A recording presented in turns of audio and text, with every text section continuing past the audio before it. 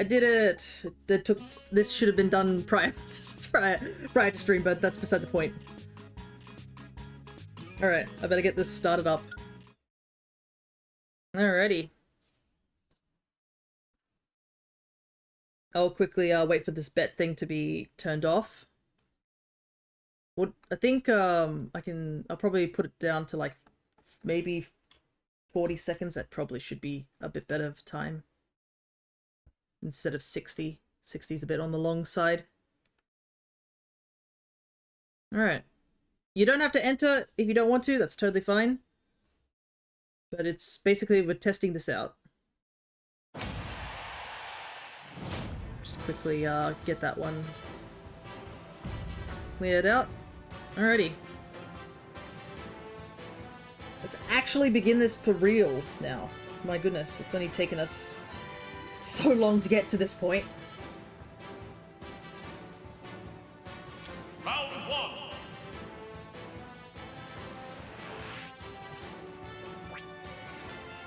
Put the bid in, guys. Give me a second. Alright, there. Now you can enter.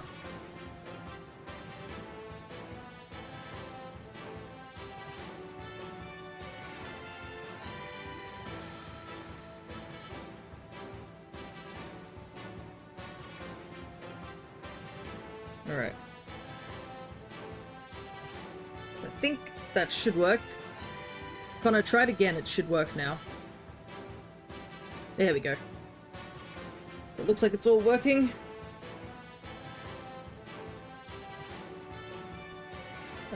We are not going to skip this battle, and we're going to move over to full screen.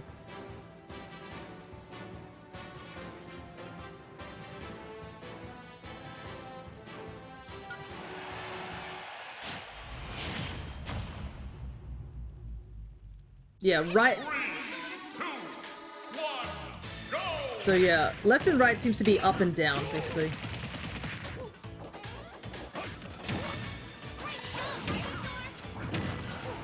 Alright. Damage is going up. Wow! Clean first spike stock. The doc has taken a lead.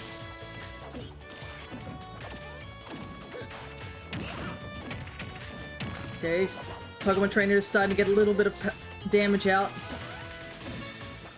Can it capitalize on the doc's really bad recovery? Oh no! It's XD! Holy hell! Come on, Pokemon Trainer, don't let this be a 3-stock. The doc is schmoving. Oh! Perfect parry as well. Okay, there we go.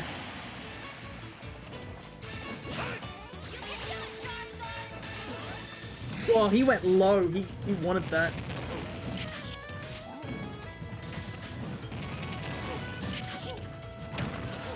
Okay, Charizard's starting to make some leeway back. Chip damage from Flamethrower. Oh! Oh! It's back to even! That lead that the doc had is immediately taken...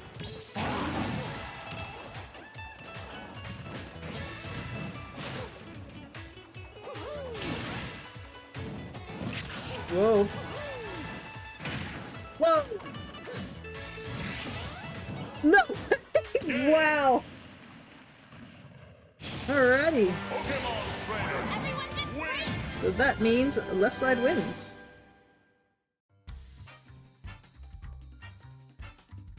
Bit of a shaky start for the Pokemon Trainer at the beginning, but they managed to pull back just in time.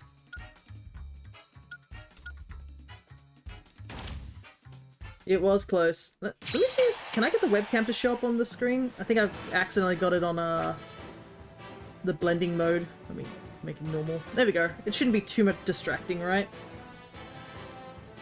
Alrighty. It was close. I was a little worried about it. Alrighty, I'm gonna put you down over here for now. Just to make up some room over here.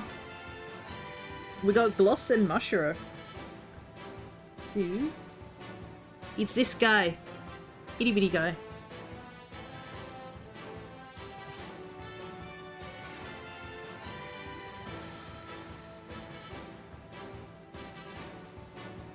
He is so bright in this on that on that image. Might have to pull the camera a bit closer. There we go. It's just the problem is that they're really small. Ah, no, Connor didn't make it in time. If you want, I can make the timer a little bit longer. I think we're also just adjusting the timer to see what's the best time. He's fine. He's fine. Alrighty. This also helps me see who's on left and right as well.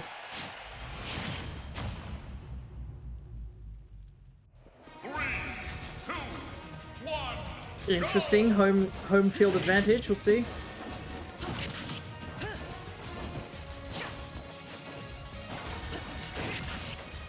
All right. Damage is about even at the moment. Ooh, tipper there.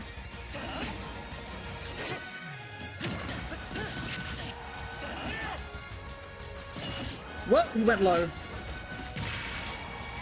A lot of these amiibos are trained to be aggressive types, just so that the matches aren't just a fest of just jumping over and over again, because that is definitely something that happened way back in the day when I was training these guys, where they would just do nothing but jump.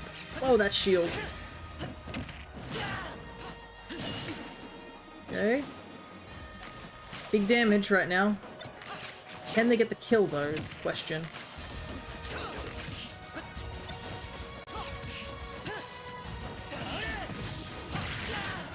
Whoa!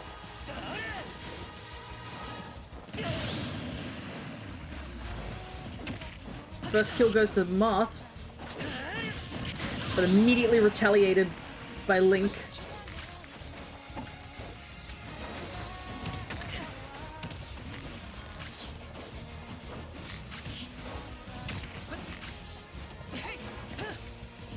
Ready? Okay. That tip of damage is really racking up. Also, the Three Houses theme is really great. Okay. It will be interesting to see how the links stack up, because I did have to train up a new Link recently. Whoa, the parry!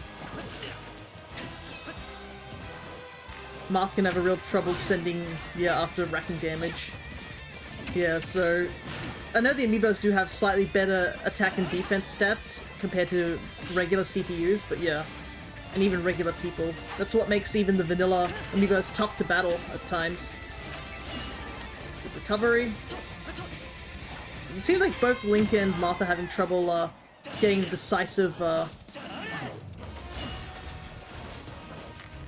decisive kill. They're both racking up the damage, but having trouble getting that landing hit.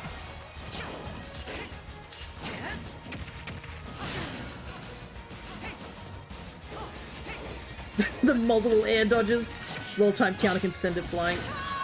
Whoa! Perfect parry into just up tilt. Let's go. Oh.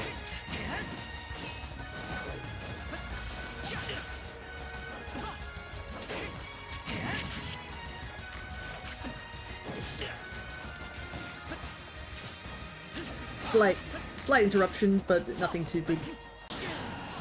Moth really needs to get a kill, though. Link is just jumping around too much. But yeah, the three amiibos, if you guys haven't seen them, are basically the Kirby Air Ride amiibo, a Skyward Sword Zelda amiibo, and a the Ocarina of Time amiibo. Oh my goodness, that did not kill. I guess that was in the middle of the stage, but still. Okay, thank goodness. Even if the matches seem a bit lopsided, I just want to at least see, like, nothing, like a, I'd rather not see a 3-stop. Oh, the flying kick. Let's go. So I believe that is left side with the win there.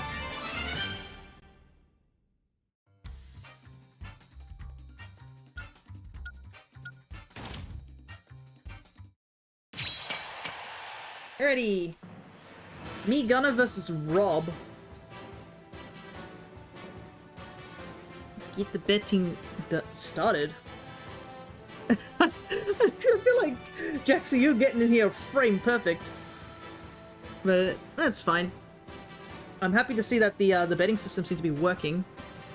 I guess that's something to check. It's like if you've been gaining points from the wins as well. Alrighty. Makes things a little bit spicier for...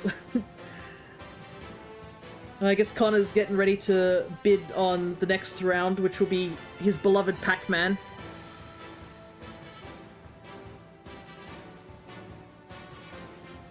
Queuing it up for the end of the match between matches. That's probably a smart idea, honestly. I have put it on a 50-second timer just to help out. Alrighty. Let's begin.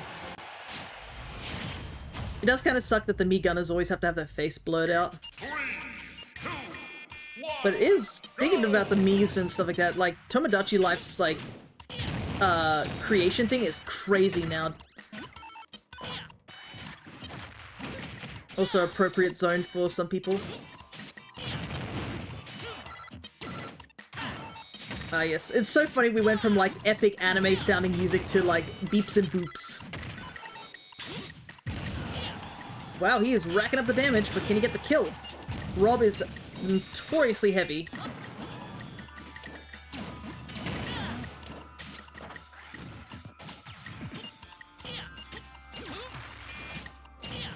Two charges and nothing happened out of that.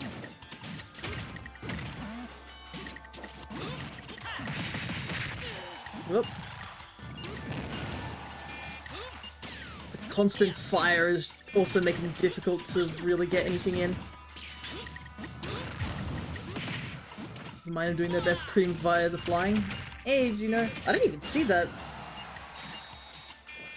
Unless, I believe that's related to, like, if you do a follow. That's what I'm gonna figure out, what's going on with the following system. I think I might change it to mix them up to do the followings, so I can add a little bit of, things. Come on, Era, let's go, boy. It's got a bit of a lead now. But, hey there, Gino, good to see ya.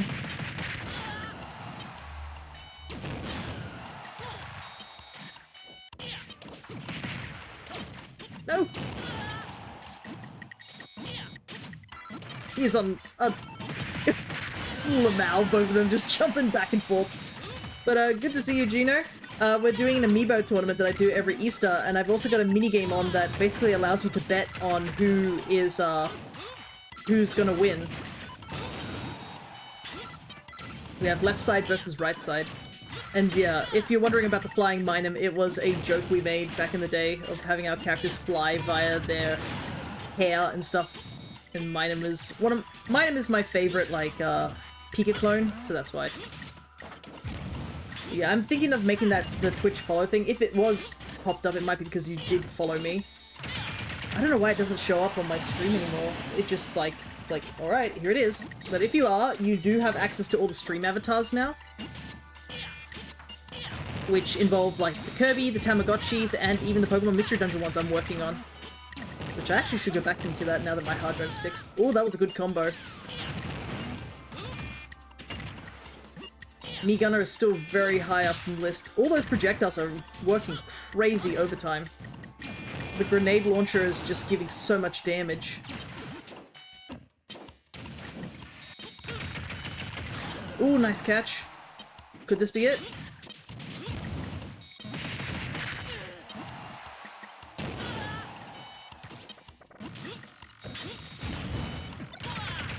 Oh! There we go, the extended smash attack there.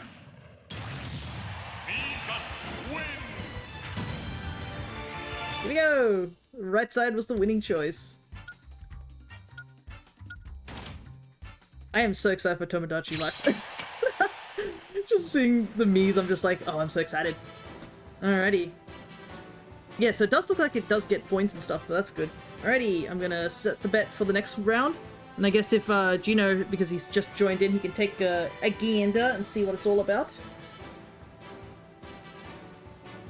Place you down there for a moment.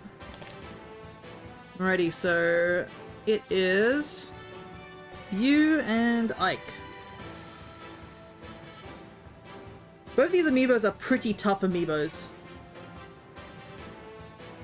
So 1 is left side and 2 is right side. That's an easy way to remember. And if you need to see who's on right and left, top is left, bottom is right. And also, if you are having trouble, just look next to me. You can see my amiibos, and they will indicate which side they're on. Ah, interesting. Connor, are you betting against Pac-Man? Rare fear hand cam, pretty much. Wait, did people mail you their amiibos to this? No, these are all my personal amiibos. I do this, it's a yearly tournament that I do, where I just battle all my amiibos. Yes, I have a lot of amiibos. I will also... It's just a tradition I've had, and I have a lot of amiibos. There's going to be at least 3 rounds of this. Alright, let's continue, because obviously we have a lot to get through.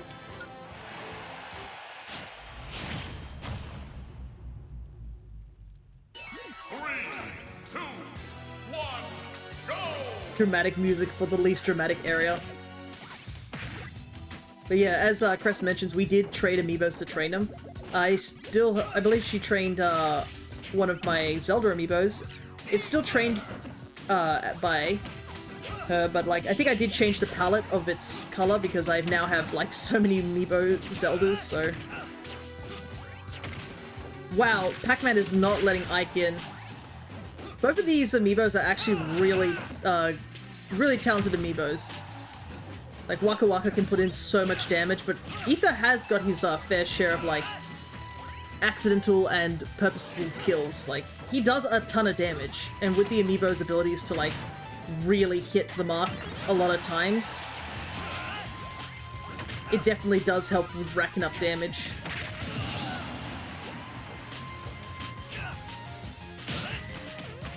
Or the flex there.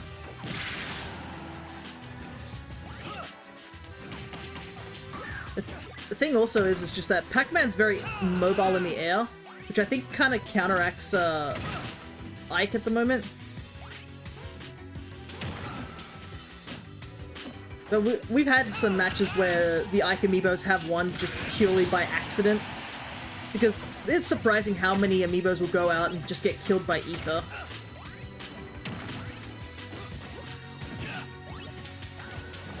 Whoop. Dancing around on the edge. No damage on Pac-Man yet. Pac-Man is keeping solid damage output.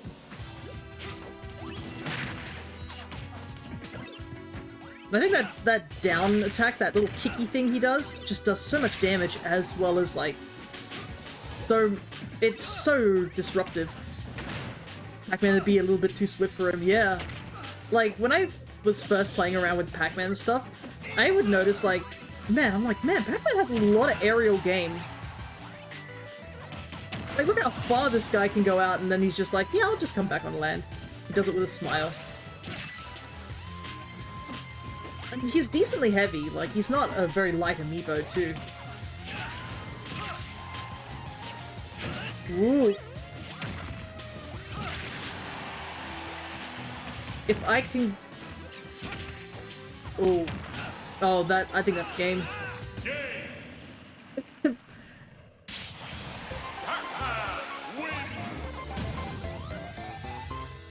That's the left side wins.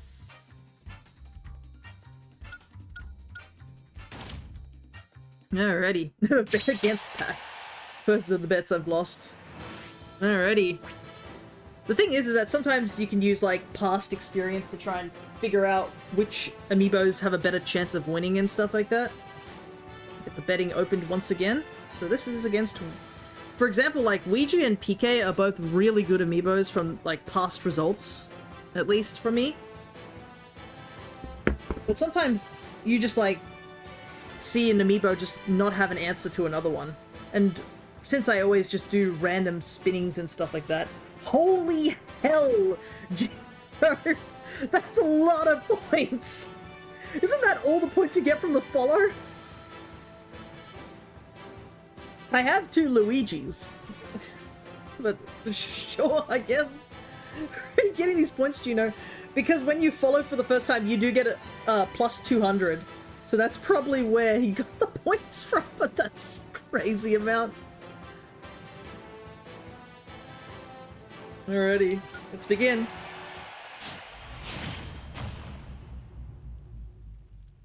But I guess that's the benefit of me also just doing random.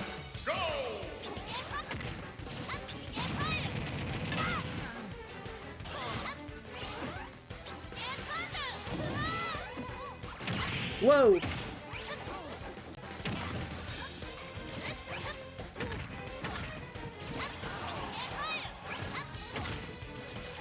Damage is stacking up.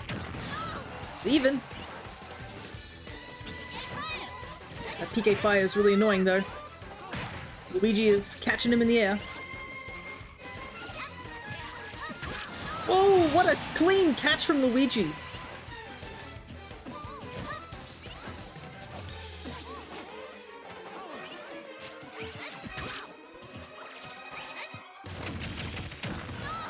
Well, jumping, but Luigi's just not caring.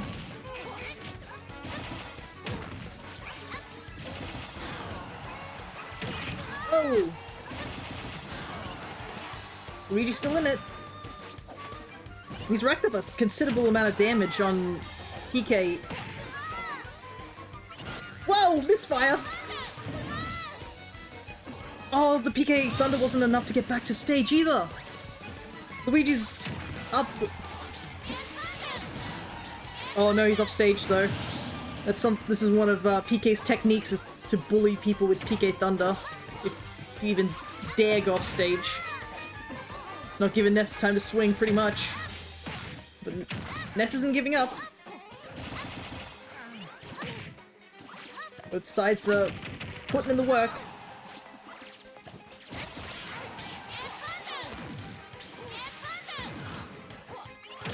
Oh, the catch with that spike! What a solid string!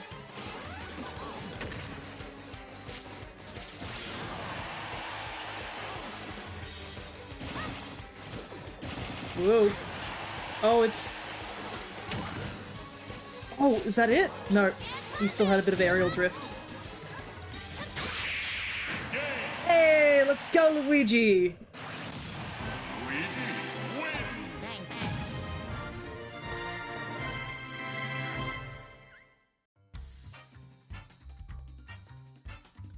Luigi is always my favorite amiibo, honestly. I do have a little bit of favoritism to him. Like, it is absurd sometimes. I'm thinking, like, there's no way he wins this, and somehow he wins this, and I'm just like, how do you do that?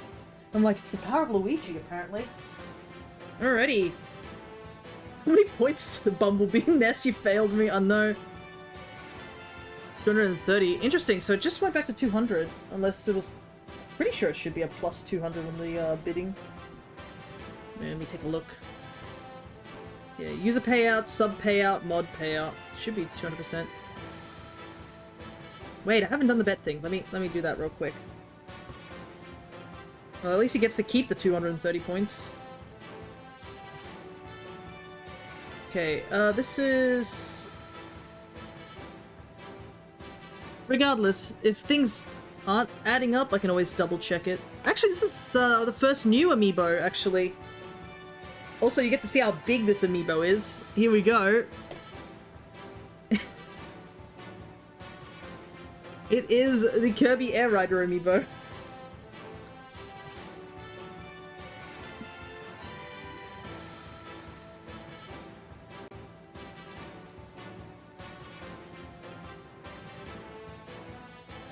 Oh, the new amiibo massive? The Air Rider ones are pretty big, but the I would say the new ones are the Super Mario Wonder. Those are regular size. The Super Mario Galaxy ones, I'm pretty sure it's bigger than that amiibo. Bigger than the Air Rider amiibo. The Rosalina and Mario amiibo for that is, like, kinda big. Is that why they're 40 bucks? Yeah, because they're massive, and also you can just take the amiibo off the stand and switch them for other Air Riders. That's kind of why they're massive, and Kirby's one spins around as well.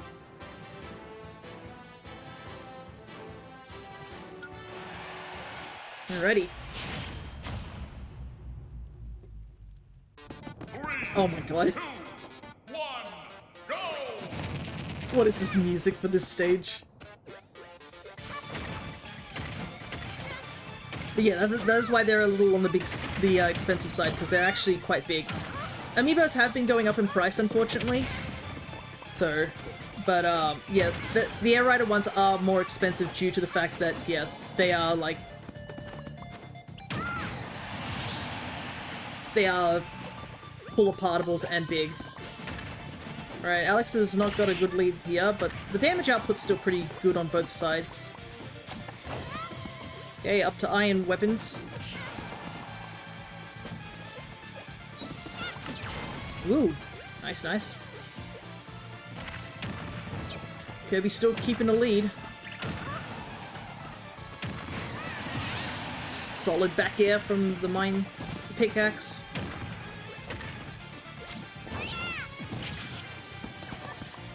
Oh, gold has been acquired.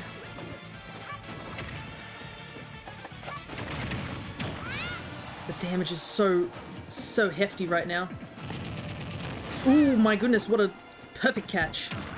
Ah, but the anvil did not work out in their favor. Unfortunately, they're back to stone. Kirby is putting out the damage.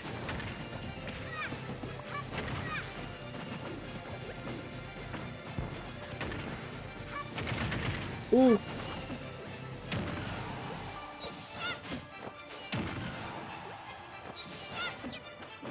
Oh my goodness, I cannot believe they made it back.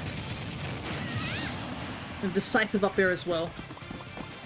But a single smash attack will take Alex out.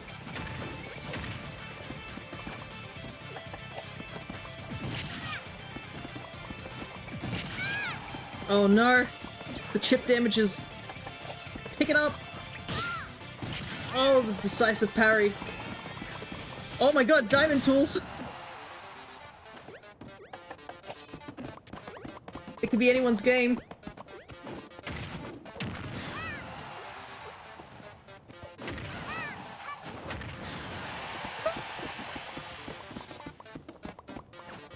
You've got enough tools? Oh my god! I don't like how tight it suddenly became! Whoa! Oh no! The back in!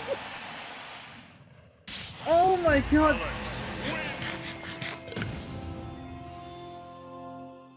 Holy hell, that was a lot closer than it should have been. Oh my god. I think the Megalovania in the background also made it so much funnier. Alrighty. Opening up the next bet. Unfortunate for Comet's first ever tournament, though. That is a loss on their part. Alrighty, Lucario versus Peach. Lucario's actually just sitting here.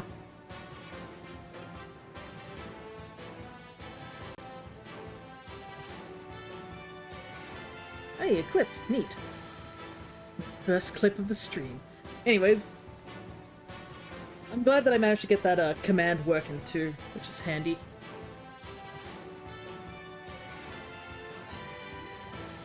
Alrighty.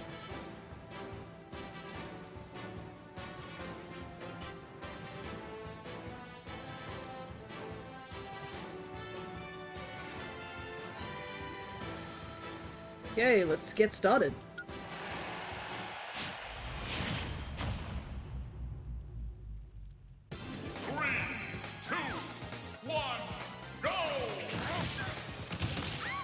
Alright, immediate damage from Lucario. He's just doing a lot of swinging, but a lot of missing. Okay. Starting to get a stride now.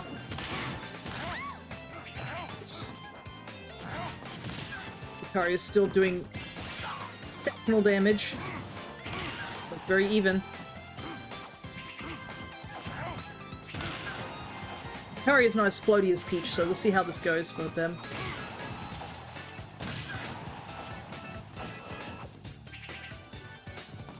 Alright, both sides are having a bit of a standstill right now. Just slowly chipping the damage up. Frying pan! Ooh! But Lucario is starting to rack up that aura. if he can continue holding on to this lead, he'll do some serious damage due to the mechanics of Aura. A decisive neutral air, I believe that was.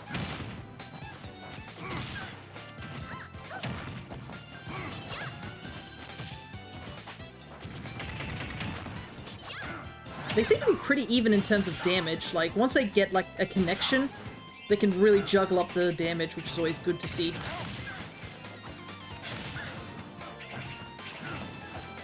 Kick, kick, kick from Peach. Lucario is also returning the favor.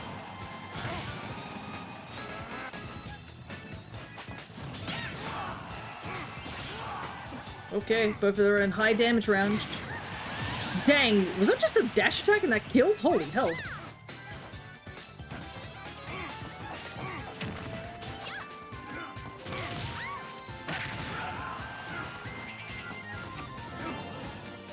Or a boosted up air.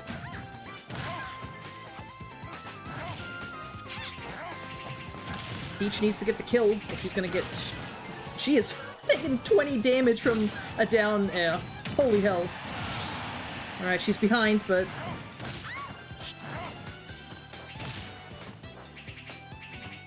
Lucario's back at neutral.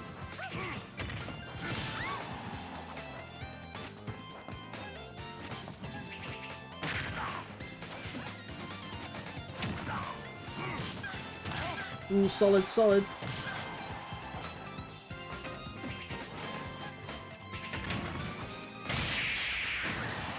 There it goes.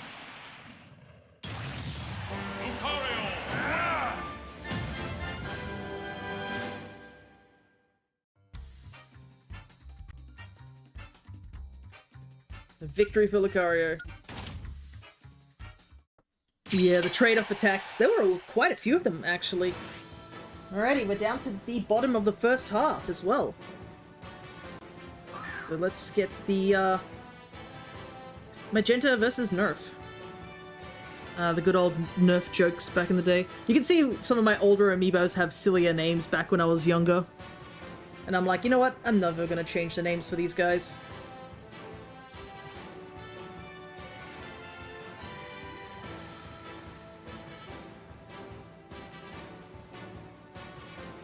Yeah, this is my Japanese Isabelle Amiibo, because I managed to grab one from Japan, and the Greninja Amiibo I've had for a while.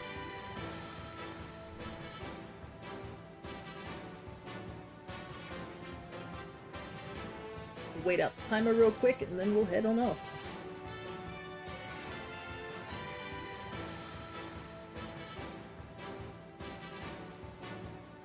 No bids this time, but that's totally fine. It's still part of the tournament. 3, 2, 1, go! The one thing I'm hoping that won't happen is I'm gonna get copyrighted in this. Every time I've played Smash Brothers, like these tournaments, one song gets, like, copyrighted due to Temple. I'm pretty sure I put Temple's, like, music all the way down, but for some reason it always gets, like, chosen for something else. This is gonna sound childish, but I'm tempted to retrain my Dr. Mario. You better be a raid boss. What a name prostate. Oh, goodness. Nice. Look, you'll see one of my Zero Suit Samus is having a really silly nickname. Alright. Magenta has really racked up the damage. Easy kill with that up air. Greninja is not getting any damage out. Having trouble hitting. And he taunts twice for some unknown reason when he's losing. Okay, his damage is racking up again. He just needs a solid hit.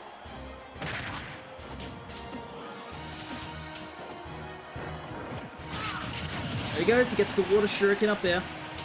Or up attack, I should say.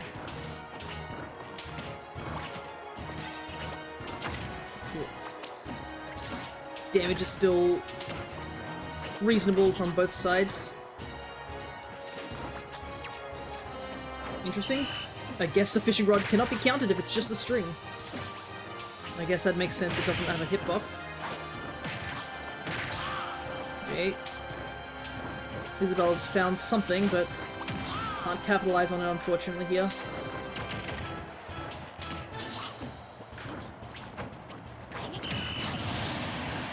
Yeah, I do know that there are raid bosses and stuff like that for amiibos. I don't tend to make raid bosses because it involves using spirits and such. And I prefer to have all my amiibos just vanilla, because I think adding spirits to the mix would just be too much effort on my part. Like, there's over 90 amiibo, I'm not gonna lie. And I'd like to train them myself, so when I start adding spirits, it makes them really difficult to, like, train. Whoa! What a catch with the slingshot! Isabel wins. And Isabel moves on. Since there were no bets this round, we will just skip the winnings there. Alrighty. Get that there. My friend did that with two of his amiibos. One of them he got off a sale and it wasn't his. It was already stacked by default. Ah, okay. So this is Kazuya versus Chrom. I don't think these two have ever fought before. Kazuya is a bit of a newer amiibo, so that makes sense.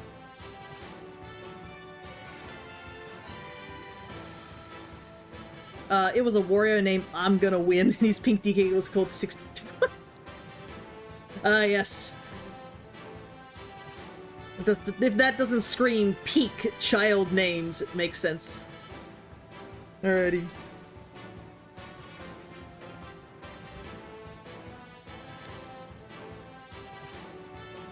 You'll bet on Chrom? No worries. We'll see how it goes.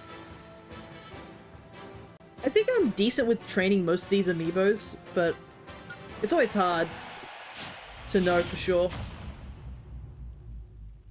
3, 2, And sometimes, obviously, some characters just have a worse matchup with other characters, and that's just it.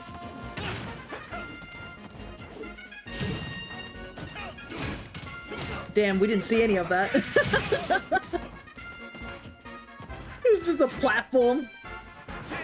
Damn, the lag of that attack. Holy hell, he's already up.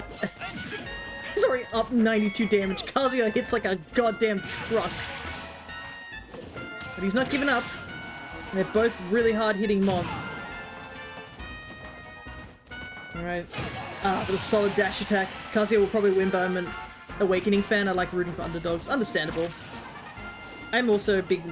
I started Awakening as my... Damn! He's just jump attack, a leg attack. Nothing more intimidating than a man hop jumping towards you.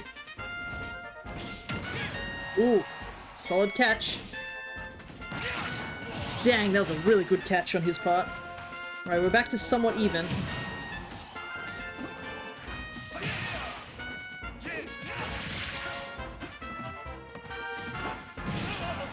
Dang, that up B from Kazuya is... Damn! Oh my god! He just booted him. That boot attack is so damn disgusting with its angle. I couldn't tell you, but it's one of Kazuya's absurd list of attacks. Like, Kazuya has like over 26 attacks or something like that.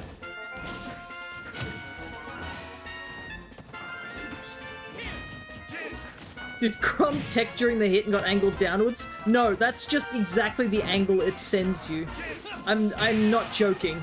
It legitimately sends you that angle. It's the most absurd, like... absurd thing. It's like the Little Mac killer. Anybody who has an awful, like... They said Steve was broken? No, Steve is still broken. I think... From what I know, Kazuya and Steve are often, like, not allowed in tournaments. Oh, that's a kill.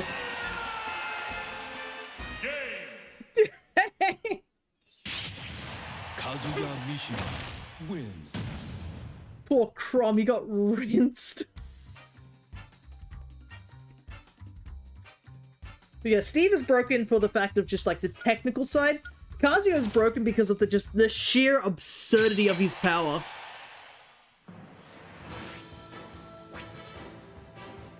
Alrighty. I gotta make sure I always hit bet whenever the bet's finished. So, alright, this is my Twilight Princess amiibo that I picked up from Japan last, I think, 2 years ago.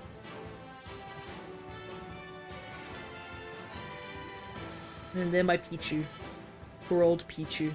Steve has too many options. Kazuya plays like a Tekken character in a platformer. Pretty much. That's a good way to describe it. Because, like, Kazuya just hits like a truck sometimes. I love Pichu, but oh boy, he is on the negative end. Yeah. I really have been, like, considering whether I should retrain Pichu in any way. Because I think Pichu has just not been great. Like, I love the little guy's amiibo, but at the same time, you're just like, oh boy. Like, anything that hits hard, he just loses. 3, 2, 1, go!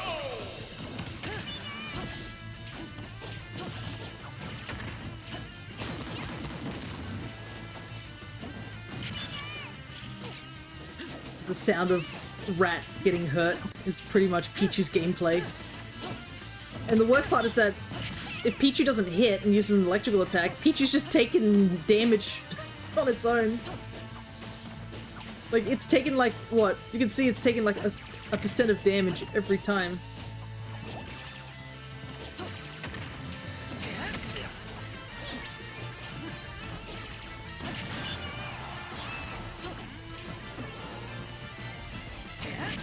I kind of wish they'd given Pichu a little bit of a better boost.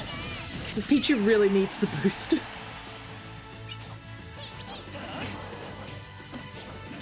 There's one thing Amiibos are good at is that they can do really good recovery. Like, they can do recovery better than I can. I've been considering, yeah, just retraining it and be like, Pichu, just use, like, Thunder over and over again and see if that wins you the match. Hey Zad, good to see ya. We're doing a Easter Amiibo tournament, which I do every year, and you can bet on which Amiibo will win, and that can net you a couple of channel points. All you have to do is when the match starts, I will put out the bet. You put out the number that you think is going to win, so 1 is for left side and 2 is for right side, and then the amount of channel points you're willing to bet. You'll probably see a couple of people doing it, so that will help. Dang, I think this is gonna be a 3-stock.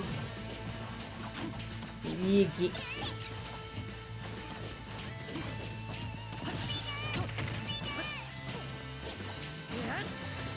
But yeah, you can see why I want to retrain this Pichu. I don't know what I trained it on, but it just jumps around so much and does no damage. And in a situation where Pichu has to kill early in order to, like, you know... Like, what is that? Whoa. Crazy bomb angle there.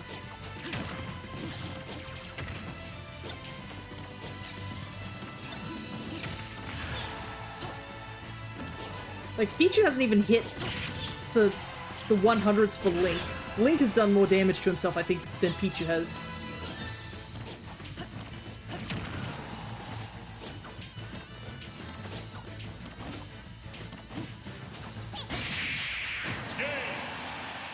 Alrighty. We kind of expected that outcome, unfortunately. Yeah, 3-stocked. First 3-stock of the match. But yeah, that's also why I have the 5-minute timer, just in case a stalemate like that occurs.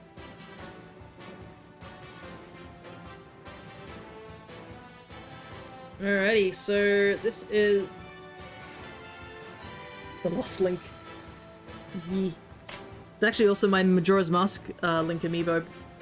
That was brutal, yeah. So as you can see, Zard, that's kind of what you have to do in order to choose which side it is. Princess is the Tears of the Kingdom amiibo.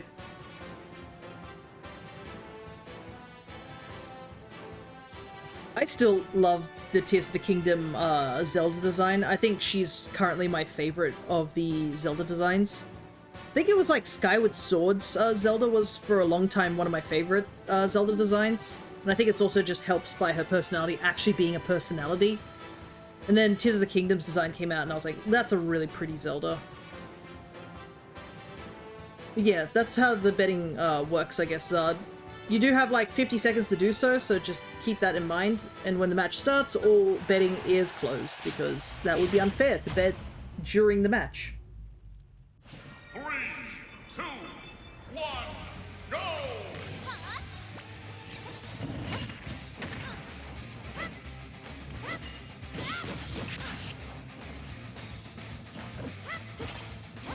Whoop. Good damage on both sides, but young Link is starting to rack up the damage. If you're wondering why the nickname Gino, because you were mentioning the Lost Link, it's actually a reference to how when I was young, whenever I didn't know about Smash Brothers for a while, especially Melee, so that's where young Link would have been added. But basically, I used to refer to Ocarina of Time's like Link as Little Link, so LL, whilst like Adult Link is adult. That was my way of differentiating the two forms. Ooh, good spike on Zelda's part though. Hey Cryo, good to see ya. Got 40 minutes till my meal break ends. No worries. We're doing our Amiibo tournament at the moment, and there is a betting game that you can participate in to bet on which Amiibos win. Alright. Back to Blanks. Oh my goodness, all this. He needs to land. Dang. Zelda's like absurd like aerials of definitely do not help. Like a lot of them just have stupid amounts of damage put on them, especially the forward air and the back air. You made a new fast scratch gift? Nice. The betting is already off. The betting will only be open before the match starts, just to make sure it's fair. But you don't, to bet, you have to write !bet, the number, not the word. So it will be 1 for left and 2 for right. And then the amount you want to bet, which is your channel points. That is the way it works. And also, yeah, don't bet during the match. That's a little unfair, considering that one side might be, like, super winning.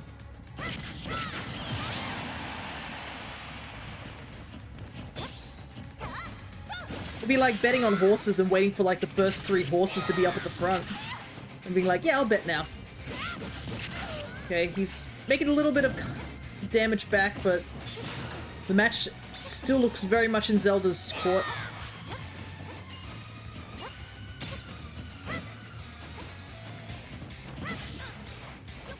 Whoa. Oh! The catch of the up air.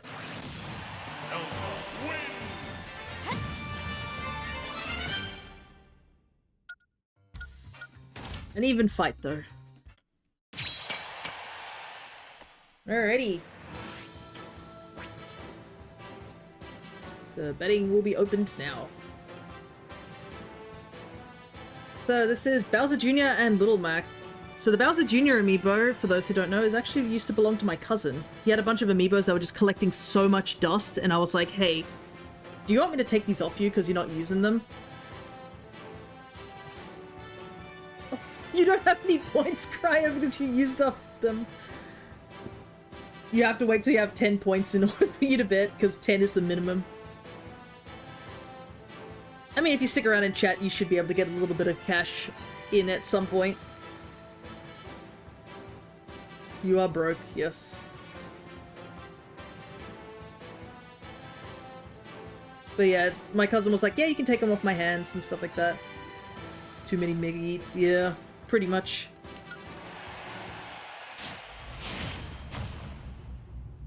Alrighty. 3, 2, 1. Look what it is, Dragon Quest. There's a 3 as well. No damage so far. I think this being a platform stage doesn't help Little Mac at all.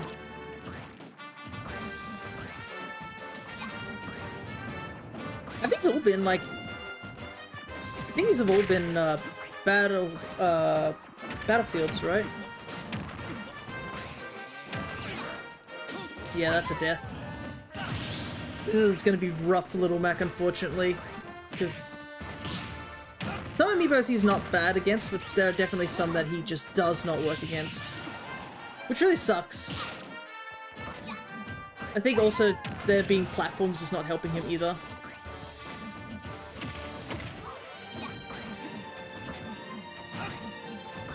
What is this movement?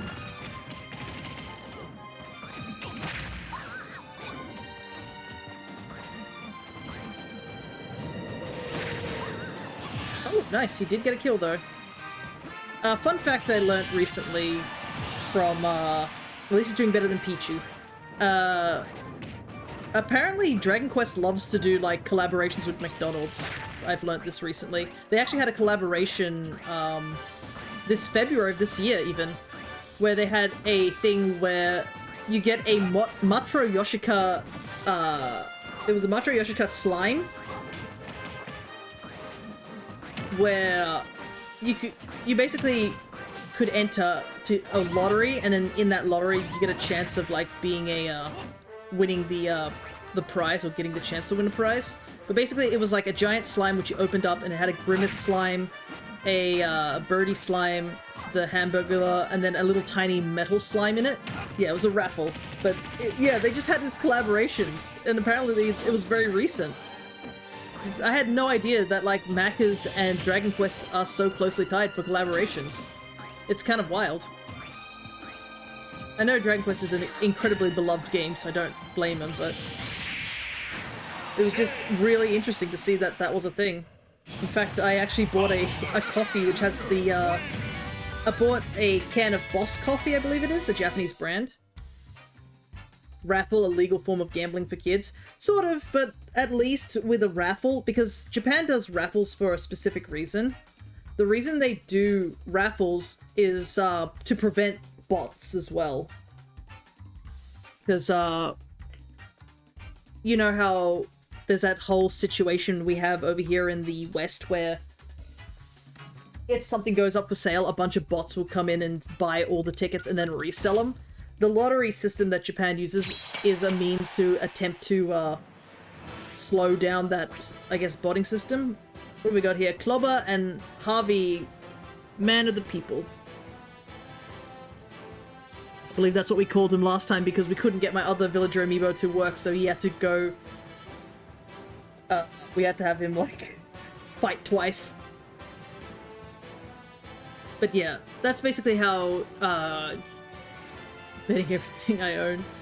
Nice. I think, Jaxie did give you some points, so I think you have a little bit more points. You can always check, I guess.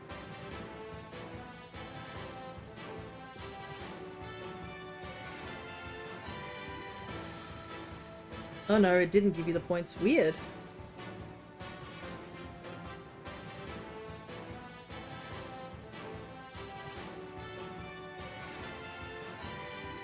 I wonder if the, thing is a bit on the slow side. It should have had system set. We've got two of them. I'm sure you can use that for the next round. But yeah, that... Like, I assume the points are actually working. That would be funny if I find out later that the point system isn't working. Got home field advantage. Bob is doing some big damage already.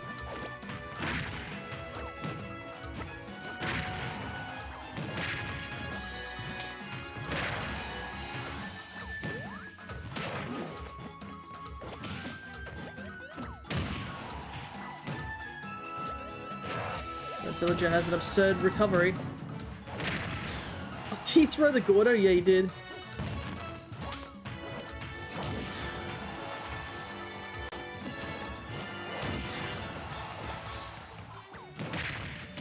Somehow they're still a little bit even in point, in damage at the moment.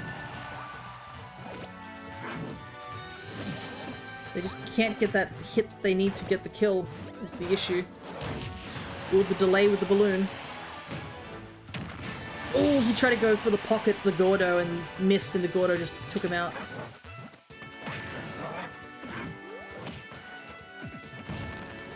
Missed with the fireworks.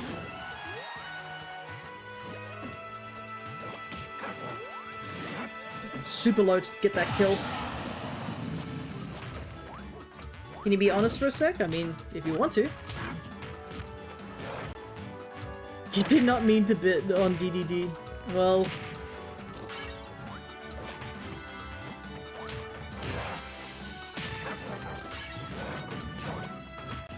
Let me see. Cause you, did you do one? Yeah, you did one. Yeah, it's left to right, so yeah. Unfortunate, but I guess that's how it is. Both are still pretty even, though. I thought it was the fight below this.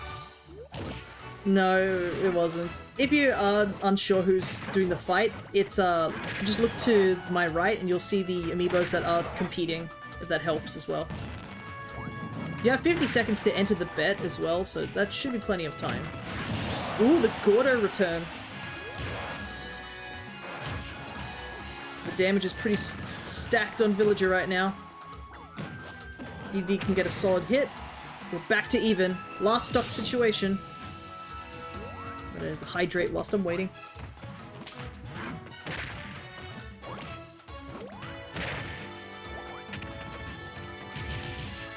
Even damage. It is so funny how, like, DDD's sound effects for his hammer are actually just a unique sound effect that has its own sound file compared to every other thing in the game. Whoop, big damage.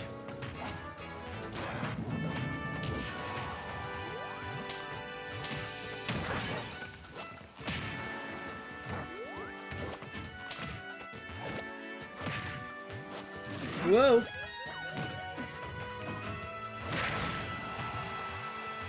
Ooh, he went for the swing! Oh, but the aerial's not good enough for this side of the stage.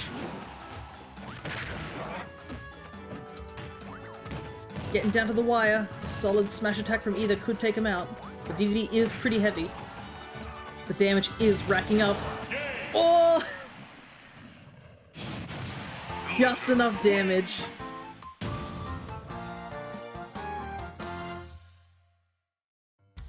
And Harvey wins. The man of the people. Alrighty, Homura versus Emerald. Let's get the bet going. Where is she? Here she is. And then... the two types of bodies. Female, male. Oh my goodness, the amount of detail between these two is funny. Well, there goes my 12 bucks, just like regular gambling. You don't have to bid. It's not recommend. You don't have to if you think you can't decide. It's just a thing that I'm testing out as well. His hands are so large. They're boxing gloves, I guess.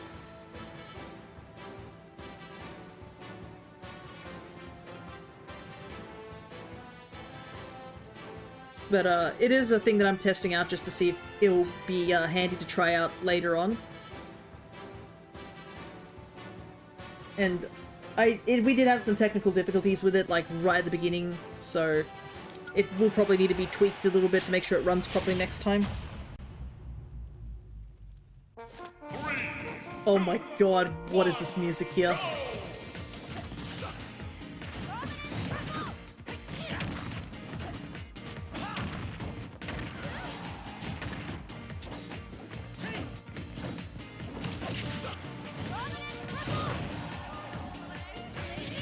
Or the catch with the blazing edge. That might be it. Oh, he still had his jump. Tekken is a game of all games. Switching over to Mithra.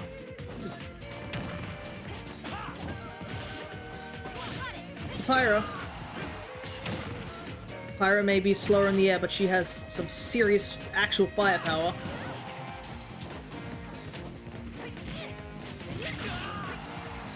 That was just an up tilt and that did some serious damage.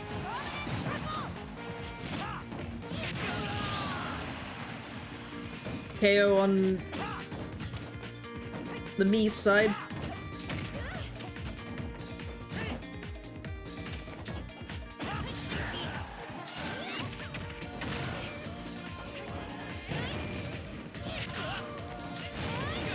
Holy hell, she is launching him at 50! He needs to stop using shot put.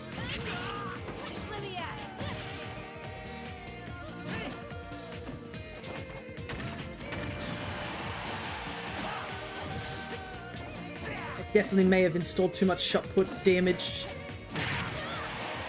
Oof. If that had been over the edge, that would have been a kill, but the problem is it wasn't.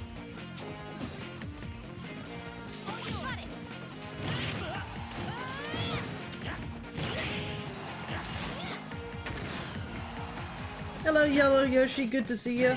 This is just Easter Amiibo tournament happening right now. We're in the early stages of round 1. There's also a betting game that you can do during the matches and stuff. Come on, you two. They have the exact same recovery.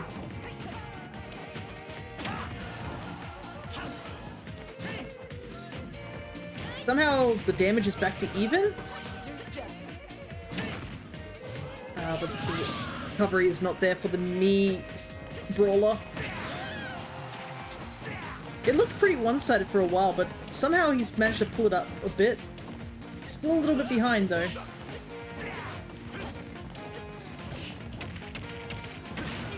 Fortunately, they're...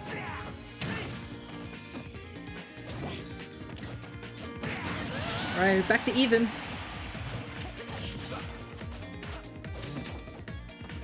Could go either way.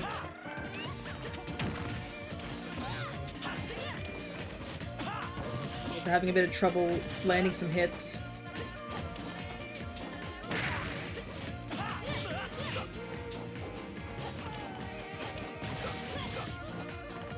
Mithra is incredibly fast. The damage is racking up.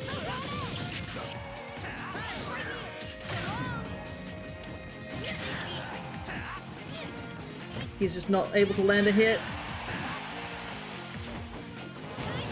I think that's it. Power the Aegis.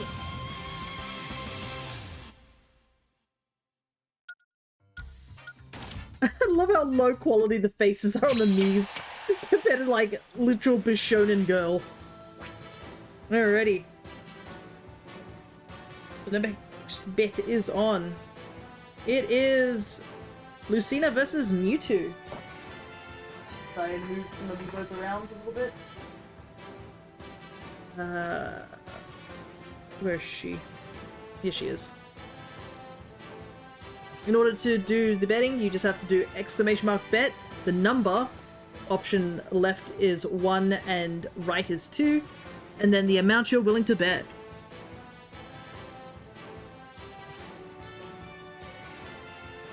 The bet only lasts 50 seconds during the match as well. And betting closes when the match begins, because that wouldn't be fair.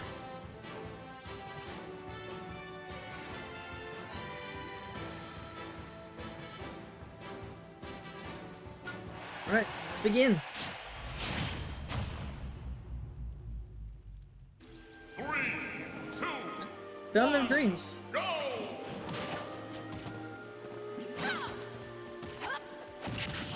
A very floaty character on a very floaty feeling area. And they're off. Marth versus Mew02.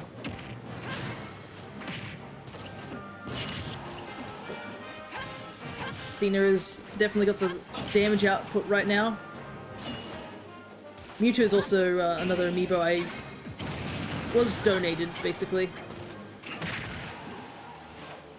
think my cousins had a lot of duplicates, and there were only 4 amiibos that were ones I didn't have. Mewtwo and Bowser Jr., I think Dr. Mario, and one other, which I cannot remember off the top of my head.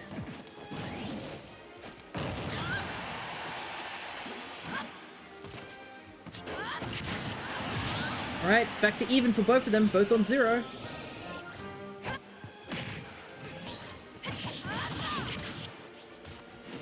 I realize it's like literally the clone versus the clone.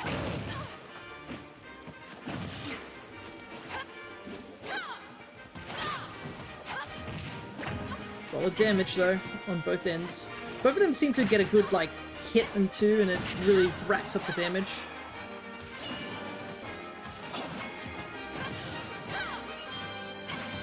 I also realized Mewtwo's had that Shadow Ball charge, and he's just not using it.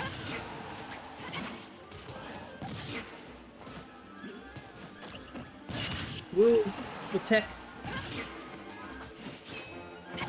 Lucina does have the benefits of just all parts of the sword do damage, as opposed to Moth's, where the tipper is what does the most amount of damage.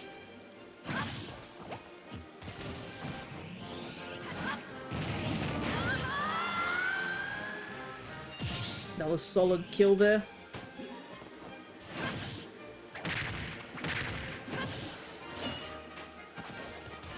And it's still pretty even, which is always good to see. Matches are far more interesting when the sides are even. Ooh, the tech! Oh my goodness, the fighting off stage. That's 75. Ooh, the spike. Ah, but the up air, the up smash takes it. And Lucina wins. The future is not written.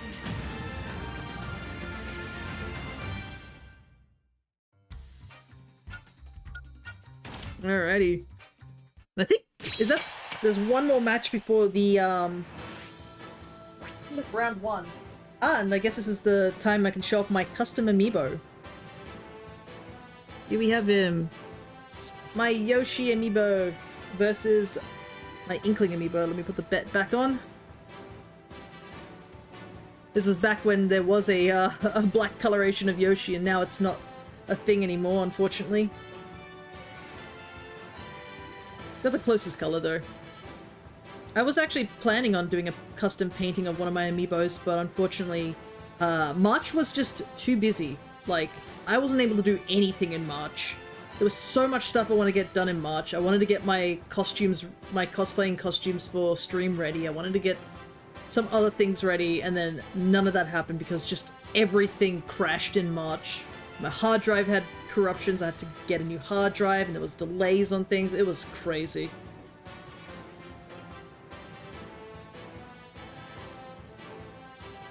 But now that that's all fixed, hopefully we can start getting back into the swing of things this April, but we'll see. It's gonna be tough. A lot of things have changed, even my own schedules have changed. Alrighty. No bets today for this match, but that's totally fine. Alrighty. So Kid has had a pretty bad streak when it comes to fights, whilst she has often had like some stupid amounts of like wins under his belt. A lot of Amiibos cannot handle Yoshi's Flutter Kick, but they seem to be very even right now. The issue, I think, right now is Inkling struggling to find a kill option.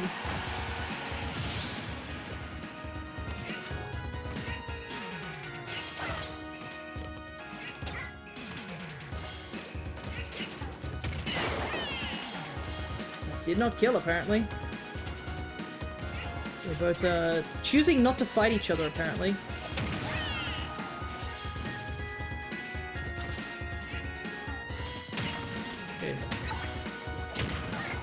Solid damage. Oh no! Caught him under the stage. I mean, that's one way to get the kill, right?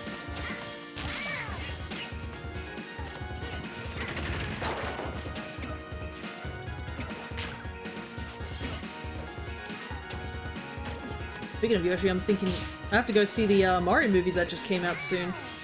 I've heard reviews have been strange at the moment, but it's like the, what is it? Big critics are like, movie sucks, and then fans are like, movie's great, and like, you don't know what option's what. Oh, Yoshi doesn't have a jump! No recovery! Oh my goodness! Is Yoshi gonna get... You loved it? Yeah, exactly, that's what I've heard. Like, I've heard, like, critics have been saying it's an awful movie, and then fans have been saying it's a great movie, so I'm just like, you know what, I'm just gonna go watch it. I watched the first one, I'm gonna watch the second one, you know?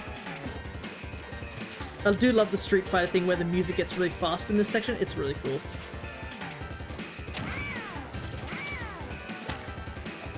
bit quick paced, but still enjoyed it. I'm pretty sure that was one of the critiques from the previous movie too, was like it was very quick paced. On something, one of the things I saw was like, it doesn't have much of a plot, and you're like, since when have Mario games had much of a plot outside the RPGs, let's be real?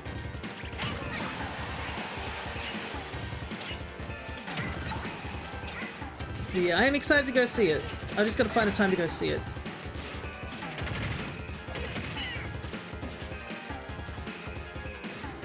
I'm wondering if it'll be cheap chocolate day today, due to Easter technically being over. Ooh, nice up smash catch. Since there are no bids here, I keep saying bid, it's bet. No bets here, so we'll just move on to the next round.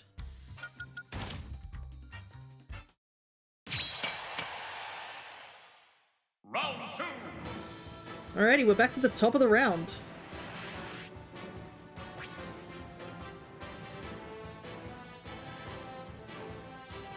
And it is Ivysaur versus Awakening Link. Obviously I can't see which direction they're placed because I gotta reach over.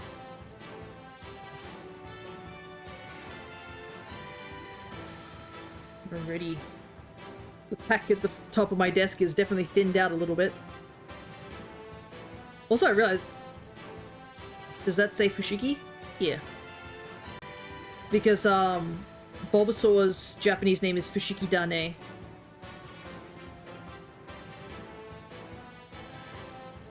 So it's a reference to Bulbasaur's, Japanese name for this, amiibo.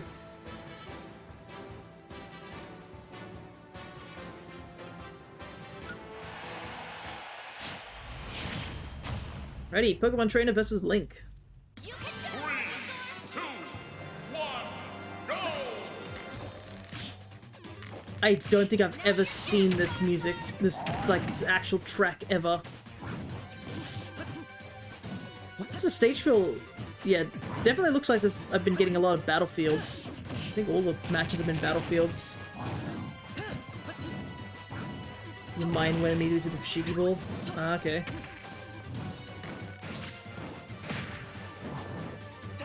Okay, damage is even at the moment. Charizard's choosing to flare blitz across the stage.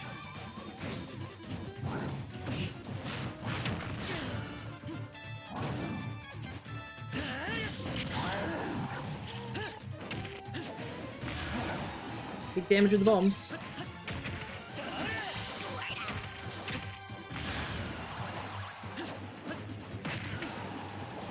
No aerial catch on Link's part. Interesting boomerang hit there.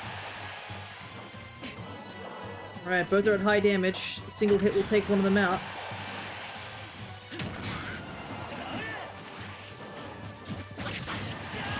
Link goes out first.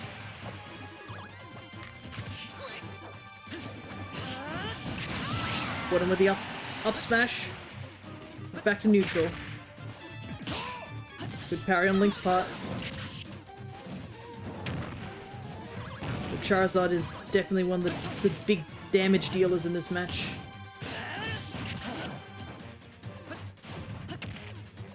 It will be interesting to see who does win the tournament this time. I think I did take a picture of last year's winners, if I remember rightly. I think it was like one of my Link amiibos, Lucina, and someone else, which I'm blanking at the moment.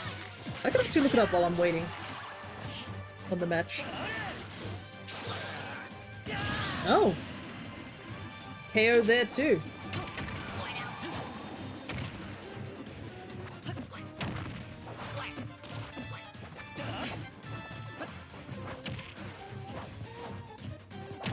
Nope, that looks like that was from the year before. It's finding difficulty trying to get that kill in.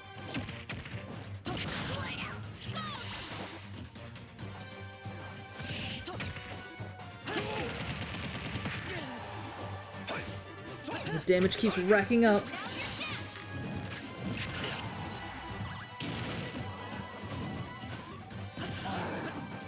Alright, was it this one? Okay, so I was wrong. I thought it was Lucina. Lucina was a previous year. It was Bowser, Ike, and Zelda who won last year, with Ike being the winner.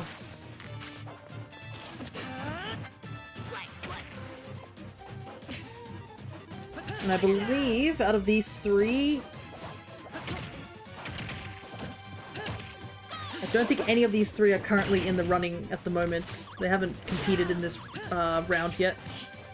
Oh, I don't think Link's gonna make it back. No, that one Razor Leaf was enough to just push him back enough.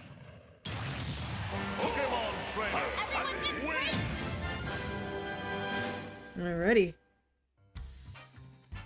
So that is... the winning side is left. Crying from 3-0 in this. Yeah, that's the downside of things, isn't it? Alright, it's Era versus Pac-Man.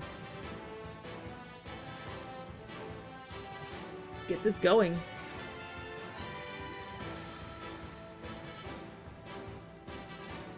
Because these are the winners of the previous rounds too, so the matches are a little bit more intriguing this time.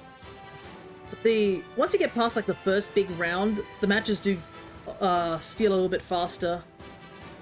This is a lot less rounds of them. The fact we are definitely behind time because I did waste, unfortunately, a good chunk of time. But we'll have to just keep doing our best. If the betting starts taking too long and such, I might also just jump down the time. Just because we are probably going to run a bit close to time if we keep waiting too long. So I might chunk it down to 30 seconds for the time being. Alright. No participants this round, but that's fine. Let's get going. I also realized that we haven't seen... the stream avatars are wandering around in the background, but like, I guess that doesn't matter too much because I have the screen full screen so you guys don't see them. Because I wouldn't want them blocking the visuals. Alright, Era versus Pac-Man. Currently... whoa! The tech there.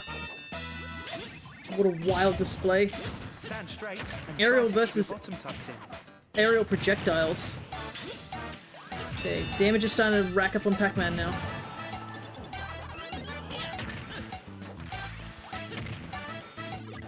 Now, Wow, what a return to catch. your original position. What a launch! Both of them went the same direction.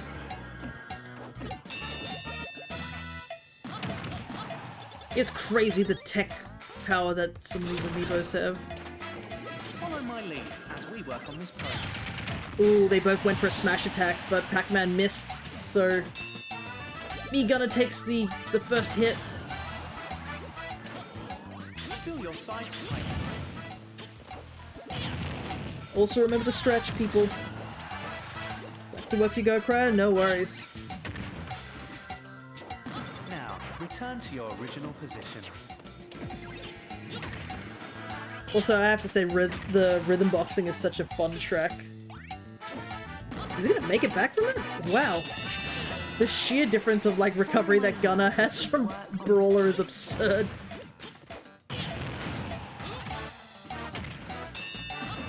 Pac-Man is just not able to get the kill for some reason. Feel your back stretching. There's too much for him to compete with right now. Alright, we got the catch there. Now, return to your original position. He has taken a ton of damage on his second stock. It's already like 100 damage down. Follow my lead as we work on this pose. Whoa, he went for the shot. Dang, I don't even know if that was just the up tilt damage or if that was just the fire hydrant as well. While exhaling, bend forward and touch your toes with both hands. Yeah, as if that's easy to do. I wish I had the flexibility to touch my toes to that degree. Second stock is... whoa! Now, return to your original position. Ooh, bad play on Era's part. Reflector does not reflect smash attack. luck on this pose.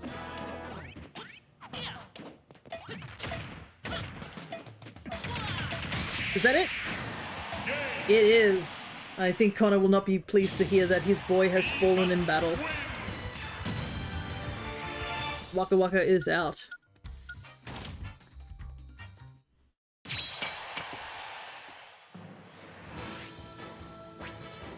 It is Ouija versus Acacia.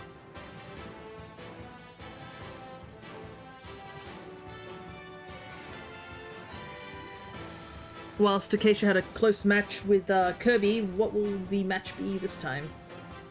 Because Ouija was pretty tough on his opponent last round, so I guess we'll find out.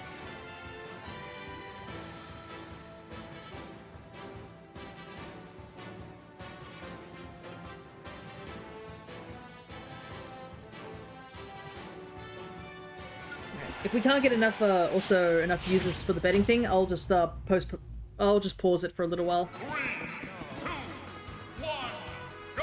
Hey, Kit, good to see ya.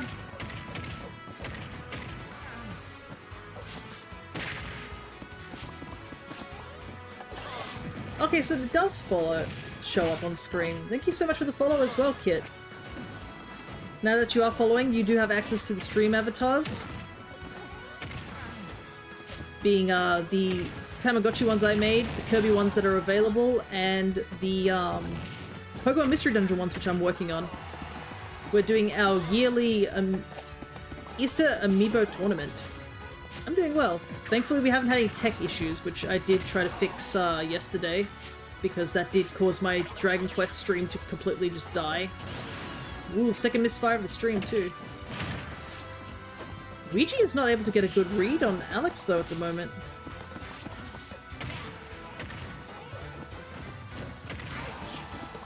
But yeah, we've been testing out a betting game that Mix-em-up has, and it seems to be working at the moment. Ooh, a nice catch on his part though. And he takes the first stock despite being at 170 damage. Any small hit will just take him out. He's racking up the damage.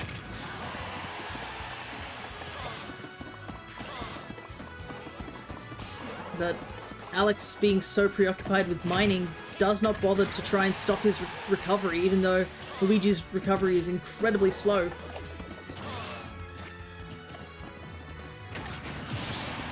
We go.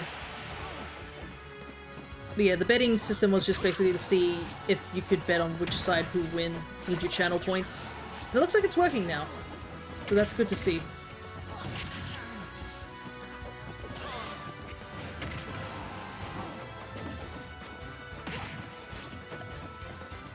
Ready?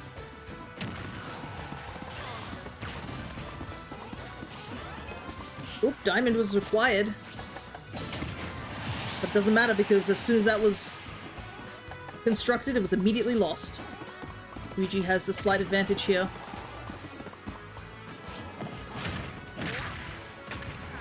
Good damage. Fortunately, recovery is pretty good with the Elytra if you know how to angle it properly, which these Amiibos obviously do because they're godlike at recovery angles and whatnot. Okay. Alex is not able to find the kill right now. Ouija Tornado. These platforms are actually working so well in Luigi's favor due to the fact of just like the anvil can't go through them. Another clean smash attack. Luigi takes it.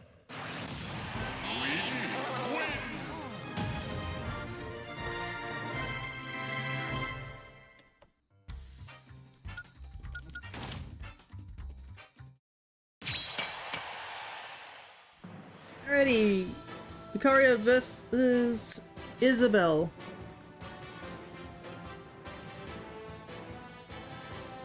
We'll do one more betting, and then I will hold off on it for the time being.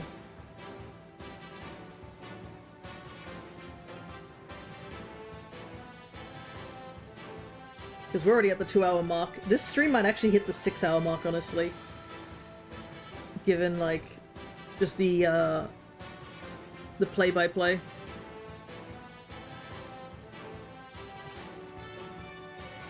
But with the amount of amiibos that we have to go through and all the scanning and unscanning, that's definitely one big reason that it takes quite a while. Oh, we're back here again. Okay, no, there is a mixture of Final Destinations and Battlefields. Okay. I guess I've only just noticed them being mostly Battlefields. Yeah, we're back here, this time on the Final Destination form. It is kind of crazy how detailed the map is here of 11's world, because I do recognize a couple of things that pop up. I'm just like, oh yeah, I remember that little area, sort of thing.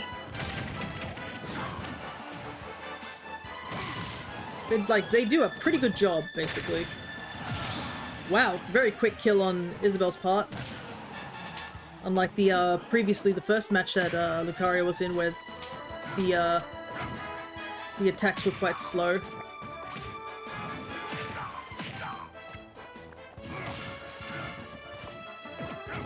He's not able to get the kill though.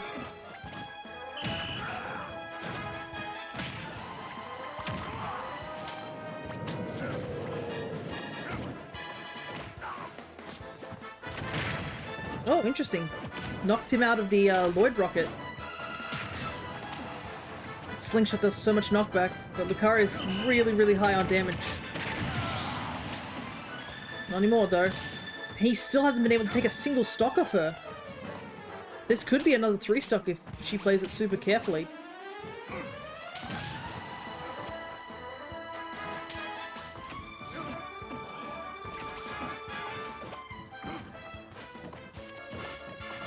He's not able to get a decisive hit. Wow. Somehow that smash attack did not kill her, even though she's like at 131. I wonder if it's due to the low aura.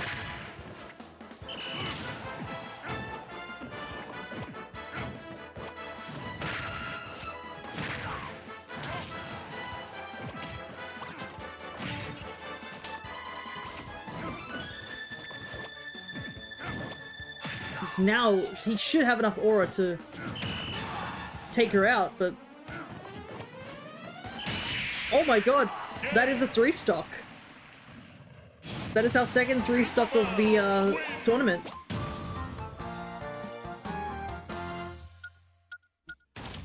Dog on dog fight.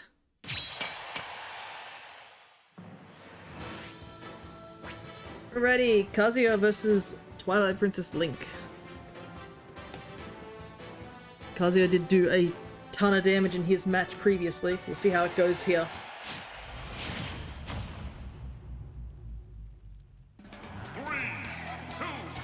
Wow, this is a very unfitting song for these two fighters. Yeesh. Kazuya does so much damage. Wow, Link is already at 100. And he's not even...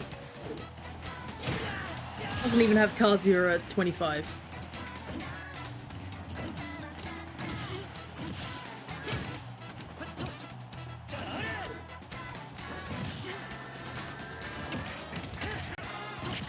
Okay, damage is starting to rack up.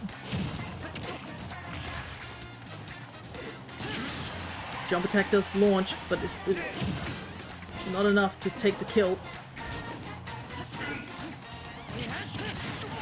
Okay, he gets the kill. Oh, that shield. Ooh, Link's got a string.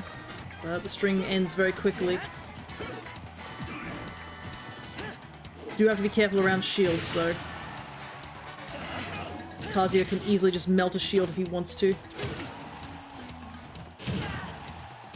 I do not think Link's recovering from that. Nope. That kick that took out Chrom the other round has also taken Link out.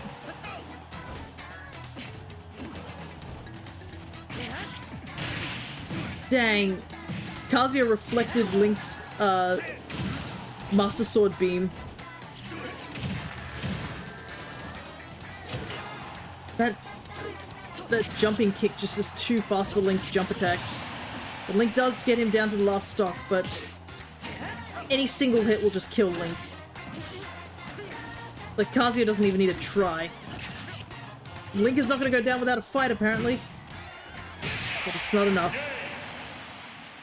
He did certainly put in the work, though. Kazuya Mishima wins. Kazuya is just a force to be reckoned with. Though he did, I think, a lot better than Chrom did in that previous match. Alrighty. Zelda versus Bowser Jr.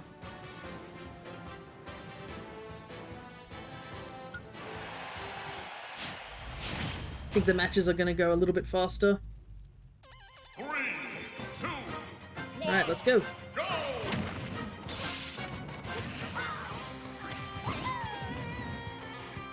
I think Kalos as well, since we've been doing a lot of ZA too. I think I was training one of my Amiibos and it landed on Lumiose City, and I forgot just how much I do not like Lumiose's original theme.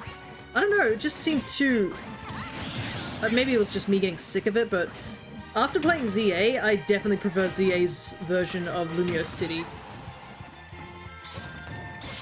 Okay, good damage.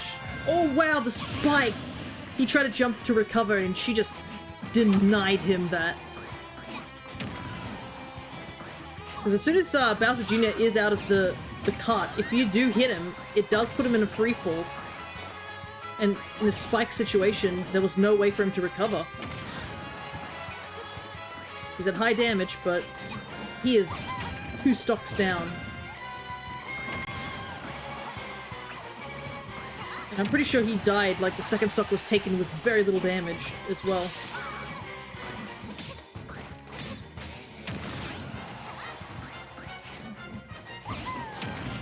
Look, could not tech that.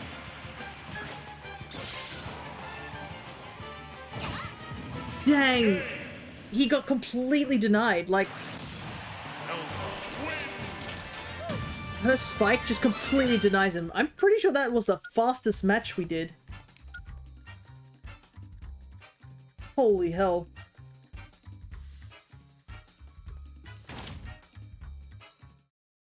I don't even think that was like a minute or something. Didn't feel like it. That match went so fast.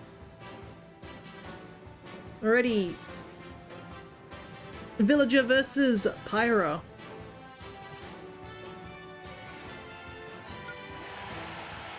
Another case of very tall, highly detailed anime woman versus Glorbo. 2, 1, go! The platform stage. The fact that there are Final Destination stages makes me realize that, yeah, Little Mac got robbed on his match.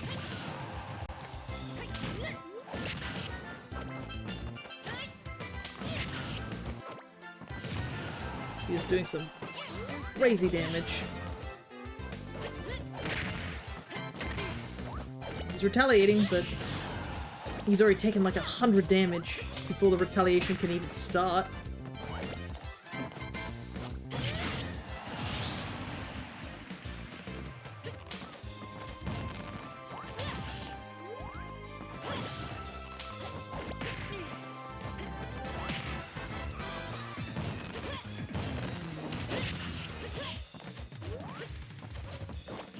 He hasn't switched back to Pyra yet. That's the thing with, I think, between Mithra and Pyra, is that Mithra is supposed to be like the one to do a lot of chip damage, while Pyra is definitely the KO potential. I don't control like how often they switch either. It's just what the AI wants to do.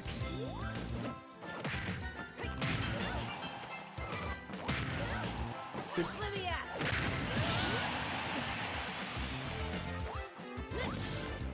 KO finally on his part, but he is very far behind. A single good smash attack from Pyra will take him out.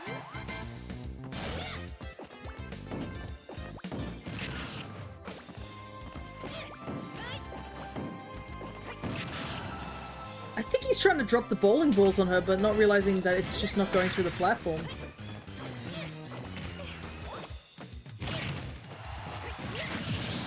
There's the up air to take it, the stock.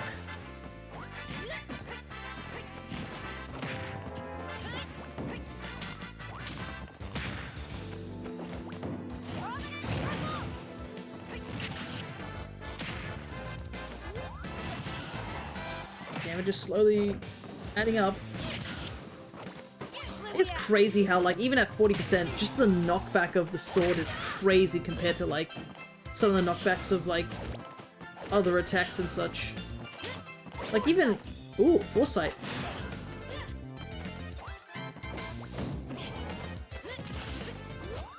Like, even just the up air of, like, Mithra's attack does a lot of knockback. I mean, she is at, like, 150, like, damage, so she does get rage, but still. Okay. Last stock situation.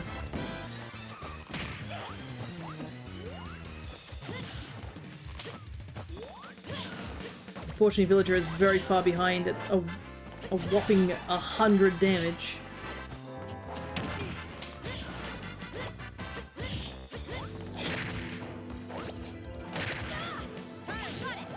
Nope.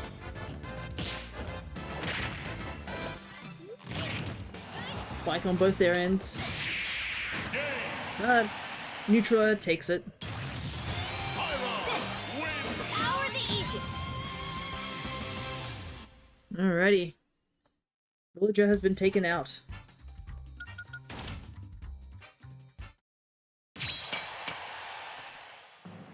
And we approach the last section, I think, of the second round.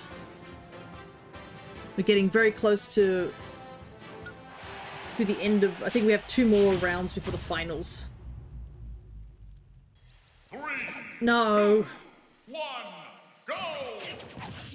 If there's a stage I get picked for, like, random, it's this one. I don't know why this one pops up so often. It's crazy. And the thing is that the tune that plays on this stage, Gamer, only affects if there's, like, stage hazards, which, surprise, surprise, there isn't. I turned all the stage hazards off for the fairness of the fight. So, you're just getting environmental noises throughout the fight. I hope you enjoy those. Oh, no jump on Yoshi's part.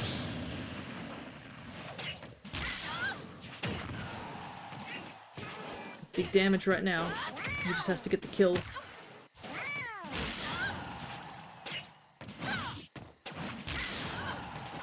Up air won't take it yet, but an up smash will.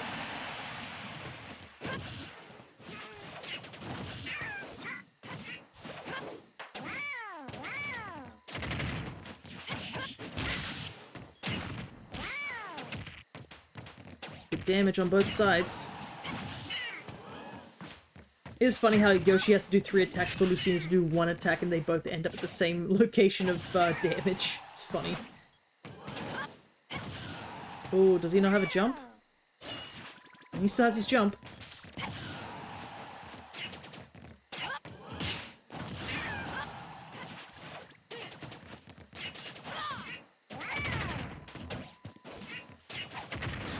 Very even in damage. Ooh. That little down tilt got the, took the jump that she needed. We're back to sort of even, because 1 hit will take him out. Right, 0-0, last stop. Big meaty smash attacks.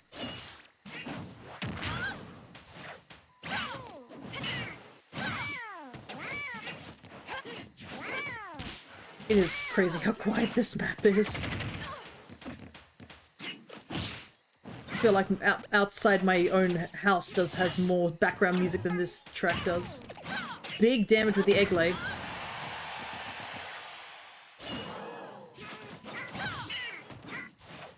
It's looking close to the end. And there we go. Yoshi takes the victory.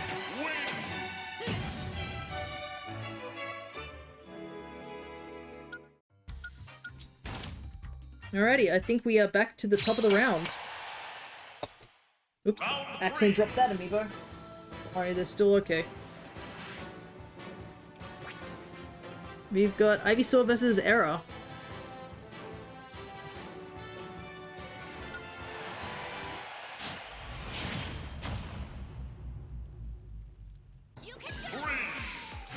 Ah, look, it's Lumiose. It's so funny that that tower just does not exist now.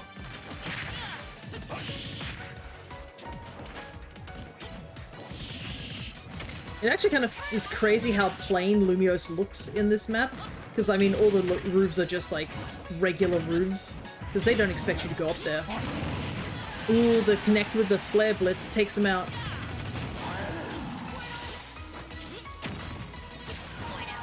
Spoils that huge damage, though.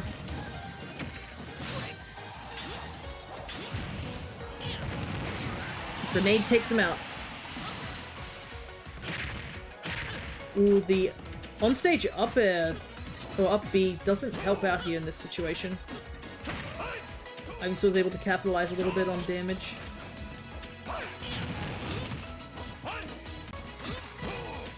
Both of them are doing a lot of swinging and missing, unfortunately, right now. Ooh. Fine catch, but Meegana has a very good recovery. Oh, caught him with the...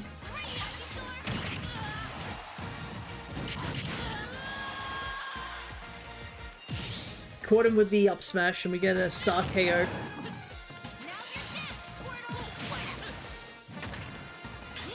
It is also funny that this track is the Sun and Moon track rather than X and Y track.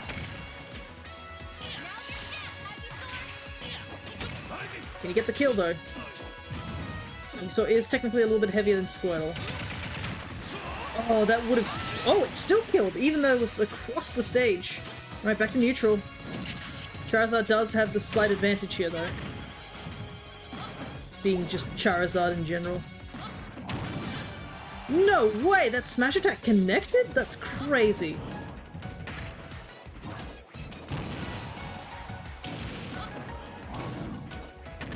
Ooh, it's not looking good for Meegana.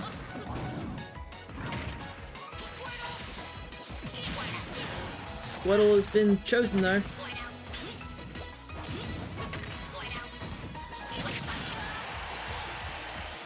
Fortunately, Squirtle cannot kill from that far away.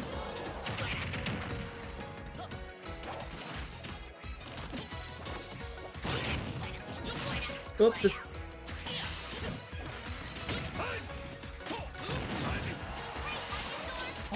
Oh! Unfortunate. I heard the sound of the Flare Blitz charging. There are definitely a lot of Amiibos that have been caught off guard by sudden Flare Blitz. Alrighty. Isabelle versus Luigi. Get going.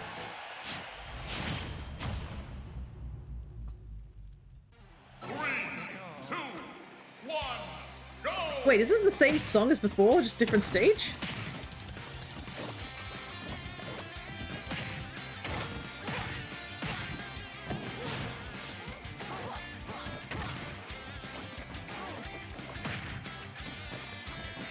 There's so many stages. I feel like we've been in some of these stages twice before, but it might be just the overlap of the multiple Pokemon stages too.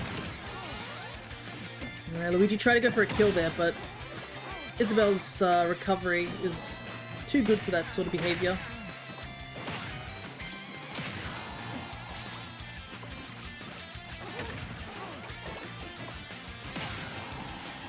Nice catch with the hand chop.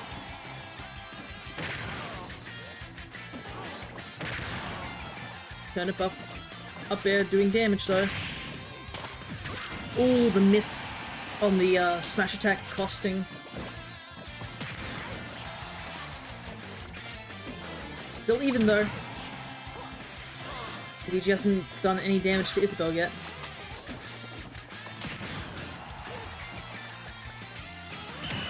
Ooh, caught him missing the edge. Now we're back to neutral.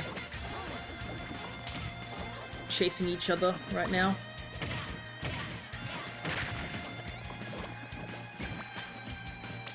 Ooh, caught him with a fishing rod. Whoa! Somehow spiked there.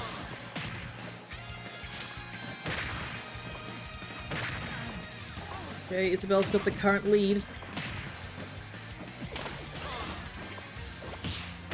Ooh, nice parry into up smash. The juicy damage.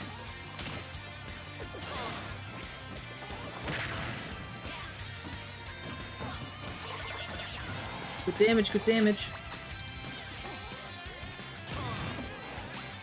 Ooh, those balloons actually could have cost him.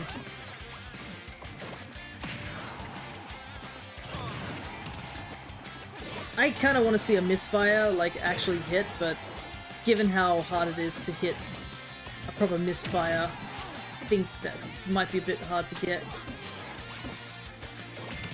Woo!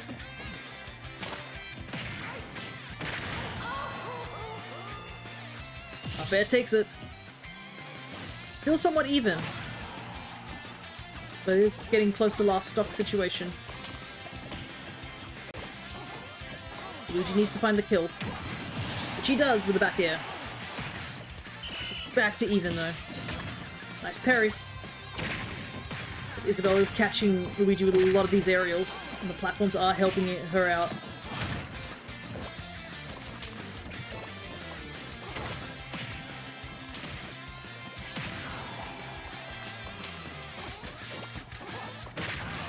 Oh, he's missing a lot of his hits.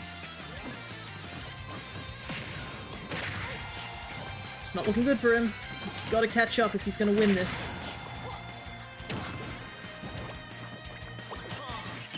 Oh no! The dash attack pot takes out his green missile. He's unable to actually connect with her attack.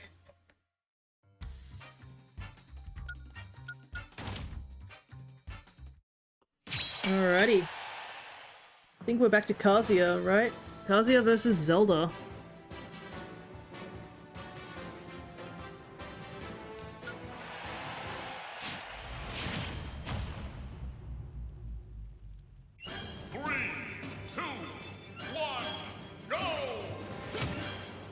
Both of these are hard-hitting characters, but the damage can easily get racked up.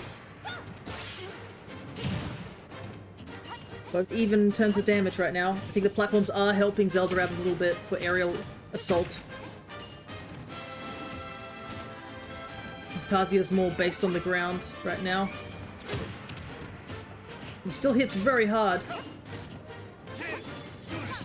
Both having a bit of trouble hitting. Oh wow, though she gets the first kill with a well-placed spike off stage. Light kick does go off.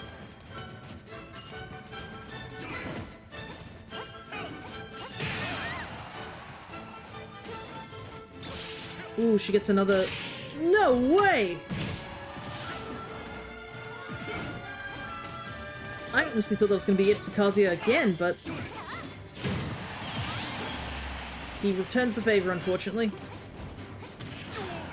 He is severely damaged, and Zelda's can KO very well at high percentage, especially the Amiibos. He's on last stock while she's still on 2 with no damage.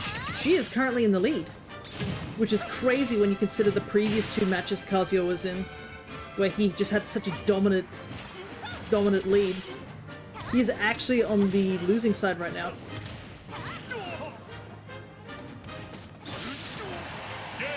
Dang, a well-placed light kick takes him out. He wasn't even able to take off 2 of her stocks.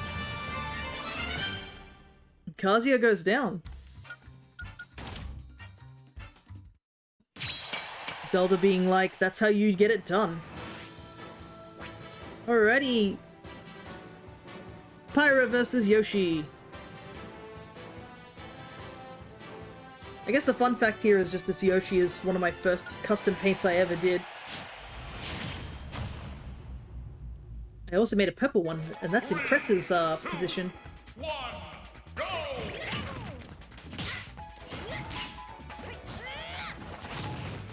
go! 2 blue on green. Also, Mario and Luigi music, which is fun. It is of the Paper Jam version, which It's an okay theme. I like the boss theme more on Paper Jam. But I don't know what my favorite battle theme. Brothership really has elevated one of my favorite battle themes, considering it's pretty simplistic and short. But like the fact you rarely get sick of it, even after like multiple hours of listening to that theme, is often a good sign.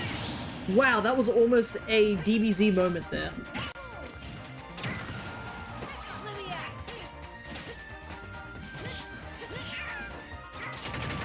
Yoshi just needs to find a solid hit, though. I hear a lot of wood banging downstairs. I think it's my dad fixing something. Right, back to somewhat even. Though Mithra does have the advantage.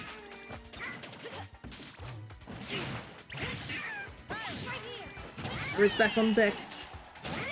Ooh, that could have probably done some serious damage, that charged up smash. Wow, Yoshi just walked through that sword as if it was nothing. That is the power of the flutter kick.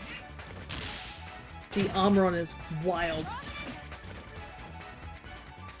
Wow, he's just retreating all the way to the back of the other side of the stage, apparently.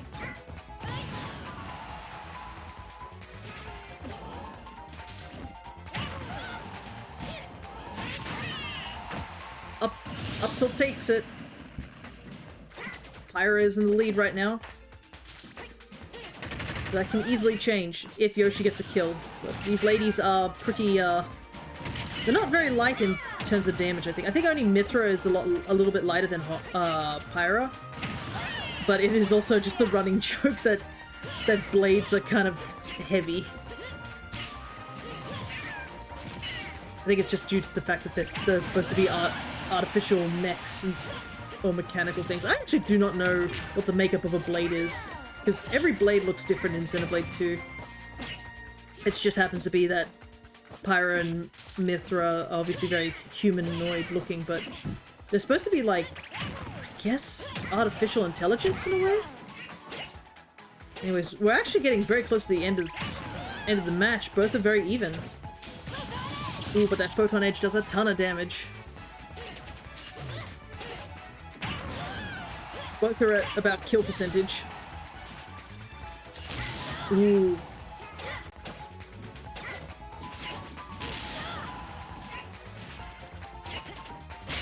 Oh!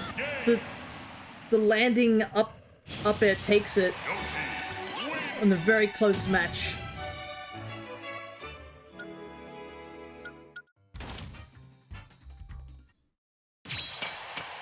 Alrighty, we're down to the final four in the semifinals.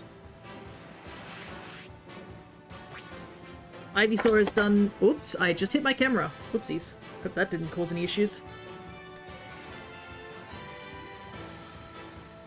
Ivysaur versus Isabelle. And then it will be Yoshi versus Zelda.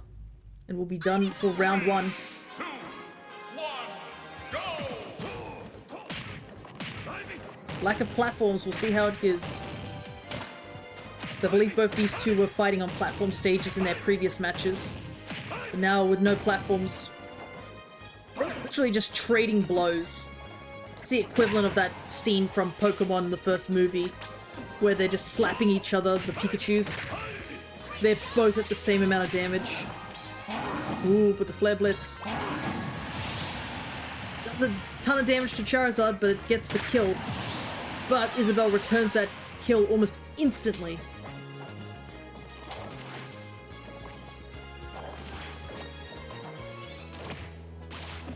Both of them are kind of having trouble hitting each other right now.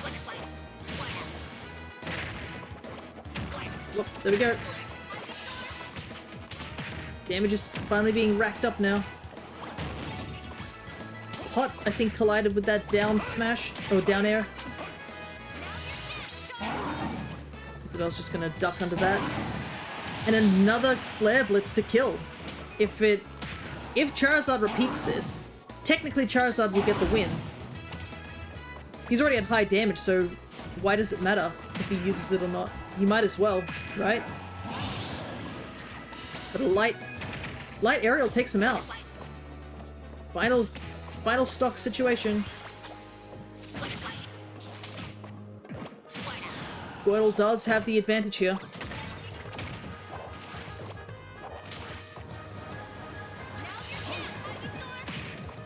It's so funny hearing this song. This is one that was made in Brawl, but I always just think of the Subspace Emissary instead of it being from Kid Icarus. Okay, Isabelle is trying to get the damage back up, but all it takes is another Charizard appearance and it might be enough to take her out. Oh, even Ivysaur could take her out. She's at 150. A single hit from him will probably take her out, but they're both at 100. Oh, but a decisive spike, and I think Isabelle was slightly leaning to the right.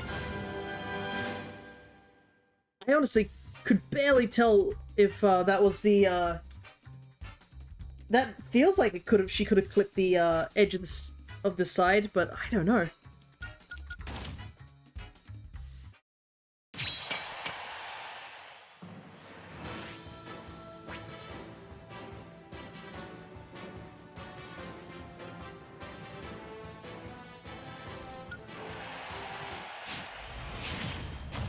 Alrighty, Zelda versus Yoshi. Where are we going? Home turf for Yoshi, but it's another platform stage. Both these characters benefit from platforms. They're both very aerial, but Zelda is definitely one to rack up damage very quickly, while Yoshi needs a lot of hits to get the damage going. Might be a bad matchup for Yoshi, but he's not giving up.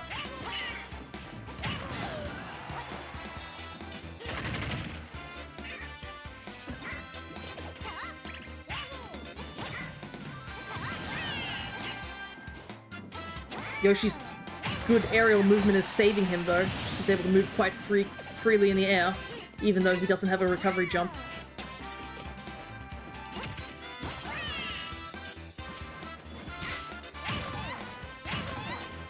A lot of stale up airs, or up smashes.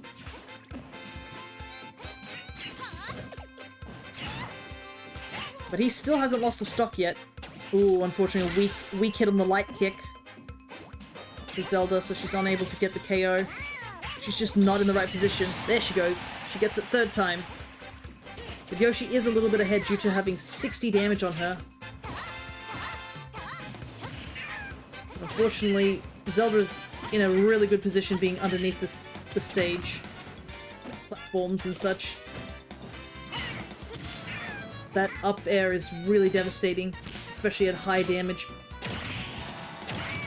Ooh, 2 spikes on Yoshi's part. 2 and up smash takes it.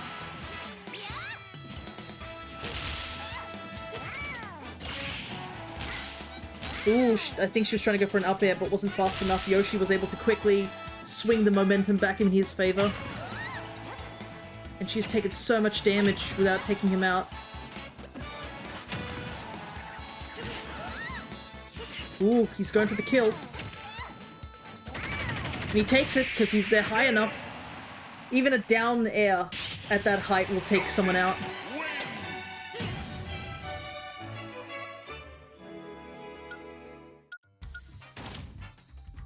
Alrighty. Final. Don't need to switch out Yoshi because this is the finals. Round 1, we've still got quite a few Amiibos to get through. But the arduous task of me scanning these out will be soon. 3, 2, It is a fitting place for a final battle. It's Final Destination. Ivysaur versus Yoshi. Both are pretty even. And Yoshi actually predicted the switch, so he charged up his smash attack. Dinosaur on dinosaur battle. Charizard's tail whip is getting a lot of damage in. Yoshi's retaliating with that flutter kick. Oh, the decisive spike from Charizard takes the first stop. Yoshi is retaliating with his own spike. Back to even. Squirtle versus Yoshi. Now switched immediately to Ivysaur. Ivysaur is getting heaps of damage in. Yoshi's at 70 without even dealing a lick of damage to Ivysaur.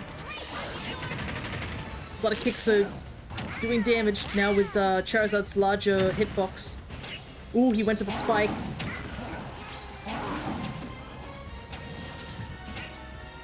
Flare Blitz does not connect on either side. Ooh, they both try to go for the grab and Charizard was just a bit faster. Both are at high percentage. Ooh, the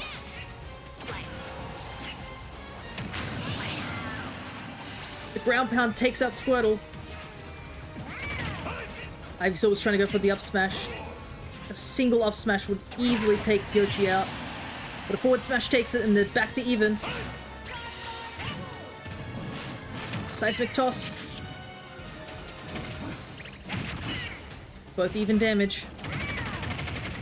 A lot of kickers starting to eat up damage though. But if Charizard gets a really decisive Flare Blitz, that could be it. Ah, but the forward smash takes it. Yoshi wins.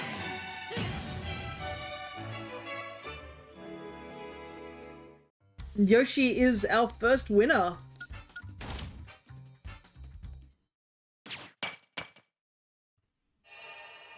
The champion is Yoshi.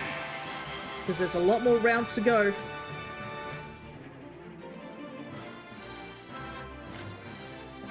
Alrighty. So we're gonna have to quit just to scan out all these amiibos. And this will be the part where I probably am gonna just mute the mic for a little while as I'm going to try and remove all these amiibos. If you need to go take a break, I highly suggest you go do that now.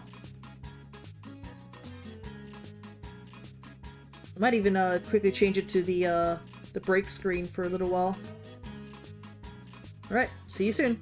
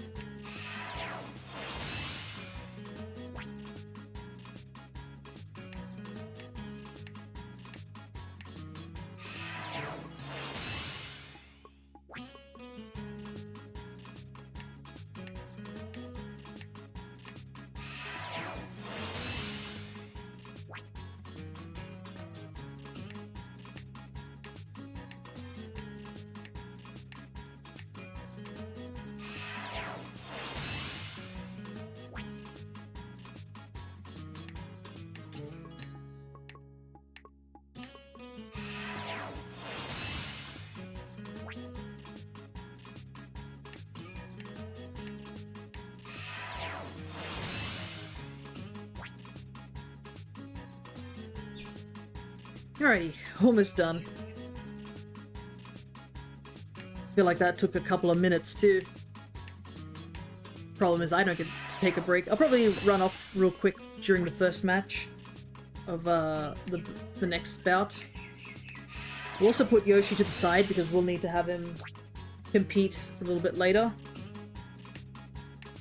Problem is like I didn't count all my amiibos like off at the beginning, which I probably should have.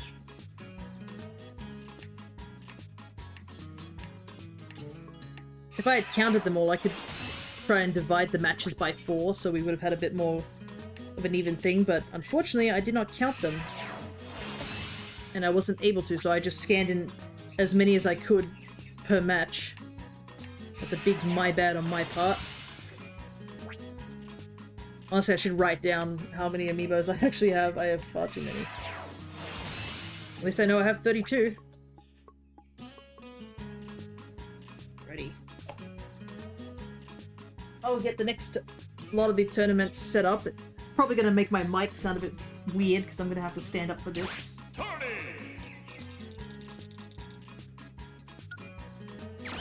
Format in.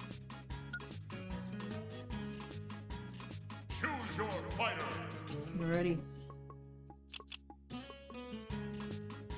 There's probably going to be a couple of overlaps here, but that's kind of the reason I want to try and spread out the overlaps so we don't have too many of the same types of amiibos fighting each other. Because I definitely have copies of certain amiibos. I've got like 3 Kirbys now.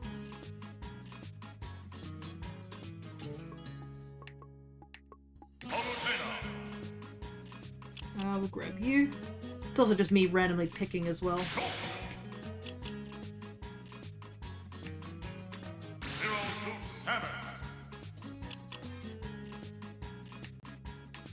Luigi.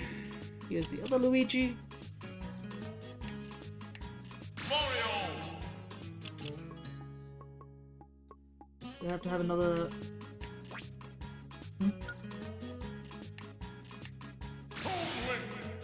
For a second I got a little bit worried, but it's all good.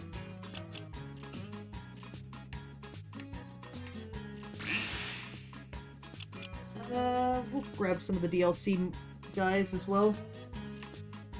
Sephiroth. We'll also bring in our new Link amiibo for this fight as well.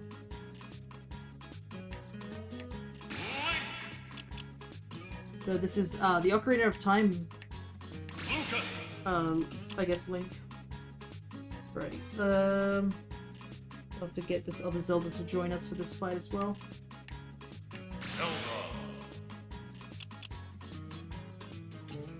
There'll be a lot of Zelda characters this round.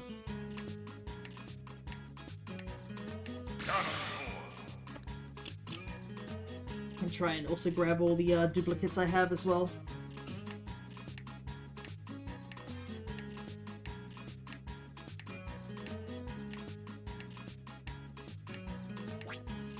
Okay, don't know why I didn't read that one.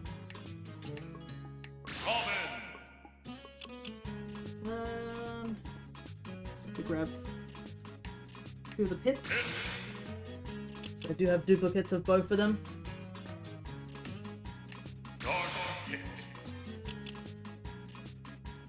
Grab you.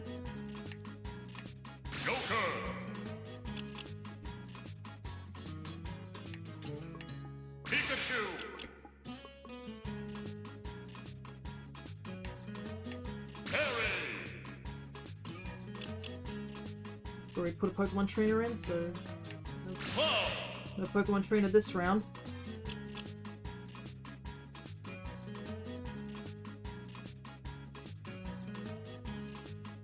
I guess we'll grab you. How many more do we need? We still need quite a few more.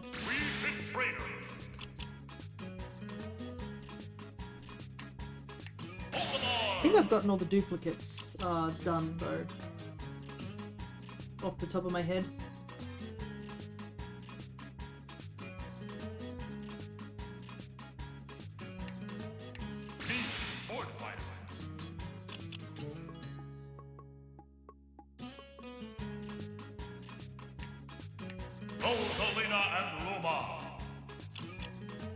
Oh, I actually have like extra links. I'm gonna have to I'm gonna have to put 2 links in here. I forgot I have 2 I have a Breath of the Wild link and I also have a Tears of the Kingdom link.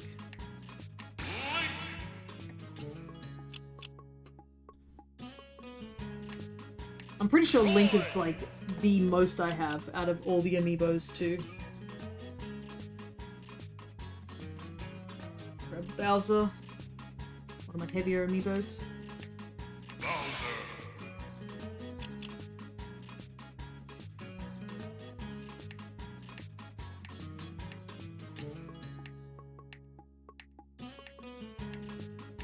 Meta Knight.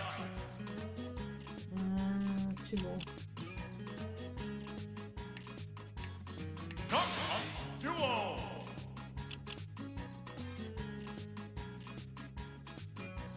We'll grab you. Bayonetta can do it. You gotta head out, Zard. No worries, understandable. You can always check out this VOD afterwards. It is a long stream, so it's understandable, but thank you for just sitting by for at least the first round. Hope that you have a good night's sleep and catch you soon. Alright, I'm gonna quickly do the shuffle.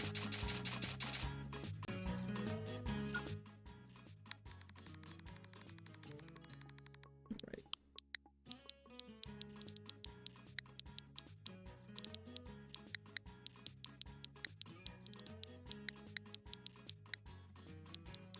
Tournament 2026.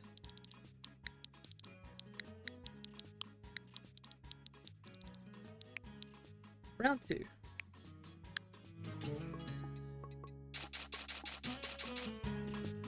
Alright. Might as well get the first 2 out now whilst I am prepping.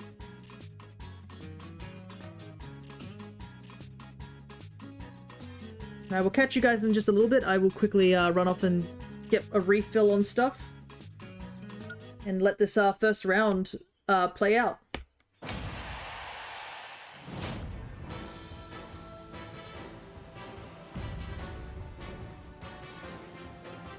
Round 1.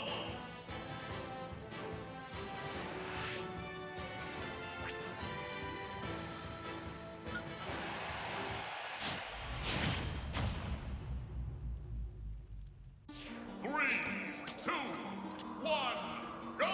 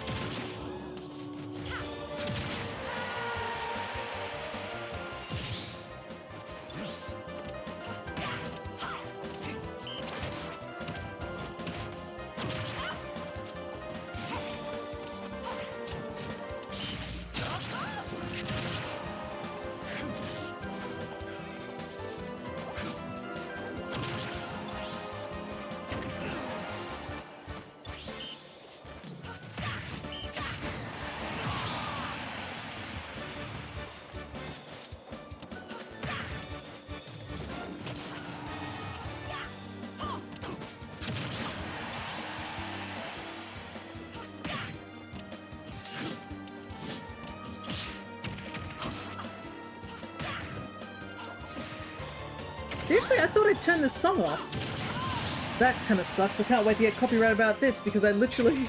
The one time I had to leave the stream is the one song that could put a copyright on my streams. Fun. I thought I turned Temple off.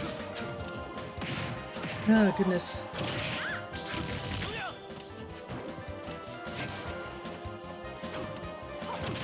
Well, nothing we can do about it. I was pretty sure I, like, actually had this turned off. Anyways, I've got to do my best to talk over as much as I can, because I didn't realize the one time that I left this is the song that could get me copyrighted, because for some reason Temple always gets me copyrighted. At least it seems the match is progressing decently okay. It looks like we got a clean victory, at least on Cloud's side.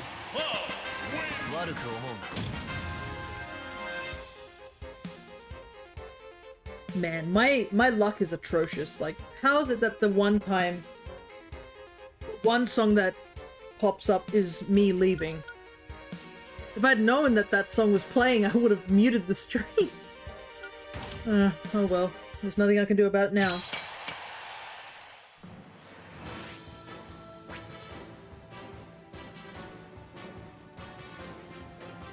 Anyways, this will be the Ocarina of Time Link's first match. So we'll see how he goes. 3, 2, 1, go!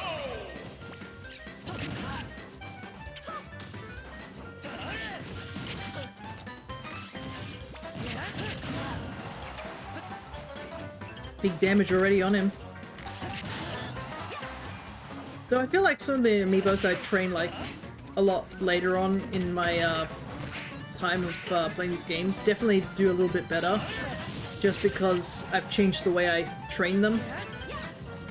So if you are training amiibo, I think a really cool way to train them is go to Special Smash, which is the one where you can put all these random custom things onto it, and customize it that it is a slow smash,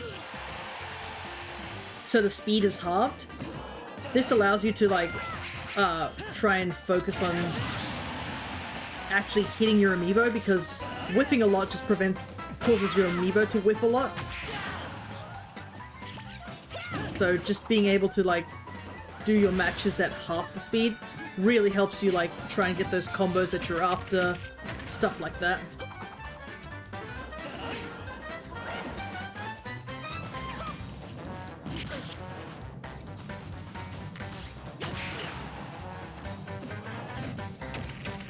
Also, I think a part of it is also just me being a lot better of a player over the years compared to like when I first trained these amiibos way back at the beginning of the game's life cycle.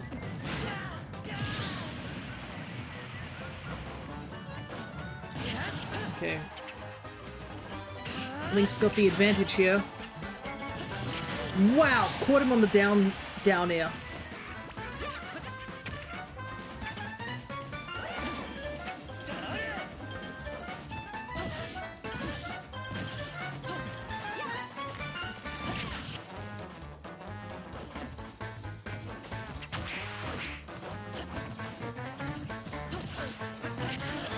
Yeah, these platforms are definitely benefiting Link at the moment. I feel like a lot of the Zelda characters, maybe Ganondorf excluded, definitely do better with platforms.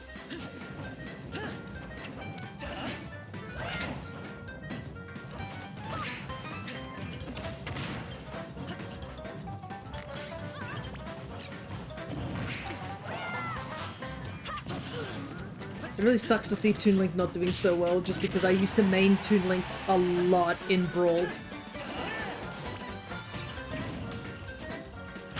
I think a big reason is because he no longer has the pogo stick. I used to use the pogo stick attack, which is a down smash, so many times, but now he only just has a straight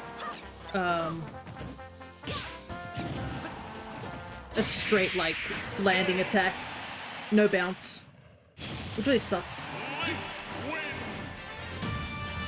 And he gets his first win though, which is good on him.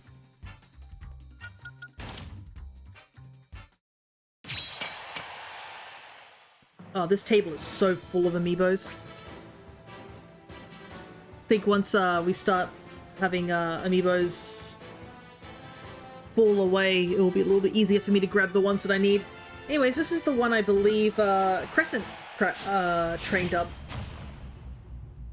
now has the white outfit instead of the, I think it had green before, but I decided to have Princess have the green alt just because she is in the Tears of the Kingdom colors. Follow my lead as we White's still welcome quite a nice color. Hey Helion, good to see you. We're just doing some on the floor. our yearly Amiibo tournament. We are in round 2 now. The winner of round 1 was the Yoshi Amiibo. You just missed out on seeing the Ocarina of Time Link Amiibo. He just won his round, so he'll be moving on to the next round.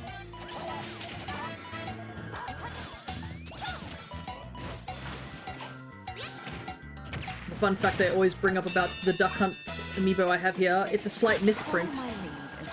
Its paws are not coloured in. Which is just a fun little misprint it had when I first got it. Nothing like substantial in terms of misprint, but it's always a cool one. Clean kill with the Phantom there.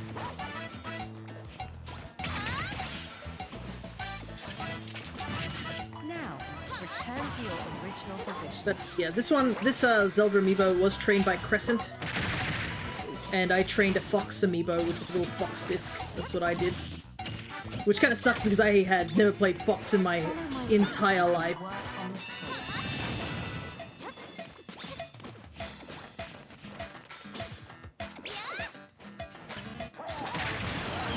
Whoa, don't know what happened there, but Tightening.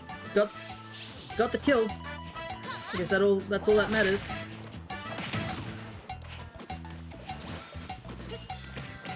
Now, return to your original position. Good juggle. We also tested out a betting system. There's a betting minigame, and it worked out quite well. Work on this pose. I'll probably have to fine-tune it a little bit so we can use it for other things, but it still did pretty well. While exhaling, bend forward and touch your toes with both hands.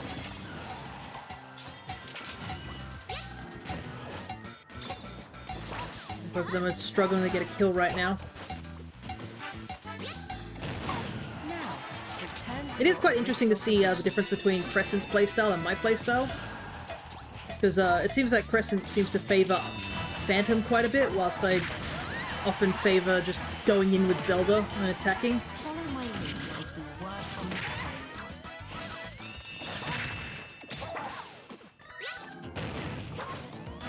pose. Ooh, throw. Back throw takes it. Stand straight and try to keep your bottom tucked in. Up smash takes it as well, so we're back to even. But we are running low on time. We've hit the last 2 minutes of the match. Now, return to your original position.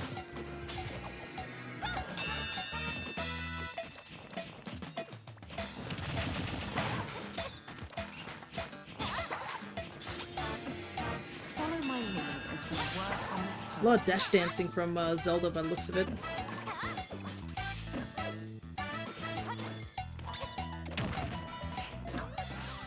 Distribute your weight equally between both legs. What are these two doing? Oh, are they stuck? Okay, there we go. Now, Got unstuck after a little while. They definitely were in a sort of stuck position. Thing is that both of them are currently on the last stock, so if neither of them gets a kill, it does go into sudden death.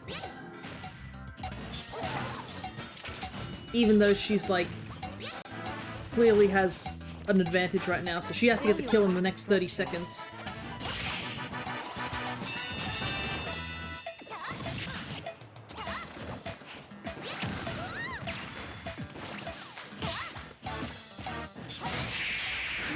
Ooh, that was close.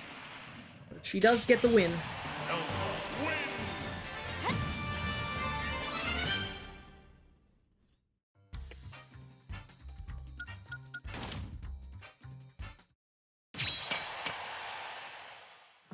No, not the doggy. Yes, unfortunately the doggo has been defeated. You are distraught. Yeah. It's an unfortunate fate. Zelda amiibos tend to do pretty well in these matches.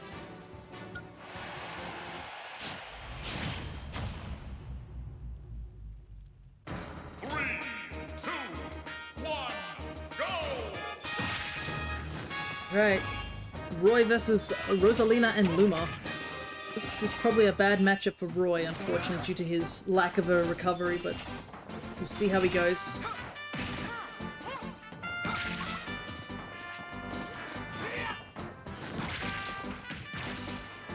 But Roy and Chrom do have a decent aerial momentum. I believe Chrom has a way better aerial than, like, aerial movement compared to Roy. And Roy obviously has the thing of, like, his attacks do more damage the closer you are. And then there's Rosalina being a puppet character.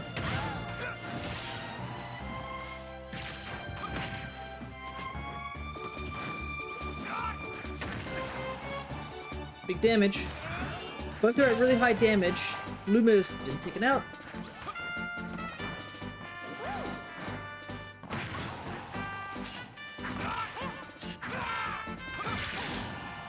It almost took the kill. A lot of almosts. But they both need a decisive hit. They clearly are not doing that. Unfortunate stale hit there. Caught him with the aerial into up smash. Returns with an aerial attack.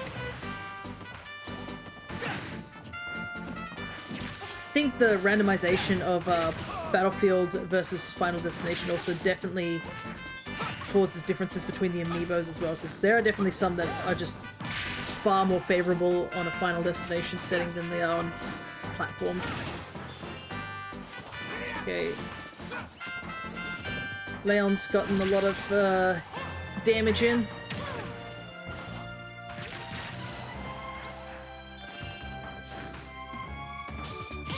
Whoa! Parried both hits there. Luma is down.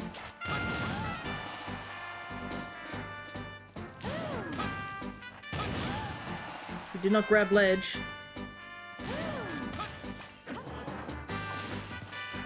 Fortunately, he mistimed the second hit. But she is far more damaged at this point. He needs to get the kill.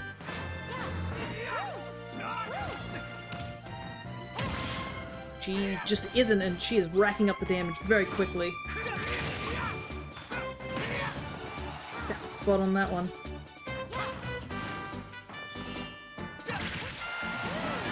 Tech game. There we go, finally. The up smash takes it. But he is at such high damage that, like, any small hit will take him. Didn't have a jump, apparently.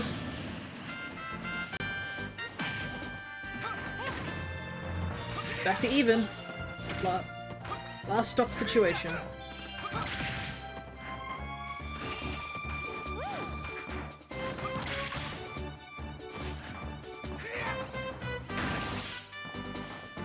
He's got the slight lead right now, but they're both having extreme trouble hitting each other. Luna's gone, so Rosalina is at half power at the moment. Ooh, caught her with the up smash. I think without these platforms, that up smash would do so much better. It's just that middle platform is so high up in the air, so he doesn't have a good means of using it. And also just like the platforms are just out of range of his tilts and stuff, so he doesn't even get the full damage on those as well.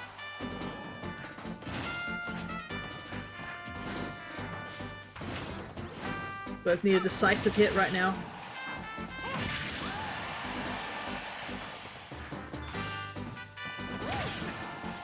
Yeesh, my phone. 30 seconds left. Well, 20, I should say.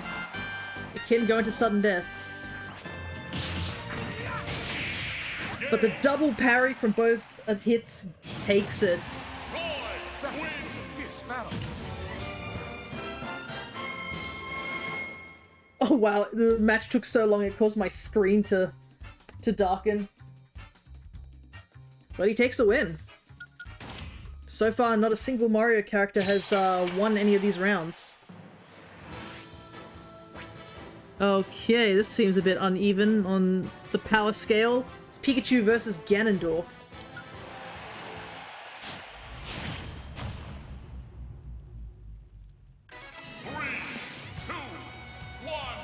Oh my god, look at the Mii's in the back. Whoa, hand reveal?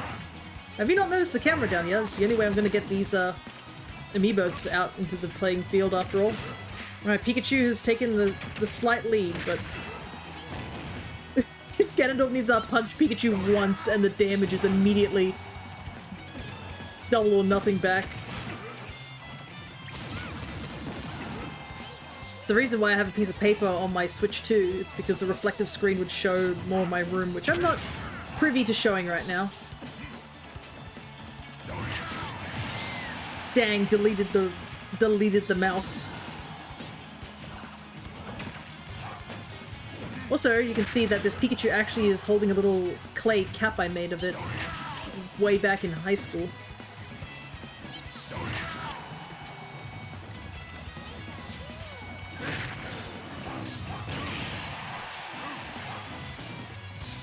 Pikachu is fighting it hard to get a kill, manages to get it.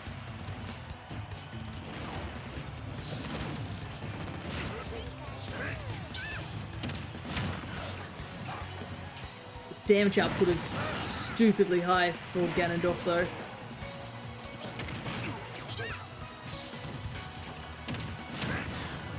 Ganondorf is also just infinitely better in this game than he is in like previous iterations.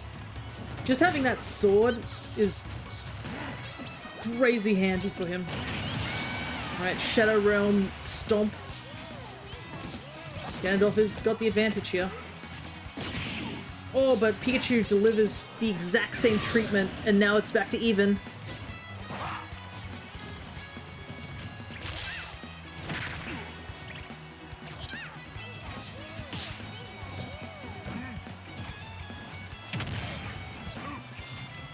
Dash attacks.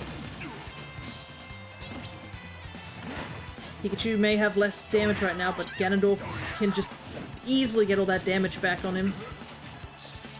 Pikachu goes for the spike, but unfortunately is the wrong distance. Oh my goodness! Reversal in the spike. Pikachu was clearly going for a spike, but Ganondorf was like, absolutely not. This rodent belongs in the Shadow Realm. Oh my goodness, I just realized that all three Zelda characters have currently won. At least one of their matches. Alrighty. I'm also practicing using the clip functionality. If you guys also feel the need to clip anything, go ahead. Some of these clip titles are crazy though. 3, 2, 1, Hey look, it's me. Well, a me that looks like me. And also an example of high school me's naming convention as well, on full display with the other Amiibo's name. We were just talking about goofy names for Amiibos. I tend to take my Amiibo naming a little bit more seriously nowadays, but yeah. The true fight for the Triumph Forks. Yeah.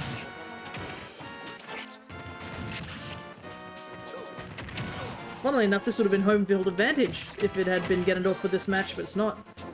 Alright. Sword Fighter has taken a ton of damage. But they didn't use their jump, so they're able to make the comeback.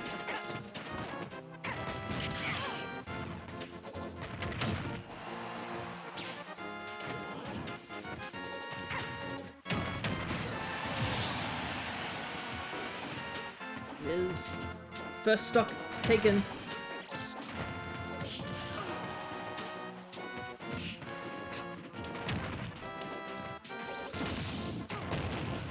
I kind of wish we could have a lot more me, I guess, designs, but I do understand that this is the basic levels of me designs. It is crazy what Miitopia and Tomodachi Life has done in terms of, like, me designs. Like, it's crazy now.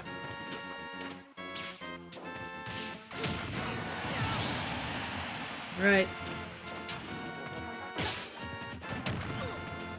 Back to somewhat neutral, but Samus does have the advantage here.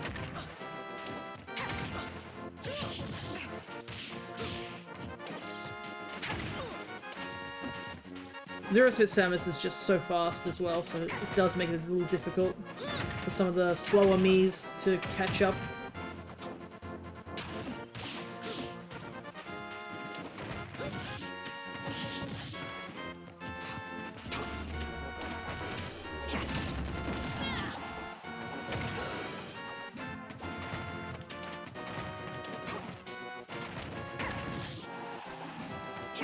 Gonna have you on a while. I try to finish my long weekend project. Won't be chatting too much, but I'll be watching. No worries.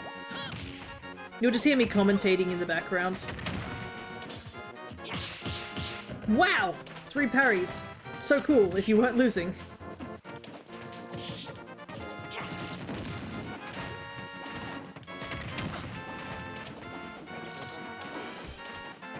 It looks even, but Samus is a whole stock ahead.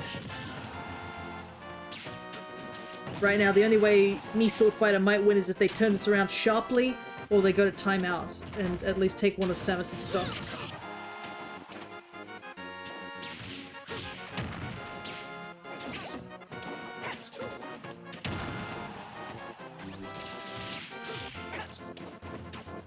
Thompson not helping.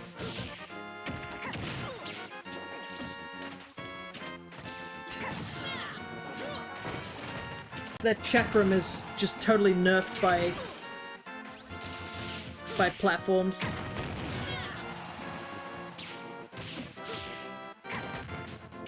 The fact that it doesn't go through them does not help the Mii Sword Fighter. And with that, it's a Samus victory. I definitely have to consider changing out the chakrams, because they are handy when you know what you're doing, but in a CPU sense, I don't think it works. This is Squirtle versus Dark Pit. This was actually one of the amiibos I was planning on doing a custom paint job for, but because I said earlier I couldn't get a chance to do it.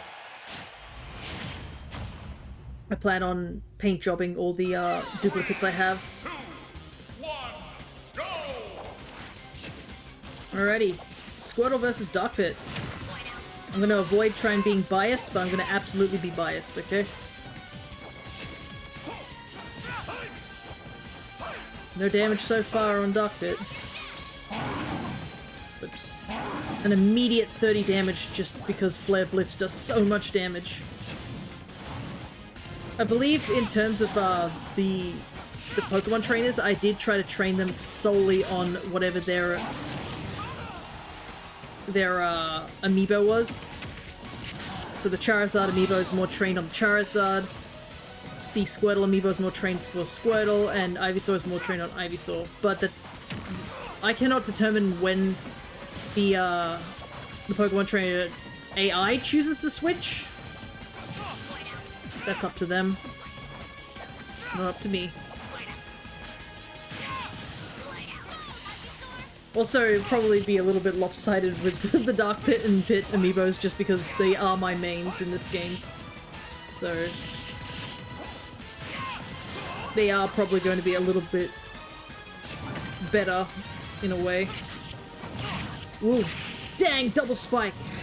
Unfortunately, Charizard do be a flyer.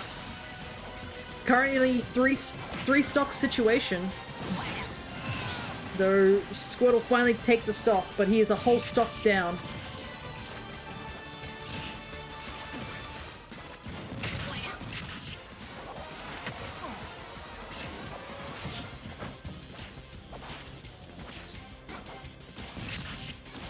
Nope. Denied. Immediately spiked him out of the ground. Nice try. Let's go, my boy. Absolute no biases there. You definitely can tell I am not biased in any circumstance. So it was a very clean match considering the previous matches have been a bit on the sort of lengthy side where they've just been swinging and missing at each other. Alrighty. Got Borb and Tactician. Meta Knight versus Robin.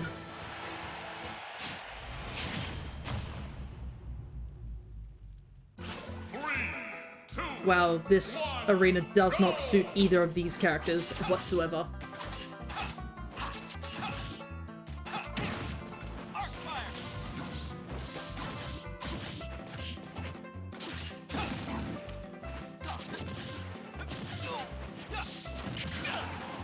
Hey, Ray-Ban. Good to see ya. Just doing our yearly Amiibo tournament. We were testing out the betting game, and it looks like it works, despite we had to spend like almost 30 minutes in tech difficulties. But we did do a couple of rounds at the beginning. But yeah, we're just fighting Amiibos. So if you're just here to chill, that's totally fine. First kill goes to Robin.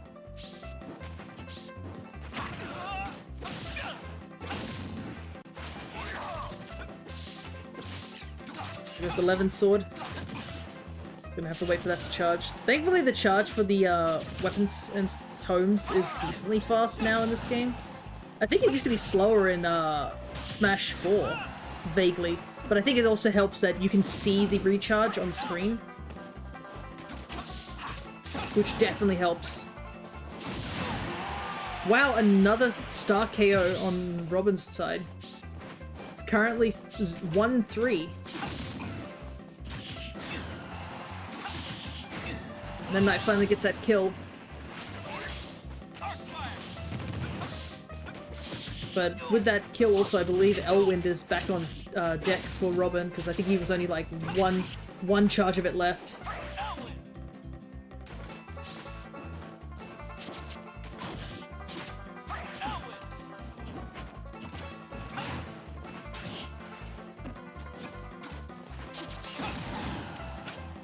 The advantage is very clearly in the Tactician's favor.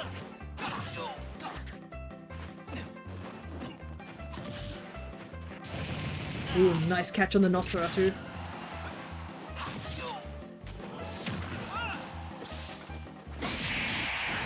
Levin Sword back here. Levin Sword is so powerful. The key to victory lies within. I do miss that Robin's hair went from the more bluey color to a more grey color. I guess it's a little bit better, it's not as obnoxious, but there are definitely a few characters that did go under hair color changes.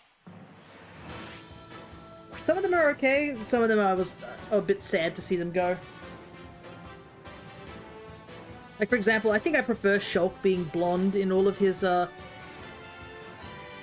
forms as opposed to having the different colors of the party members he's representing. I mean, it makes sense, but I think I just find it a bit odd seeing Shulk in certain hair colors, like Ryan's like super orange or something like that. Anyways, Cat Peach Amiibo.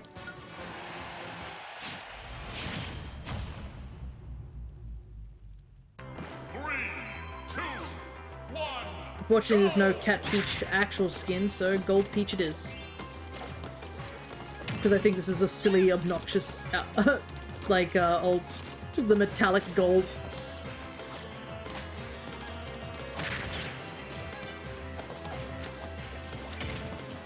Right, because Helian's watching, so I'm just, when I saw, Spear Pillar, I was immediately reminded of the fact that, of the root fossil situation. Is that what he's gonna do with that root fossil? I ended up giving him a free root fossil that I had. But I guess the exchange was that I finally have Kingdra in my national decks. I think Kingdra might have been one of the last Pokemon besides the legendaries I need to get the shiny charm. The problem is just like getting the legendaries from Raminus Park kind of sucks because some of them are just version exclusives. First kill goes to Peach. Also, just Spear Pillar's theme in this game's pretty good. And I mean, the backdrop for Spear Pillar is really nice in this game. I think it definitely improved compared to Brawl's version. But I think a big reason for that is that the additions to Final Destination and Battlefield stages of these stages. Because regular Spear Pillar is definitely a janky-ass stage. It's got like this hollow area in the middle, it's got the legendaries attacking. It was always cool to see the legendaries pop up. It's kind of sad that the legendaries don't really pop up during this section, but I think it's because they're technically stage hazards, so they don't show up if stage hazards are turned off. It's kind of similar to the Kingdom Hearts stage, where I think the stained glass stage does not show up if you have stage hazards turned off. It's another kill. This Inkling cannot get a kill at all. But I don't blame him. Inkling was not a great fighter for me. Like, Inkling could do stuff, but I just not good at it. I think you can really see it in this playstyle.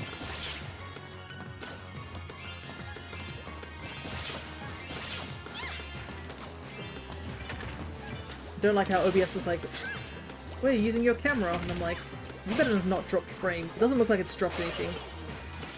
And I've... Oh! A KO. I like how Peach Amiibos just don't give up if they do somehow fall off stage. They're like, yeah, we're gonna just float all the way down. Why not? At least it's not a 3-star. But it's still very much one-sided at the moment.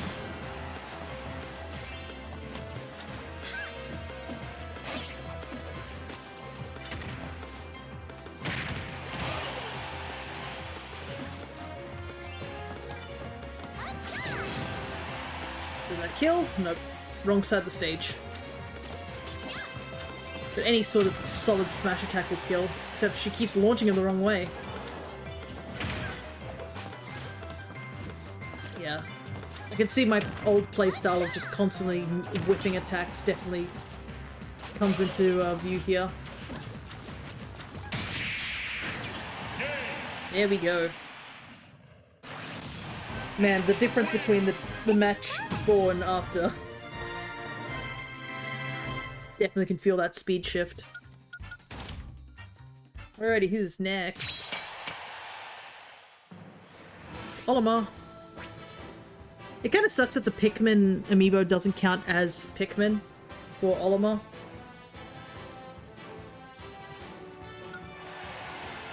Also, Terry's tall. I think Sephiroth's gonna get his head cut off in the camera. But yeah, the Pikmin amiibo just counts as a Pikmin. It doesn't count as Olimar, so I can't scan it in. It's like how the Midna amiibo counts as Midna rather than Link. One of the weird ones is definitely the Shadow Mewtwo from Pokken.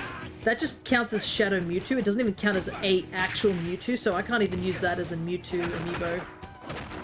It's unfortunately one of my more useless amiibos, but they're kind of rare to find, so I obviously hold on to it.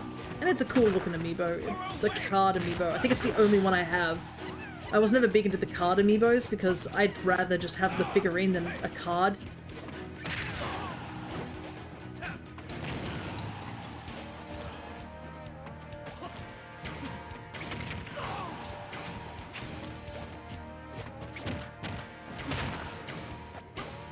But I did get the, I got the Pikmin amiibo because I thought he looks cool. Interesting, the get-up attack killed there.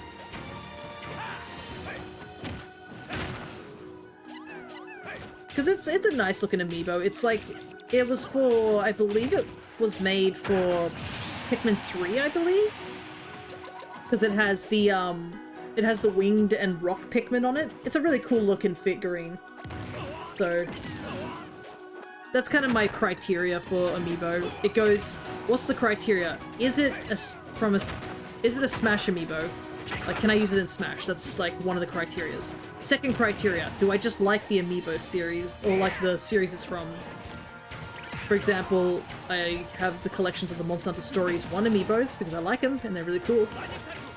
Or is it just an amiibo that just looks functionally cool? Or if it's a character I like. And those are kind of the criteria I go for. Alright, it's back to even. 0-0 last stock. It's kind of why I didn't touch any of the Animal Crossing amiibos. I know they didn't get touched for ages. Can you believe that those amiibos were going for like $5 back in the day? Now you never see them. They probably cost a little bit more than usual.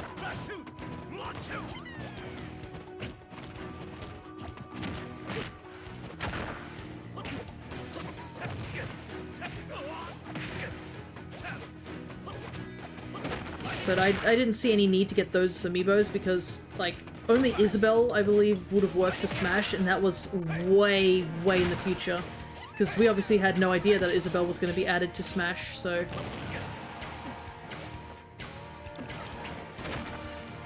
I had no need to get any of the amiibos from the Animal Crossing series.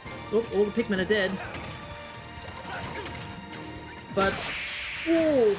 Olimar did get access to the purple Pikmin, but it was not quick enough. I love just his little okay as he's like tosses the cap.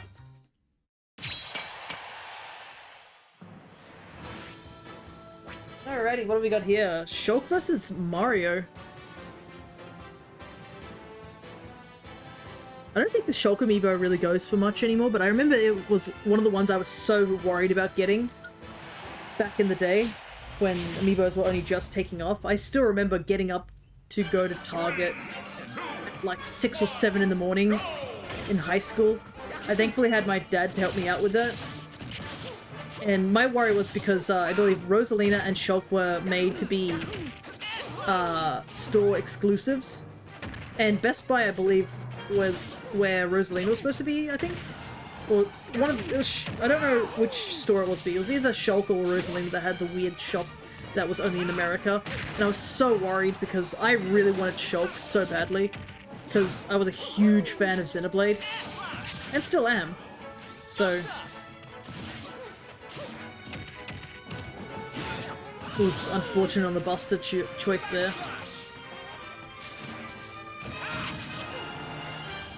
But, I remember going in and just praying that I was able to get these guys, and thankfully I was able to get them. This was back before I did things like pre-ordering at EB Games and stuff like that, or just pre-ordering in general. Because I was still a wee high school person who didn't understand pre-ordering and the benefits of it. But I got him, and he's still one of the amiibos I've held on for so long, too. And now I have, like, Pyra, Mithra, and I even bought the Noah and Neo one for Xenoblade 3 as well. They obviously don't do anything for Smash, but I did enjoy Xenoblade 3. And considering how expensive, like, figurines are for Xenoblade, I was like, I'll just take these. Like, it's at least affordable for me. Hey AJ, good to see ya. We're just in the round 2 of our Amiibo tournament. We've, for our Easter Amiibo tournament, we've been testing out a betting game, which you can use your channel points to bet for, like, the characters that you think were going to win or not. And it seems to work fine enough, so... But due to the fact that it's been a little bit more quiet and is quite lengthy in time, I decided to pull back on it. I do plan to use that for a different thing sometime in the future. I think it'd be really cool. Like using it for a randomizer or using it for something else. Oh, the dunk!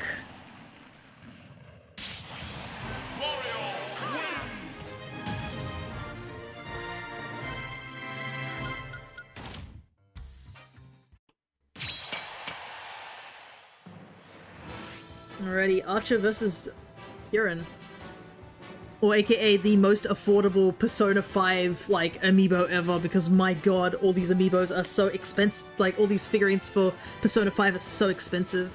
When I went to Japan, I saw like a display just for like Joker, and I was like, holy hell, all these things are like in the hundreds.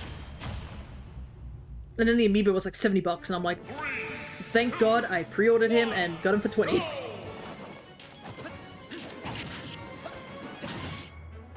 Ah yes, good old Street Pass, Find Me. What a silly little game, but it was so fun. Where's my Miitopia representation, though? I can see a bug on my wall, I'm gonna take that out, give me a second.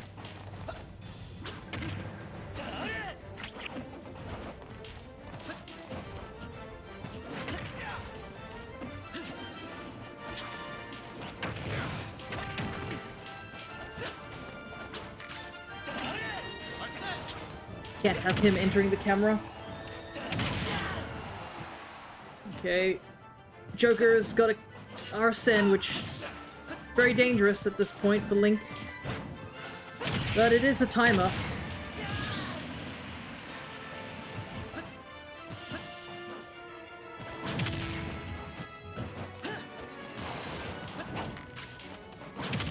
Oh my goodness. He was only at 35% and that was another stock.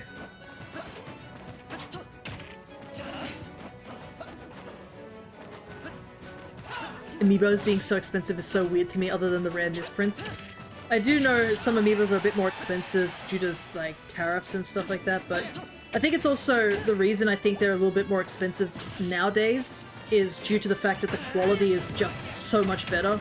Like, if you just compare like this Link amiibo here compared to like the original Smash Link amiibo, the quality is huge. And I guess a lot of the amiibos have been bigger, but yeah, it does kind of suck they're a bit more expensive. But it's also I know I'm currently looking for some really rare amiibos myself. I'm looking for some of the Story 1 amiibos, and I'm missing 3 of them. Is that a 3 stock? It is a 3 stock. And the curtain falls. You at least get to see the cool Persona 5 victory screen.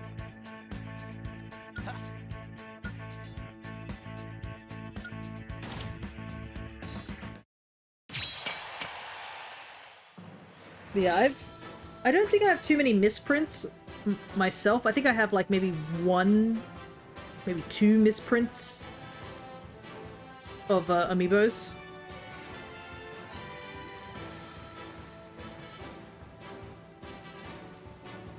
But all my amiibos are pretty much just fine. Got a Pit versus Palutena. 3, 2, 1, go! Just find it weird because 1, NFC chips are pretty available now, and 2, 3D printing is practically shoved in people's faces.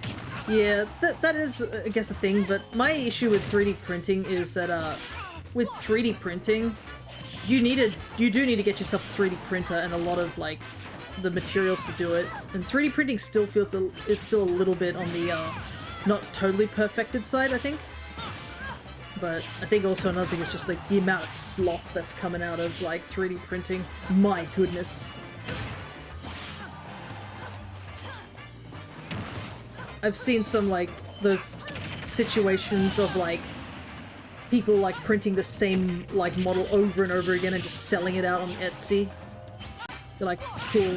Ooh, nice spike there. Back to even.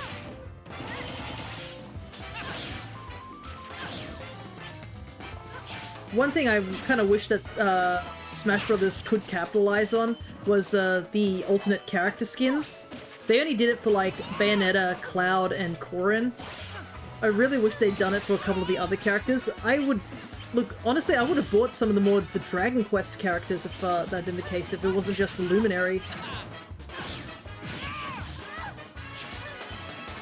If it had been like, or like 3 and...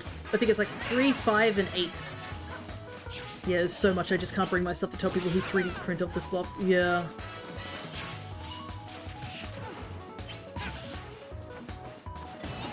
I know my my friend, my DM actually does have a 3D printer, but I couldn't afford a 3D printer or even have the space for a 3D printer. But he has done some pretty cool 3D printing, but he's also done some really cursed stuff as well. I think it all depends on like the actual person with the 3D printer, because there's a lot of amazing stuff done with 3D printing, like I can't deny that. But there is absolutely a lot of stuff that's made for a quick buck, you know what I mean?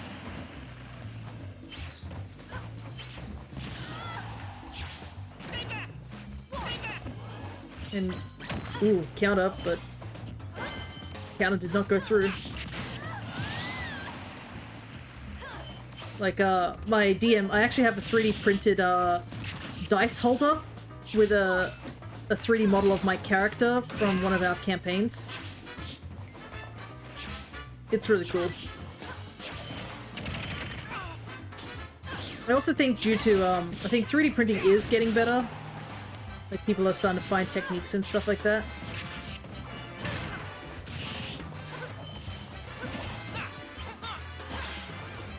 But I think it will always have a bit of a shortcoming due to the fact that there are definitely a lot of people who are just out here just doing things for a quick buck.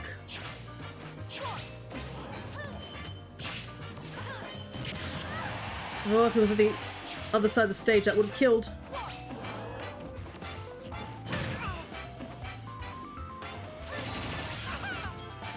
She does have rage, so she can still win here. They're both at kill percent.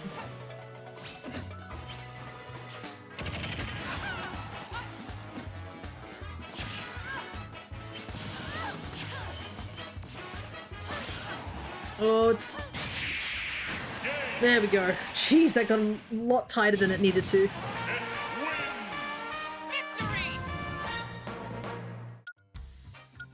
Alrighty.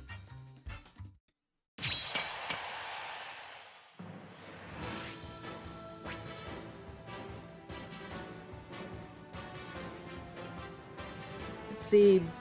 It seems like it would be uneven of a fight, but both of them are really good fighters due to like Ness and Lucas being pretty tricky to deal with, but Bowser has a ton of HP. If you think about it, just because he's so heavy of a fighter, and Amiibos do get the boost into stats. This isn't Delfino Plaza, what is this?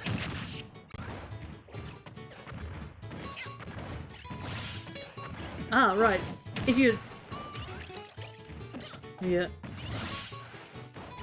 We can try to do the betting thing as well if you're interested, AJ, but if you're just cool to watch the fights, that's also another thing. Because the idea of the betting thing is that you bet on left or right side, which obviously you can see on the screen who's on the left and who's on the right, and then you bet channel points.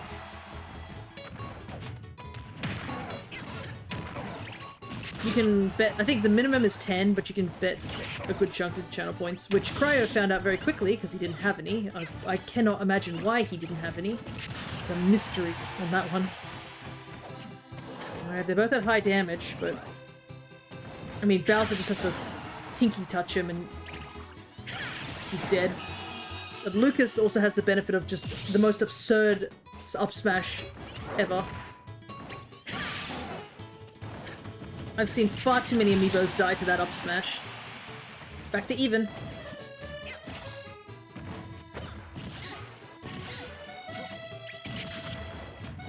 Platforms are definitely helping here. Bowser's racking up the damage.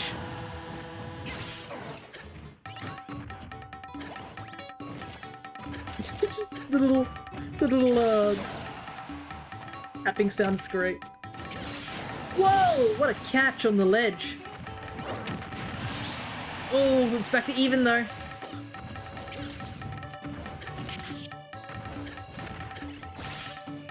I wonder who Gino hopes wins. Okay, damage is about the same. Lucas has got the edge right now. But Bowser just has to tap him and it does the same amount of damage.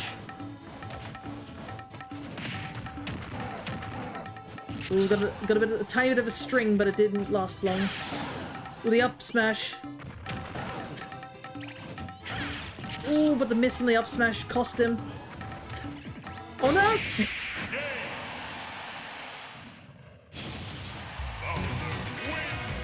Unfortunate on Lucas's part. It was a very close match.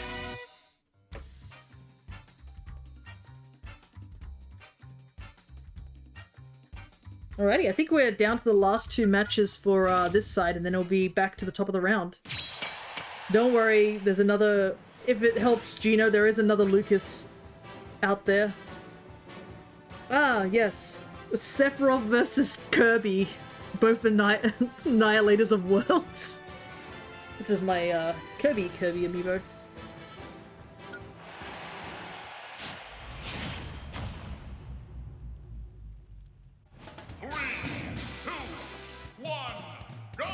Alright, let's see how it goes. Cheesebit versus AZ. Final boss versus the final boss of the game, pretty much. Both of them are hearing like boss music playing on each side. Kirby's like, ah yes, another Tuesday in Sephiroth. It's like, why does this thing have a boss theme? Ooh, a good catch on the sword there though. Sephiroth takes an early lead. Kirby's racking up damage. Good launch. Sephiroth is very, very light. Oh, Kirby saved him! He was actually gonna die there.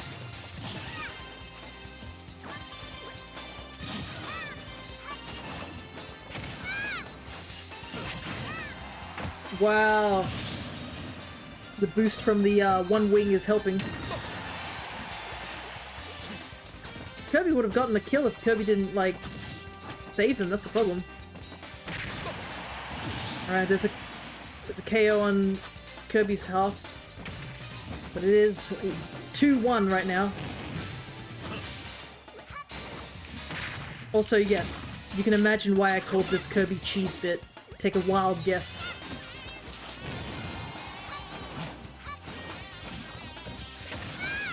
It was just another one of my silly naming conventions, much like my stories playthrough of having cheese the Kurapeko.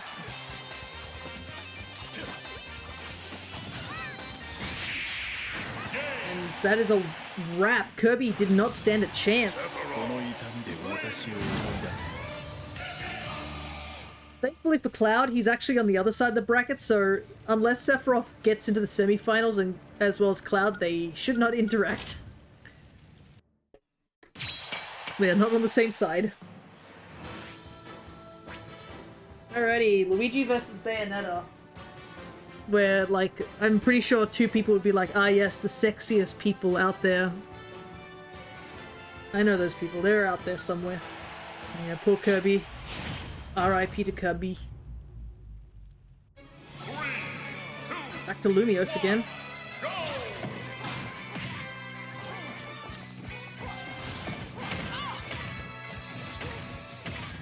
Luigi's not letting Bayo get a single answer in.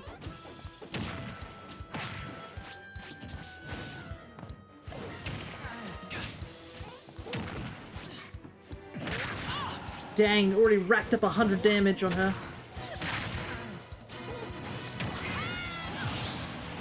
Luigi denying any start of anything.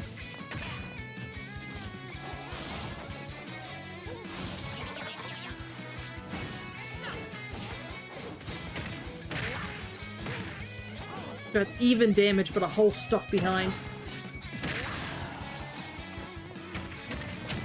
Fortunately, Bayo is definitely very combo heavy. Alright, Luigi's stock is gone, but he's got a huge advantage and he's about to return the favor.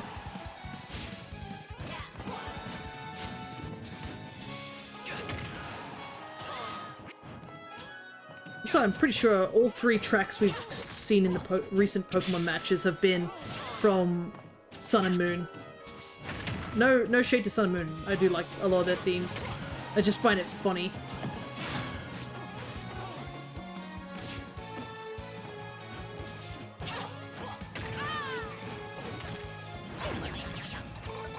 Lamau. Which time, nothing. Which time was merely a suggestion there.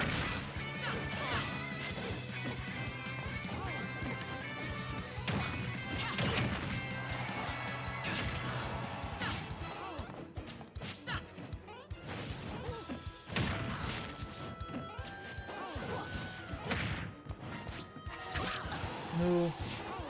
Luigi's attacks being way faster than Bayo's is definitely hindering her.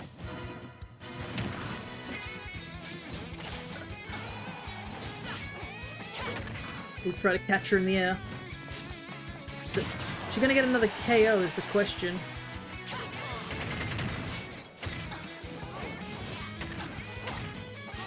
Problem is a lot of Bayo's threat is to just carry people off stage. Does not work for Amiibos that well. Because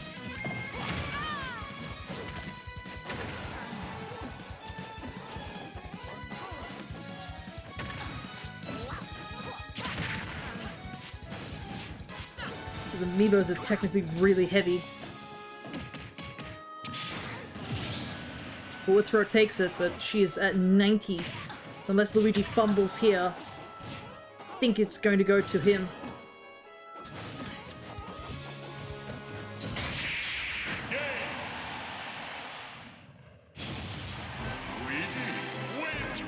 And it'd be a Luigi victory. And we're back to top of the round. So who is on the other side? Round 2. There's Cloud. Versus... the Ocarina of Time Link. Who was gifted to me from Helion. So I can show off what the betting thing is. Since a couple of new people are here. So basically, bet is put up. You just do exclamation mark bet, the number, which will be 1 for left and 2 for right, and then the amount. That's how it works. Which is pretty cool. Gives people a little bit of a chance to just try it out, basically.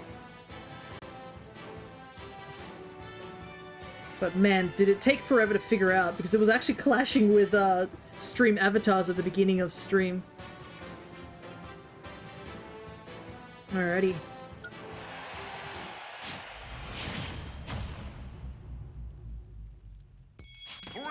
PictoChat. I actually like PictoChat's theme. It's so funny that the PictoChat theme, I'm pretty sure it's made with every sound effect from PictoChat, which is just a really nice touch. Alrighty.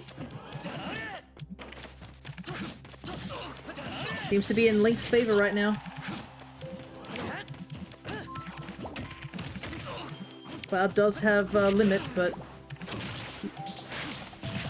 Ooh, nice.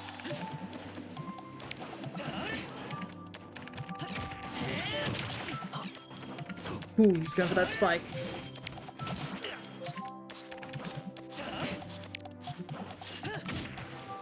Charged up smash doesn't do anything here.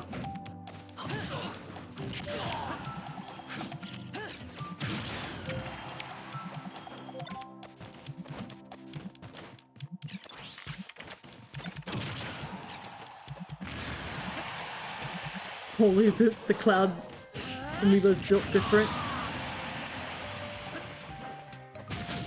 You mean in height or anything like that? This is actually... I think this is the Player 1 Cloud Amiibo too. It's not the version 2, which is the one that's based on Advent Children, I believe. But yeah, the Amiibos, in terms of the actual gameplay, they do get a buff to their defense and attack, even without, like, putting any spirits on them. Oh, that was a misplay on Cloud's part. Could have saved it there.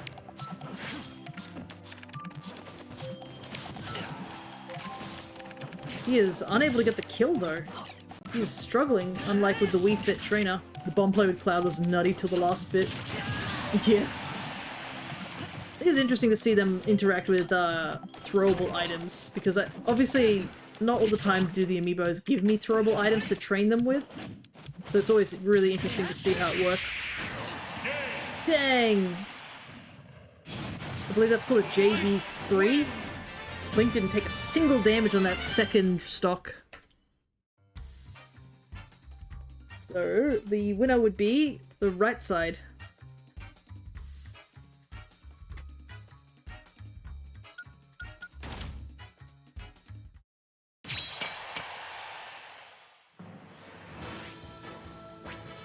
And that's how it basically works. This is Roy and Zelda. But yeah, I'd always like considered whether I wanted to... Oh, I didn't do the bet, sorry. I didn't realize that you wanted to do the betting. Give me a second. Actually, I can pause the match and do it now. There we go. If you want to redo that, you can.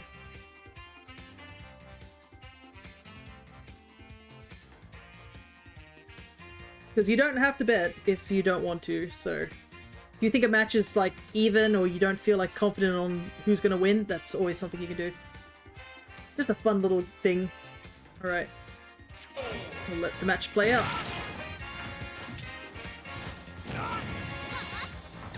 So, Roy's got the current big damage lead right now.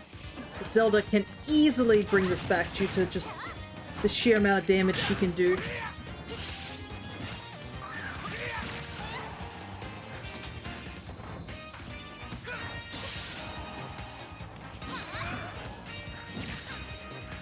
Roy needs to find that kill.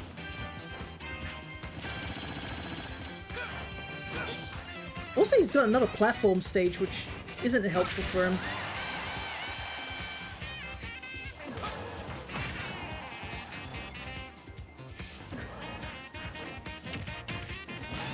Unfortunately, a lot of the Fire Emblem characters' throws are just ass. I think Ike might have like one decent throw, and maybe Robin as well, but like everyone else just cannot throw anything to save their life.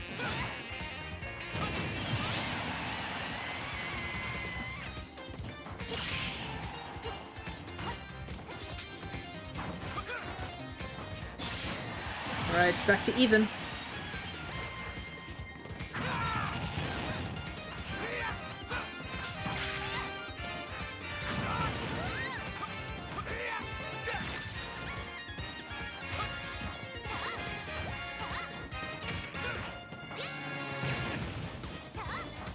Whoop.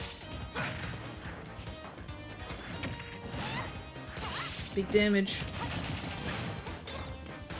Dodging the light kick though.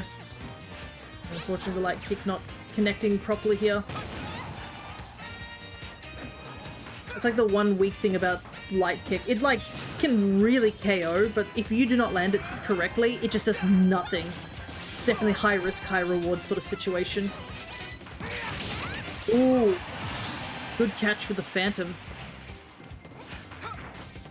Come on, Zelda, stop dropping your combos. Well, you'd have to bring that up with Crescent, because this is what Crescent trained this Zelda amiibo specifically.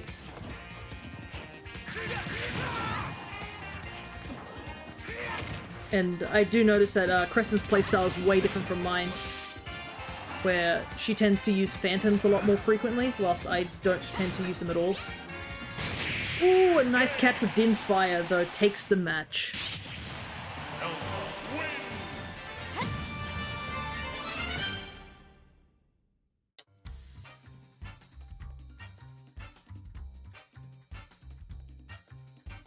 Alrighty.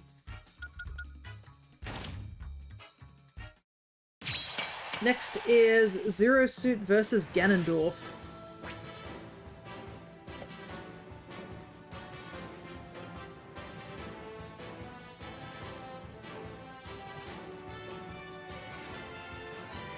Be interesting if all three Zelda characters make it to the top, but we'll see.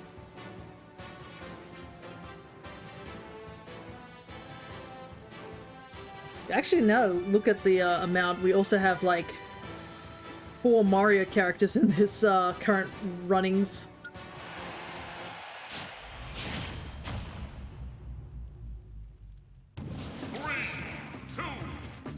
Yeah, this is High School Me's naming convention. I could have changed it ages ago, but I was like, you know what? Nah, let High School Me decide it. Gandalf is taking a hefty lead already. Samus can rack up damage too, but thing is that with Gandalf and Bowser is that they do a ton of damage. I think another amiibo that is like, what, Lonk, the Toon Link amiibo, definitely high school me.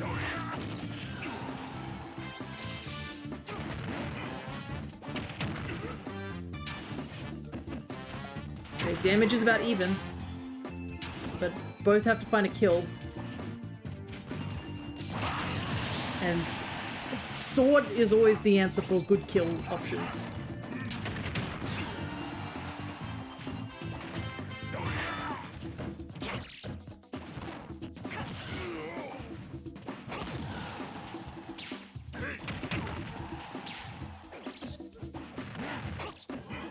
We just made it back.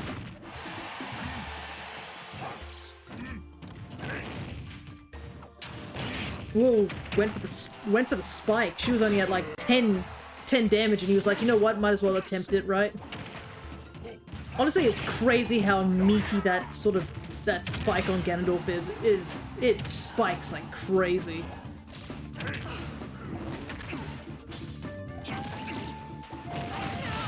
Dang, she is not finding an option here.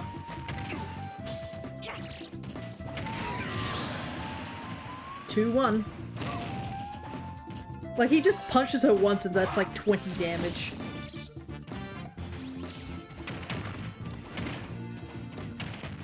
You cannot catch a break, yeah. Some amiibos are, you can definitely feel them, the advantage and disadvantage. Because in a previous match she was doing really good, but in this match she's just unable to find the answer. Ooh. It's crazy how often that Ganondorf amiibo goes for a spike when he's recovering. Because he took out Pikachu like that too. Okay. Ooh, nice. She's managed to make this a little bit more even.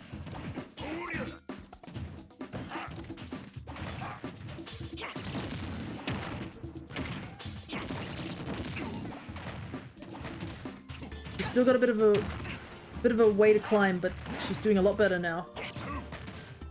Oh, but that sword! She just survives. Any hit will take her out though now at this point.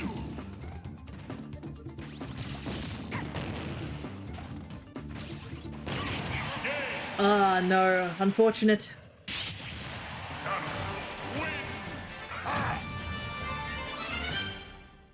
And left wins. All three Zelda amiibo are currently in the runnings.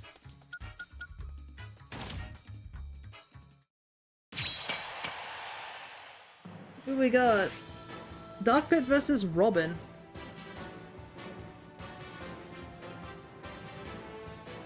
Too small. It's kind of funny how small some amiibos just look compared to other ones. Just to make up for, like, the character's just appearance in their, splash... I guess their poses for Smash 4. That's one thing I do like about, Smash Ultimate's posing. Their posing for, like, the characters is so much more dynamic, which is a lot better. Like, these two have a big example, like, they look so much better in posing here in Ultimate than they do in Smash 4's posing. Smash 4's poses are a bit more static. Alrighty, here they go.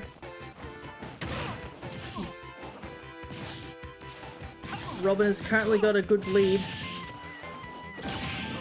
Dang, solid spike. Really early out the gate. That is less than 20 seconds into the match.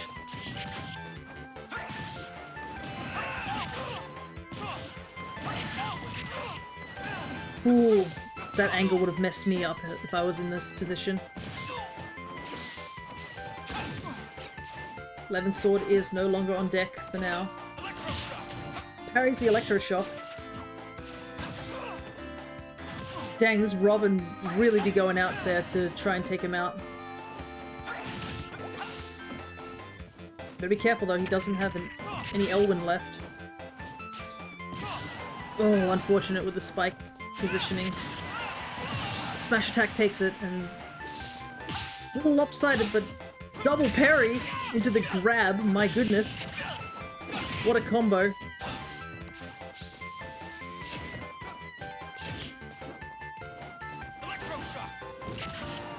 Dash dancing prevents the electroshock going through.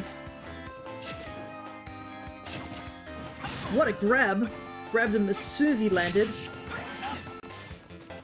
Fortunately, I don't think Spike, unless it's at high percentage, is going to work in this situation. Robin's recovery is really good.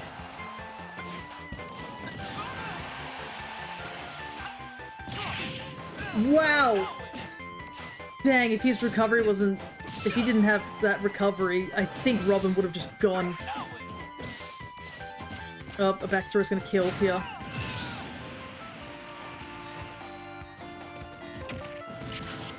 Forward throw on his part.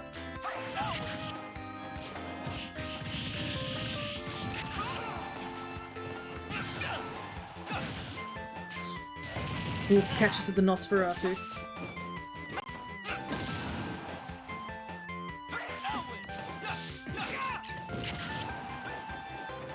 Dark Pit is just not finding an answer here.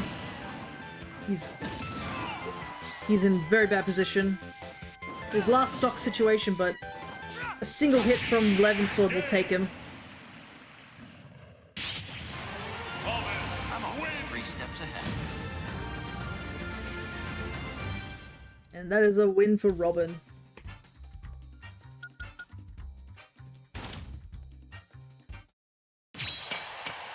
Alrighty, we're back to the other side. Where are we at?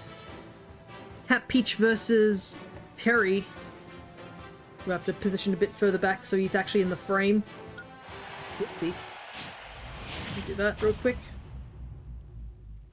3, 2, 1, go!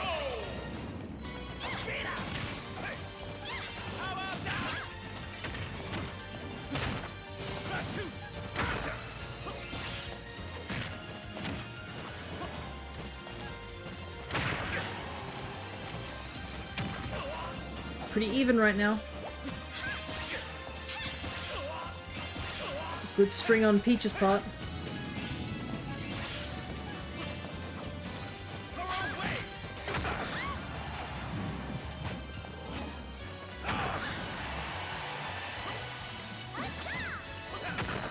I realize that, like, I've been commenting on some of the comments. You can't really see this, and you won't be able to see this on the YouTube side of things, because a lot of the speech bubbles are just not here to prevent, you know, clutter on the screen.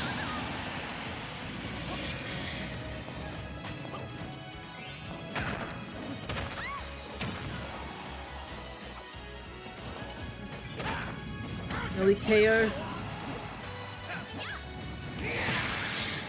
Big damage. Peach needs to get the kill.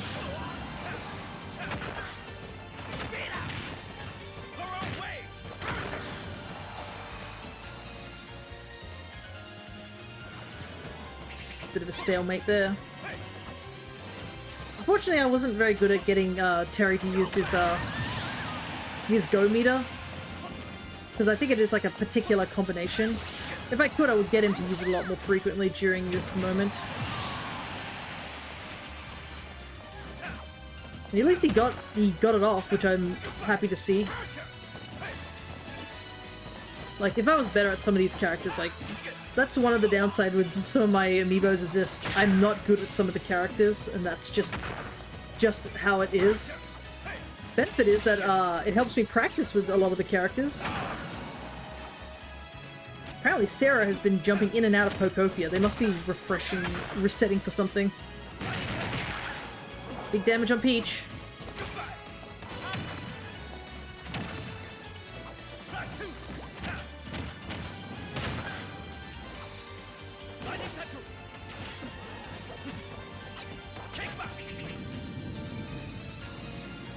I forget how crazy this stage is, with just like how it spins around and everything like that, and you've got to remember it's literally a clock face that's falling. Also, fun fact, the clock that you see on the clock tower actually displays the correct time. Right now it is 1:30. So it is currently displaying 1:30 on the clock. Pretty cool, huh? I believe it goes off, obviously, your Switch's internal clock.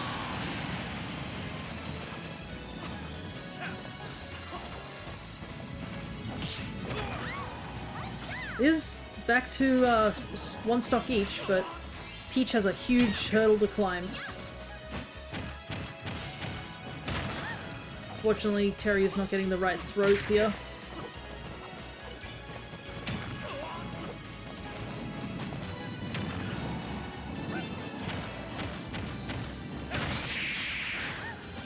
Yep, there we go. It had to be right near the edge to get that throw to kill. That's the first of the Mario characters to fall in this round.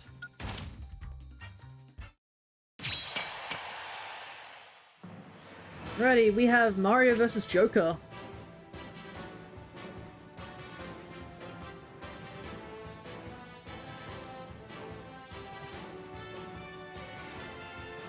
Gonna move some of these Amiibos over so they're just easy to grab for the next rounds.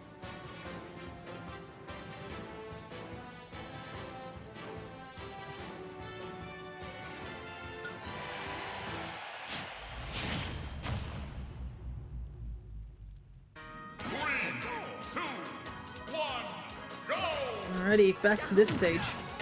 I swear there are some stages I rarely ever see in the rotation.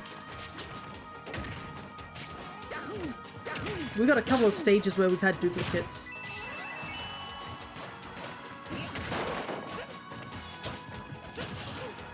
I think basically Joker has to just rack up the meter until he gets Arsene to try and get the KOs.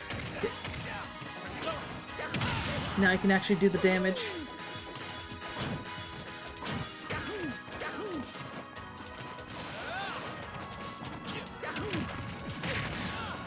Mario's fighting back.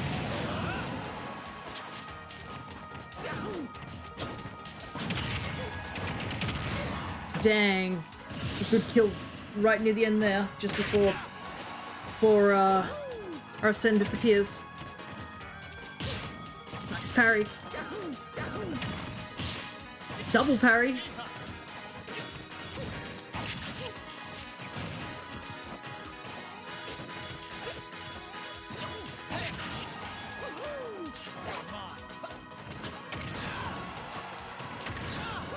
Mario needs to find that kill, and he does with a front forward smash.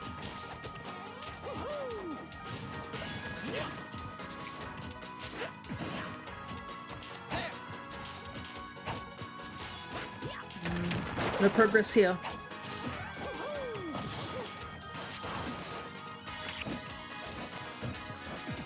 I always find it funny how the grappling hook that Joker uses was introduced in Royal rather than in the base game, so...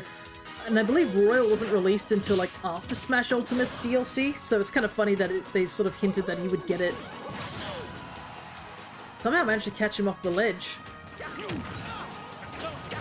Arsene's back out.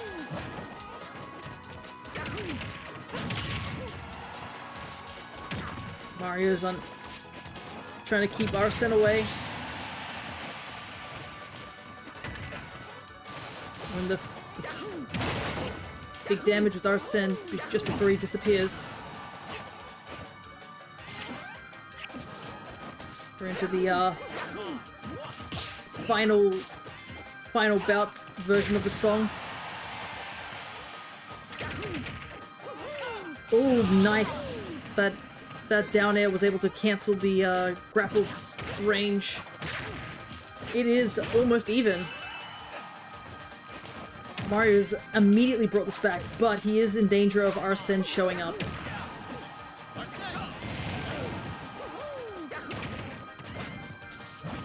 He has to play out of his mind right now.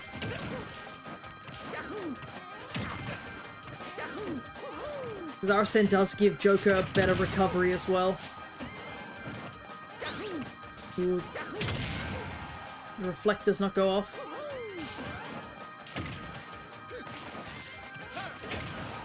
Alright, Arsene has disappeared, but both of them are at very high damage points.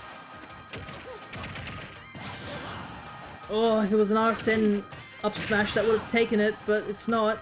It's just Joker. Both literally need a good smash attack and they should take each other out. Ooh, goes for the forward aerial. No! Unfortunate for Joker. Just missed the forward smash. If that had connected, I'm pretty sure that would have taken Mario out.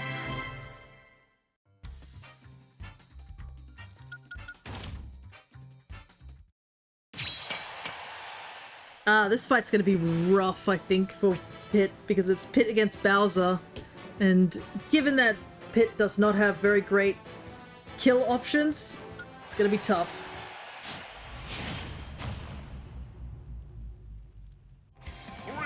Hey, finally! A different stage, let's go. This is a platformless stage, it's a Final Destination, so we'll see how it goes. Damage is about even.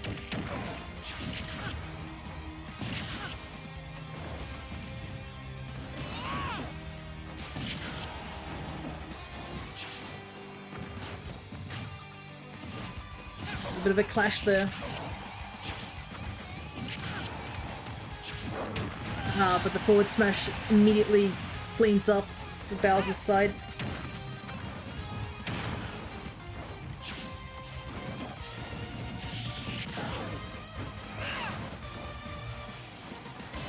Whoa, Bowser went real deep for something. It's kind of funny seeing some amiibos just go out of their way. The double upper arm. Unfortunately catches him with the up smash. As I figured, this match is very one-sided. But it's not a 3-stock at the very least. Pit's able to take one stock off Bowser.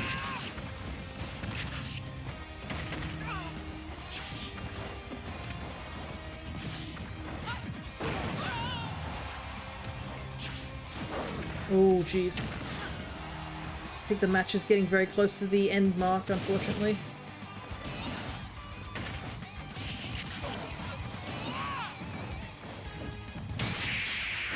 Not even a forward smash. It is unfortunately just a forward tilt.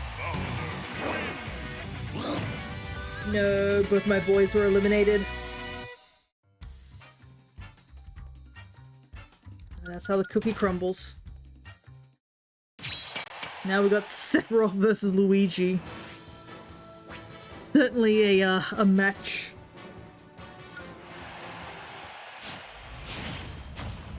We're getting very close into. I don't think we're in semi-finals section yet, but we'll see.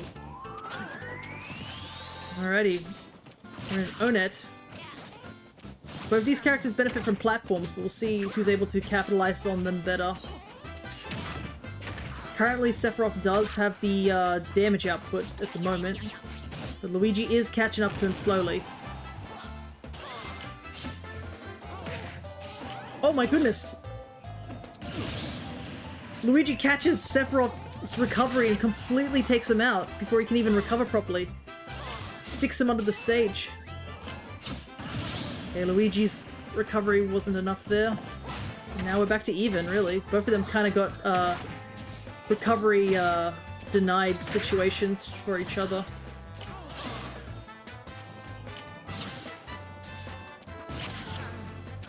Platforms are helping Sephiroth so much. That godforsaken longsword.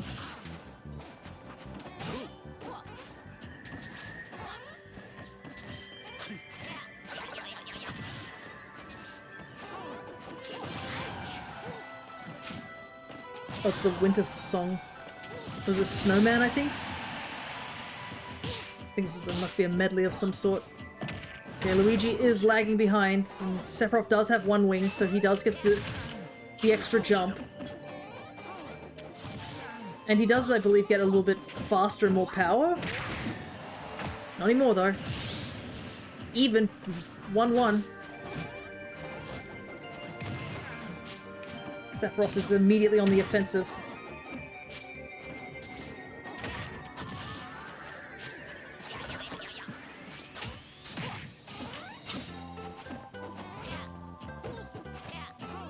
It's a little bit of a stalemate right now. Both aren't really able to hit each other. Luigi's taking the damage.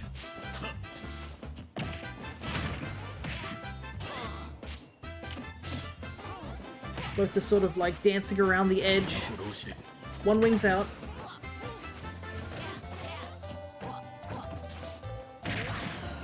Sephiroth's having a bit of a hard time trying to determine when to use his smash attacks. Ooh! The roll onto the platform saved Luigi there, but it might not be enough. Both are at 1 hit kill percentage. And unfortunately, Luigi gets caught by that massive up smash.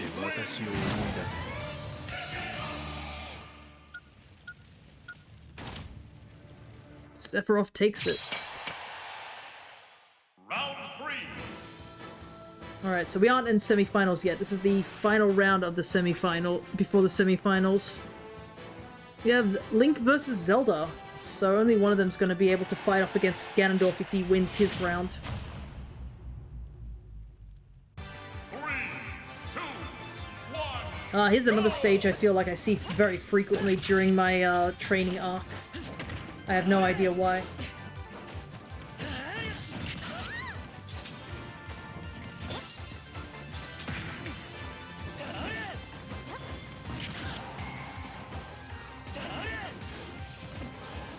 Alright.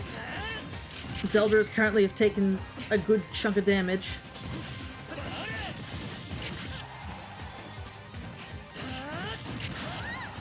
She's already in what seems to be kill range.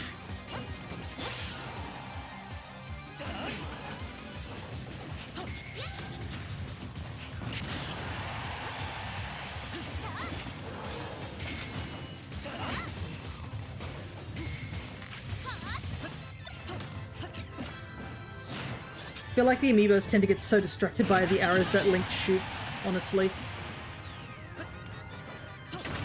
We got the first kill, which is on Link's side. He's dealing a good chunk of damage back. He's almost caught Zelda up to the damage she's put on him, I guess. I can speak. Dang, that did not kill. It's also interesting to see how the Breath of the Wild Link works with those remote bombs. Because I don't tend to teach him how to use the bombs, so them pulling out the bombs at this level is just something they just enjoy doing. No idea why.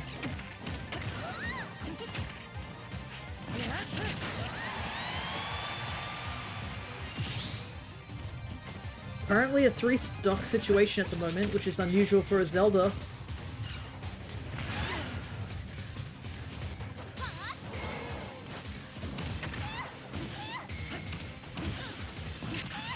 Big damage again, still. Ooh, the bomb actually hit the Phantom while it was being made. No way! It's a 3-stock! Holy hell!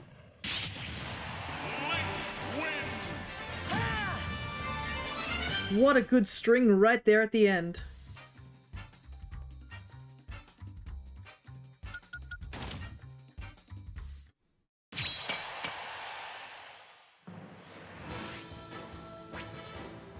Here we got Ganondorf versus Robin. Both can deal big damage, but Robin has a bit more limited amounts of damage. We'll see how it goes though.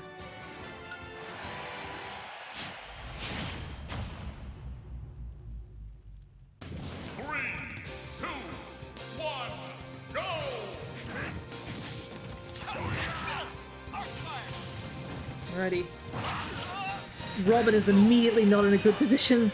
Tactician has already taken a significant damage. He's already up to 100 before Ganondorf has even taken 10%. That down smash almost... that... not down smash, the, I guess, down aerial nearly took him out. The dare. Dang, Ganondorf just does not care. Easily taken out with the dash attack at 160 damage. Apparently Ganondorf heard that Link was going to be in the next section of the tournament, and he's like, yeah, I've got to win this.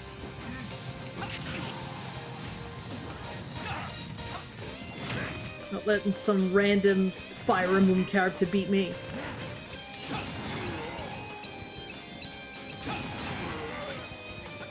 Ganondorf's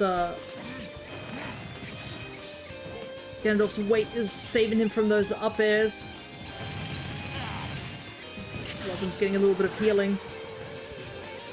Levin Sword is back on deck, so he can kill with it. Which he's absolutely trying. Robin made the smart decision to recover high. Because honestly, you do not want to recover low with Ganondorf, because you're just asking for that down smash. Alright, it's 2-1. Definitely in Ganondorf's favor. Robin's taking a little bit of coverage back. Whoa! Perfect spike. What a string. Don't know if it'll be enough, but it was really cool.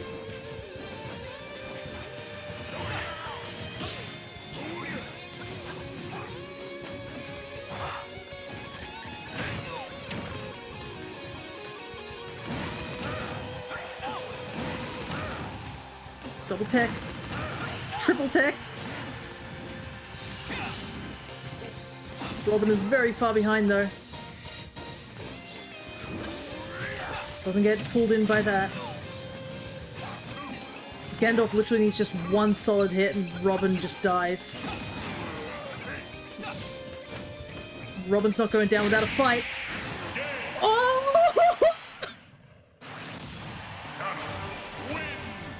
Oh my god, DBZ!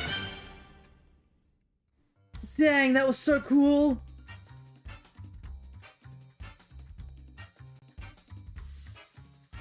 Right at the end. I think that was our first DBZ. Hell yeah. Ganondorf does move on.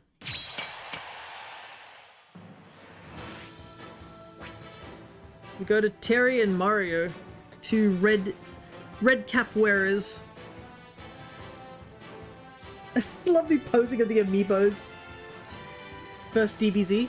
DBZ, I believe, is, if you're not familiar with the term what a DBZ is, it's when two fighters hit each other and they both go flying in opposite directions. A very close match. So I think I don't know if Robin hit Ganondorf hard enough to actually knock him out there, but yeah, both of them went flying in opposite directions. Still really cool to see.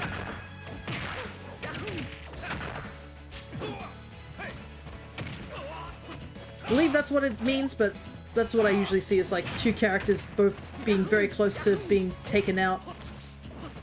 It's a term that I think is used in the Smash community for like the...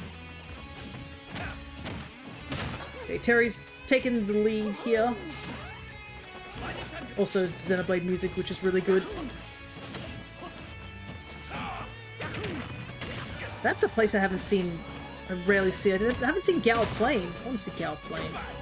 I see this place very frequently compared to Gao Plain. Both are at very high percents. Dash attack isn't enough, unfortunately.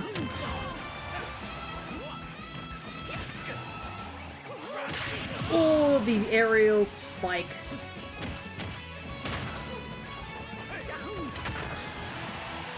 Dash attack isn't enough to take him out. It's gotten a bit stale.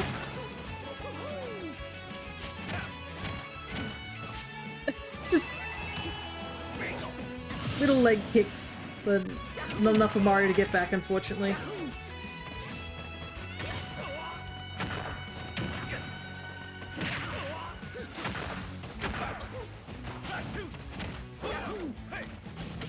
Alright, damage is racking up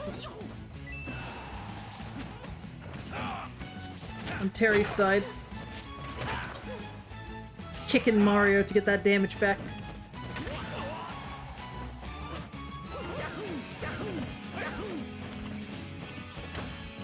It is something I think about, like, I wonder if they'll keep Charles Martinet's voice acting for Mario in the next Smash iteration, or will they use is it Kevin F. Gaffney? Or I'm curious to see, because I mean, like, a lot of Mario's attacks haven't changed at all, so I feel like there wouldn't be any need to change Mario's voice acting. But yeah, I guess that's something we'll find out in the future. Still kind of even.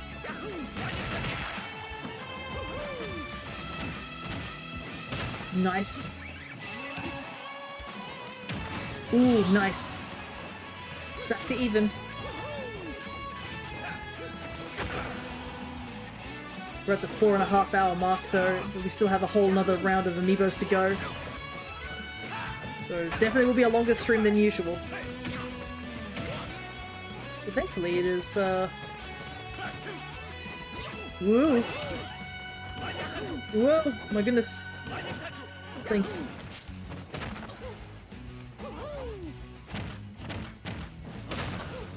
Catches the Italian man back on his recovery. Ooh, that...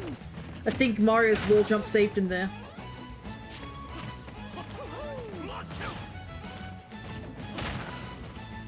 So dramatic with this music.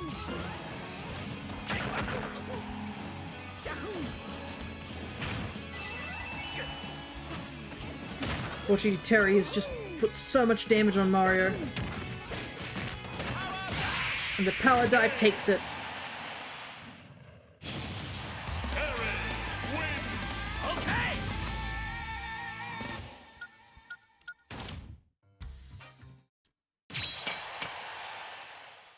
Alrighty. Oh no! This is gonna be a bit lopsided, isn't it? Is Bowser versus Sephiroth? Can Sephiroth fit in the frame? He can. Actually, now that I think about it, like, it'll be 2 villains against 2 heroes. 2, 1, go! Oh god. Another temple theme? I really hope this doesn't also get copyrighted. I thought I'd put both themes off. I'm just gonna keep talking to try and prevent it. Holy hell, Bowser immediately takes the first stock within less than, I think, 15 seconds. I think that's the fastest stock we've seen in this entire tournament. But I mean, it is against Sephiroth, so good old Sephiroth being as light as he is. He's already got the wing out. Bowser has a measly 11 damage. Sephiroth is unable to find any sort of answers against this. Wow, Bowser's like, this bitch empty yeets Sephiroth off the stage as if he was made out of glass. It could be another 3-stock situation immediately, as Bowser is already taken down 2 stocks and is only at 50%. Sephiroth is fighting back, and at least it's getting... Hopefully Sephiroth can get at least a stock, because it's going to look pretty embarrassing to get 3 stock. Oh, the wing's out again. Bowser just reads him coming high and just immediately snatches that bird out of the sky. So Bowser has sped run that particular match. Goodness gracious. Alrighty. Tyler Hoechlin and Jack Black in the same room. Yeah, that is true. Jack Black immediately took it. And now we have Ocarina of Time Link versus Tears of the Kingdom Ganondorf. And since you're here, Helion, this is your boy. 3, Hey, hero goes forth with determination. Let's go, Dragon Quest XI.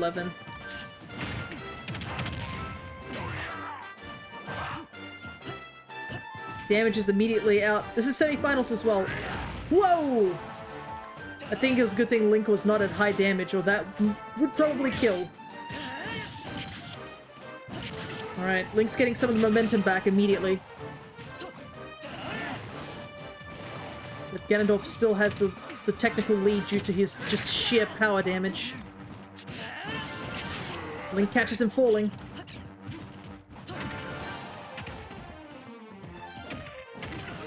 Man, this song, oh, nice catch on the aerial recovery.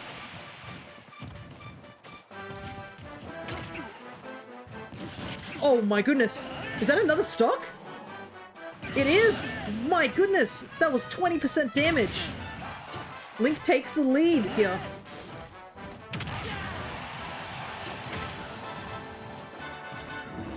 Ooh.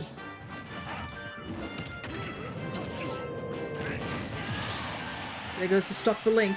He is still ahead. If he's able to hold on to the lead, he does win this. Because he is a whole stock ahead of Ganondorf. And I think that's it! The JV3 didn't take any damage from his second stock. Apparently canon behavior here. Ganondorf is knocked out for the semi-finals. Now we have Bowser versus Terry.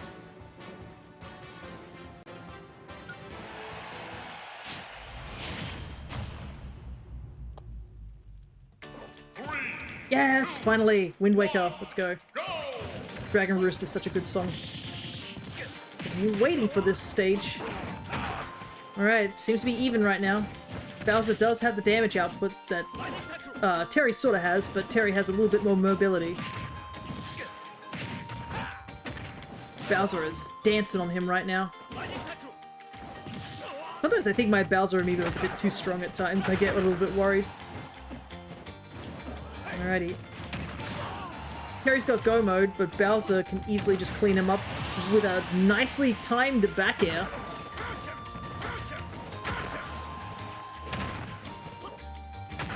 Ooh, nice. Bowser's just enough to recover. Yep. Honestly, if this was, I think if this was like Smash 4 Bowser or just even Brawl Bowser, he would be bottom of the list. It is crazy about the amount of like power that Bowser's gotten just being able to be so much mobile in these games. He's legitimately a threat. Right. Apparently in Bowser's favor right now, but it's 2-2 in stocks. But that dash dancing Bowser does to get that hefty smash attack really be helping out. Bowser'd be like, I'ma do it again.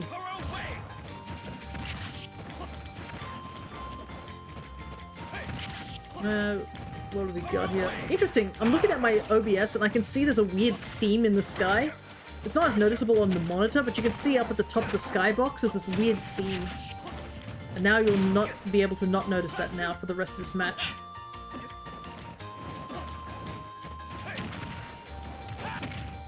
This is taking the lead.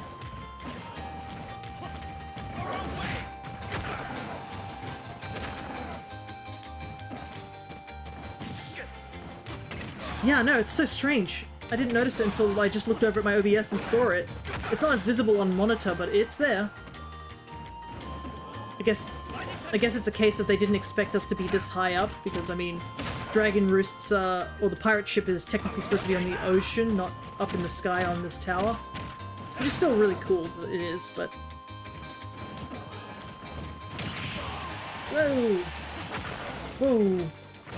Will Terry get one more stock off, or will this be the end of him?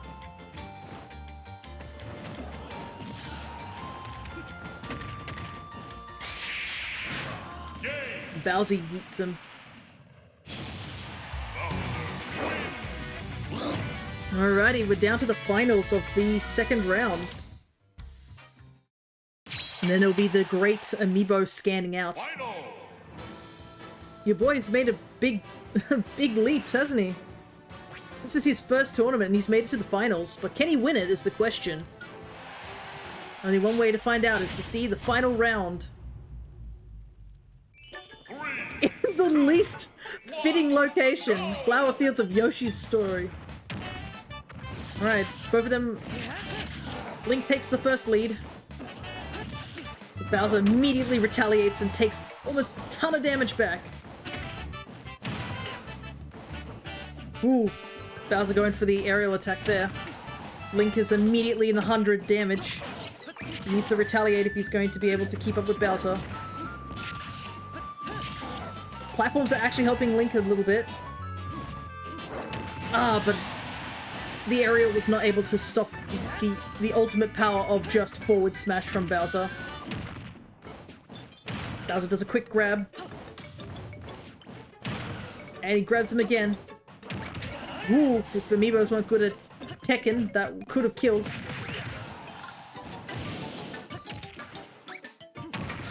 Whoa! Both their aerials knocked each other away, but clearly Bowser's is far stronger. Jump attack does take the kill though, but Link is at 100. Just barely survives.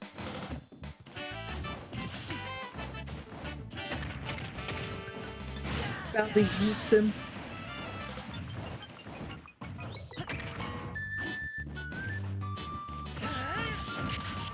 Link's got a lot of ground to make up if he's gonna secure this.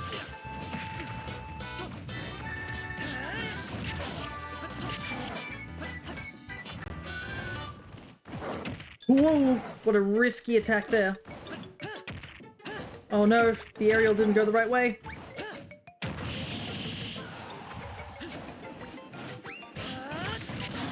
Ooh, I think a forward smash would have been better there, but Link catches the aerial. Oh no, caught him at ledge. Ooh, Bowser going for that grab, he knows it will kill. Final stock situation, but Link is very, very far behind. Any powerful smash attack? Good old Bowser's super armor kicks through puny forward tilt. And with that,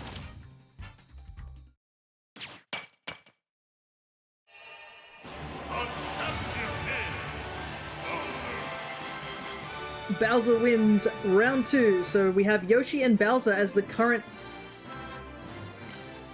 winners. Alrighty, time for the epic part of scanning all these amiibos out. So this is your second break point as I proceed to scan out a bunch of amiibos. Apparently my phone is also... Oh cool, my actual controller's out of battery. Thankfully I'm not using it for much except to like scan in and stuff. My controller's basically doing no work today. I thought I charged this thing too.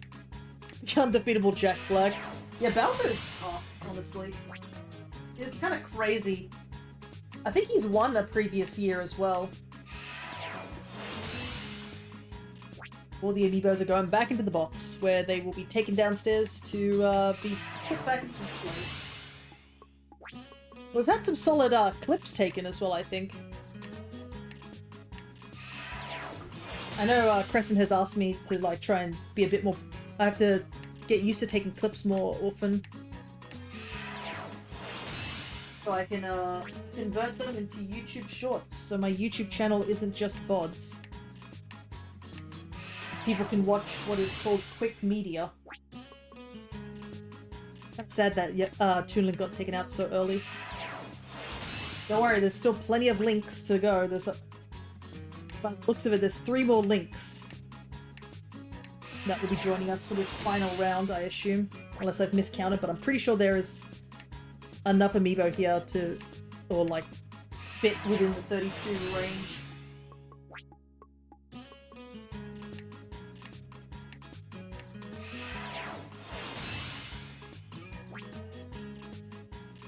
Strong Turtle Dragon. Actually, I could just change it back to, what's it? We'll change the screen for a little bit so we can see you guys chilling. Yeah, 2 Mario characters are currently in the runnings.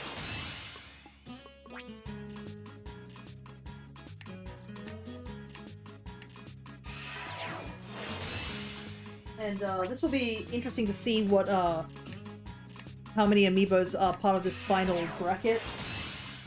Because that will give me an idea of just like how many amiibos I have, and next time to have it at 4 rounds rather than 3. So I can have the 4 combatants fight each other.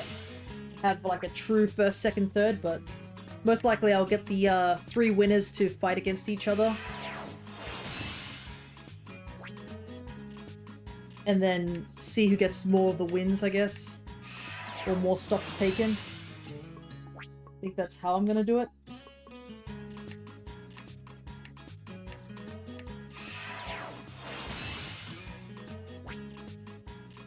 Actually, yeah, there's 3 links remaining. Holy heck, I should have had 2 links fight in the first round.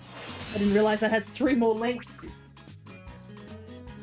So many Link amiibos. I think Link and Mario have the most amiibos out of all the amiibos. And one of the ones I find the strangest is the Link's Awakening amiibo.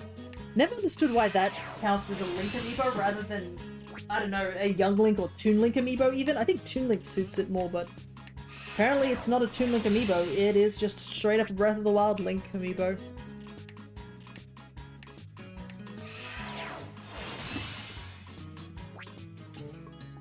Alright, we're almost there. 5 more. And then the big scan of getting everyone else into the next round. This acoustic theme's really good. I'm pretty sure this is Brawl's theme, I think?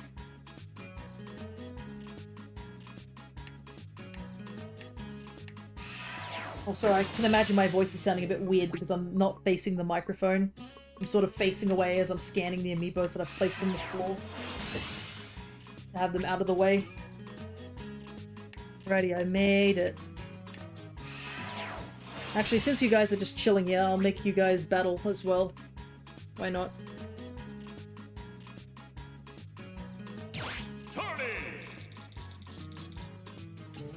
I assume there's 32 here. I'm gonna actually do a quick head count.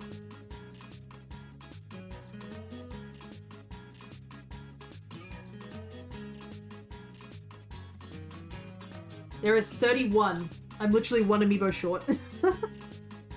Okay, so that helps out.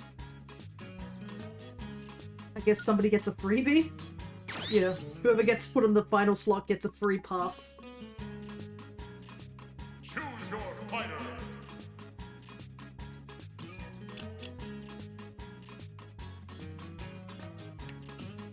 Steve. So 32 plus 32 is 64. 64 plus...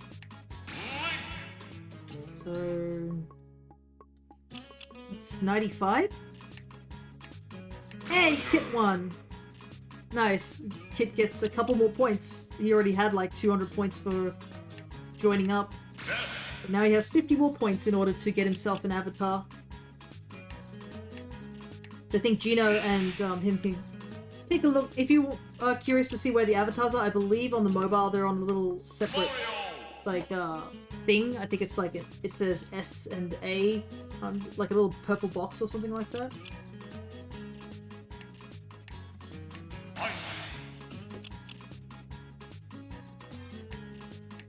There's plenty of avatars to choose from. Also the new amiibo, the final of the 3 new amiibos is about to be showcased here too. Yeah, 95 amiibos, that's a lot of amiibos. You can see why these take a long time. I know my mum has even been like, what would happen if you sold them? You'd probably get a ton of money. And I'm like, yeah, but these have, like, I think if I was ever in a really desperate situation, then I would consider, but I've trained these guys up. I have an attachment to them. I can't let them go. And obviously some of them have like interesting stories behind them as well of when and how I got them and stuff like that. Whoopsie. Didn't mean to do that.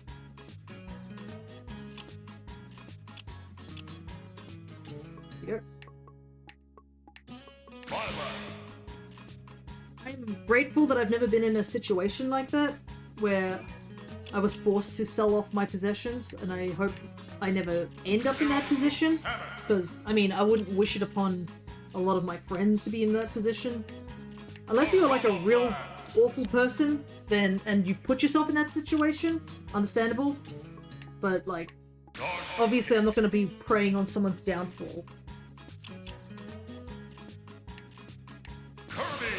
It's more a case of like, if you got yourself in that position, I think you might need to figure out how to like crawl out. If it was if you are the person who got yourself in that situation, you know, like that what is it, that meme from Patrick where he's like, can't believe it, the guy I was looking for this whole time was actually me. It's the perfect crime. Like, if it's in that situation, I'm like, okay. But if it's like you were put because of somebody else's sort of like neglect or something like that, then I obviously would be like, that's a really awful situation for you. But I'm not going to purposely be like hoping someone gets put in that situation. I think nobody truly deserves to be in that position, but that's probably all I can really say on the matter. Gotta reach over to get these last 3 amiibo.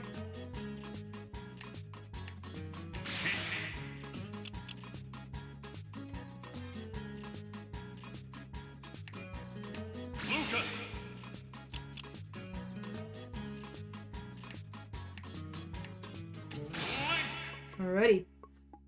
That's everybody.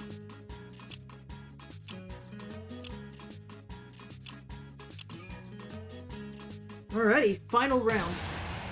Or round 3, I should say. Mash the shuffle button. Lucas gets a free pass. Alrighty.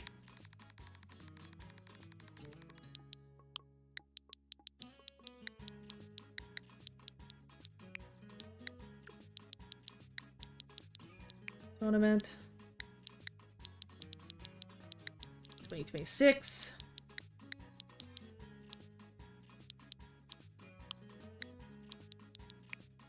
Round 3. Alrighty. Let's get into it.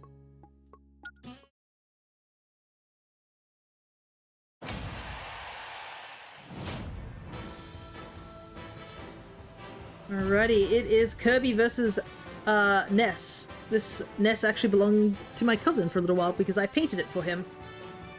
I actually need to redo the paint job for him, actually. He's some of the paint's a bit chipping off him, so I've been thinking of like doing a recoat on him. Round 1. It's not my best paint job either, but alrighty, here we go. Let's switch back to full screen.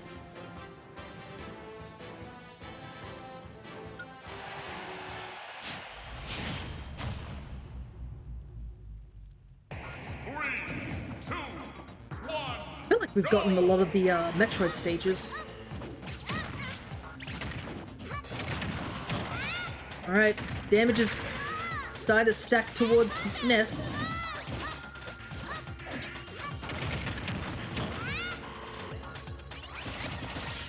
I think Kirby does counter him a little bit, due to Kirby having a lot more aerial movement.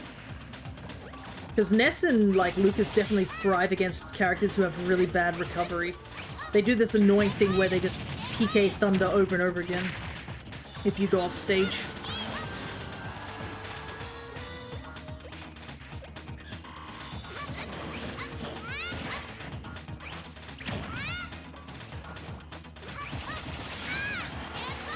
As you'll see here.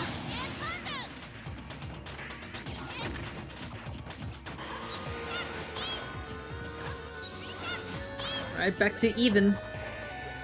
Kirby has a slight lead. The PK Fire can easily cause that to skyrocket.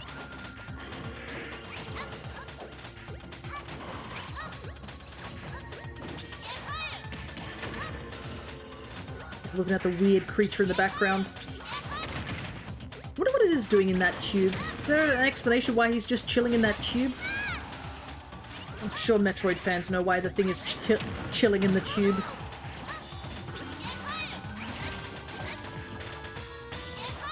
It's kind of crazy. I've heard like little to no news about Metroid Prime 4. It's like everyone was so excited for it to come out, and then I haven't heard a single thing after it came out. It makes me a little worried thinking that it probably didn't do as well as people hoped. But I think it was in that situation where, you know, if you leave a game for too long to come out, that, ooh, spike, that it just doesn't live to expectations. I'm kind of hoping that's what happened and not the case of, like, the people just agree that the game's bad or something like that. Because I think Metroid was doing pretty well with, like, the release of what's it called? Metroid Dread? Like, Metroid Dread did very well. A lot of people said it did very well. So, I wonder what happened with Prime 4. Maybe it's just like because I didn't look up the game at all, I don't know how well it did. Because obviously I've never played any of the Metroid games, it's not in my genre of games. Oh wow, damage is like... I thought it was even, but no, I just looked over and Ness hasn't taken a single lick of damage, whilst Kirby's already in like the 80s to 90s. Problem is I could smell something really delicious downstairs and it's like driving me crazy. Ooh, nice catch with the hammer. Oh, dang. Oh, I think that's it for Kirby. Ooh, Kirby had just enough juice to get back.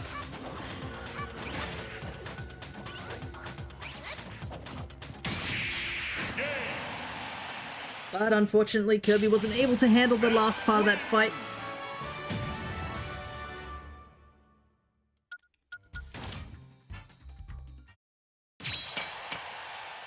Alrighty. I'm gonna try and catch that cottony. It is Link versus Sheik. Where did I put Sheik? Down here.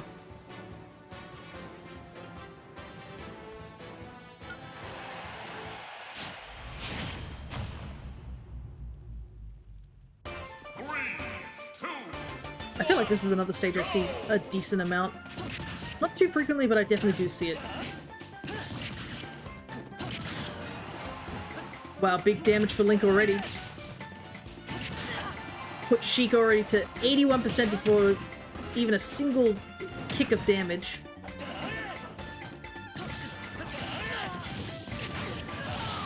Nice kill there with the spin attack.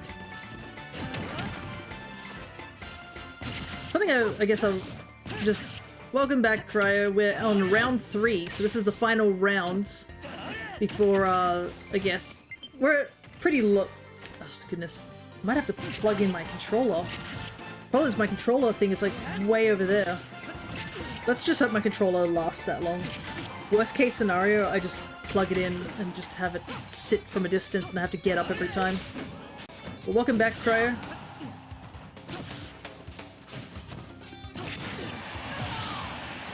Apparently looking a bit like a 3-stock here. We had some pretty cool matches in the previous round 2, which obviously you guys can check out with the VOD. Kind of worried that it's going to get copyrighted, unfortunately, due to Temple showing up at the very moment I left. Because I left to go get myself a snack. And it turned out the one match I left it on was Temple, and I cannot believe it rolled the music that often gets me copyrighted. Which sucks.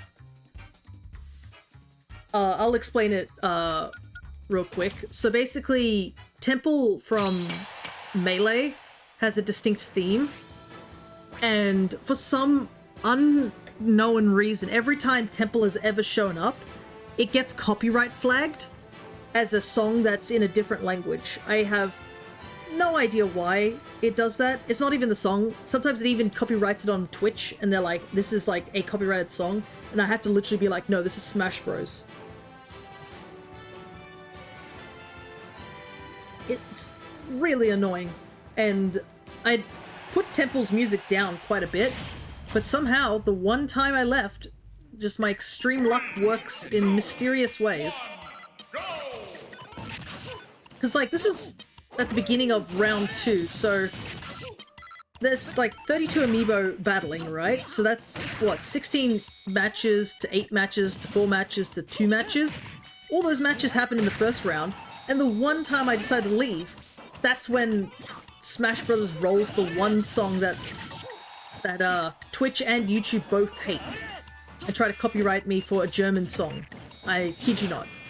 I've had the same song be copyrighted 4 different times. That one stage is out to get you. It pretty much is. And I had no idea that it was Temple. Like, if I had known it was Temple, I would have muted the VOD. But because I didn't know it was Temple, because I walked away as I started the match, I couldn't do anything about it. Like, sometimes I try to talk over it, hopefully to try and drown it out, but we'll see. Doesn't matter, I don't make any money on YouTube, so it can be just like, yep. And it's not a copyright that gets me, like, you know, banned or, like, a strike or anything like that. It's just like, hey, this is copyrighted music. And there's a good chance you won't get money from it. That's kind of the length of the copyright. But I believe I've had it once happened where it actually ended up blocking, like, trying to stop the VOD showing up here on the actual Twitch channel side of things, and it's so bizarre. And it freaked me out the first time it happened, because I thought it meant, like, my entire VOD wouldn't be able to download, or it would, like, cause issues with the VOD, but thankfully it didn't. Hopefully it doesn't happen again. Anyways, back to the match. Seems to be decently even. Both of these amiibos are doing quite well. Damn, what song is this? This is Flat Zone 2. Which kind of sucks, because I think Flat Zone 1's a lot better. Flat Zone 1 sounds more mysterious. Been playing through Dream Team to get hard mode and got reintroduced to Bed Smith. Good old Beth Smith. Dream Team was the first Mario and Luigi game I played, actually. Man, I wish I could go back to Mario and Luigi. I played Brothership and I wanted to play some of the other ones, but I've been so like chock full of games right now that I just do not have the time to get back to Mario and Luigi. Looking more in Link's favor right now. Not enough. Ooh, nice parry.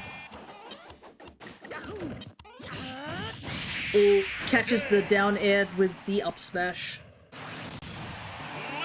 And another Link makes it forward.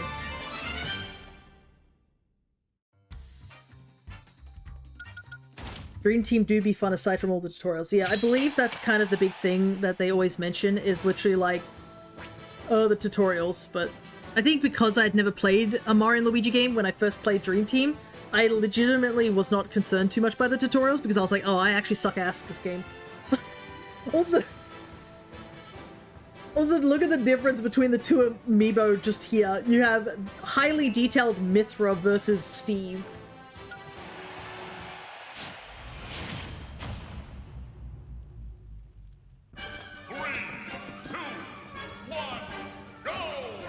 Alright, here they go.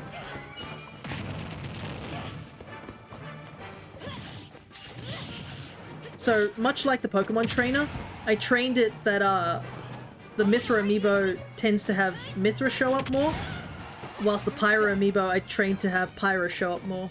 Just to see if the AI will, like, choose it, but I think it's still... I think it is a little bit more on that side, but yeah. I don't mind it later on in the game, where it's every now and then, but in the beginning it's so often. Yeah, in the beginning I remember it's really chock full of tutorials. I think they at least toned it down in Paper Jam. Brothership, they definitely toned it down. Like, all the tutorials are literally just, I think, just a splash screen where they're like, read. Okay, you've read it? Alright, I hope you understood what it meant. Which I'm kind of thankful for, that's for sure. Ooh. This is actually benefiting Steve, it being a Final Destination. There's no platforms to stop Anvil. Ooh, he got diamonds so early. Holy hell. He's still in, like, gold material, and he got diamond. Well, I mean, he's still on his first stock, so that's understandable. Caught the Elytra. Oh, wow, he gets, like, diamond immediately next stock.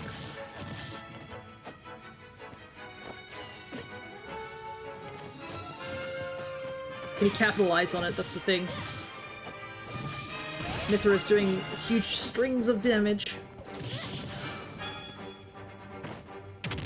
Less tutorials than Paper Jam at the cost of people not liking Paper Jam as much as the others.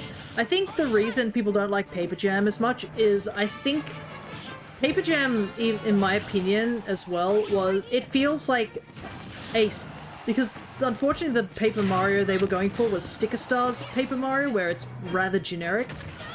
I think the issue is that good catch on the magma block twice. I think the issue with Paper Jam is that it feels really generic compared to like the other games. I think they talk down to Luigi as well.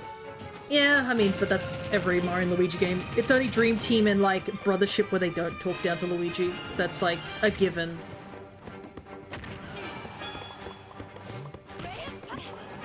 Like, if you've seen every other... Like, they don't even acknowledge Luigi that much in the first game. That's how little acknowledgement he gets in the first games.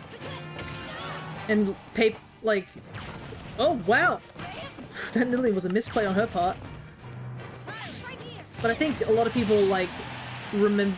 Like, Dream Team was made in the year of Luigi, so it was definitely made with Luigi in mind. Brothership definitely feels like they stepped it up with having Luigi a bit more of a prominent character. Some people actually apparently didn't like that Luigi was getting more positive feedback in Brothership. Can you believe that's a complaint? I think they were like, why is Luigi getting glazed constantly? Like, I do understand that, but like, also I just appreciate Luigi, so I like it when Luigi gets a little bit of, you know, benefit. Alrighty.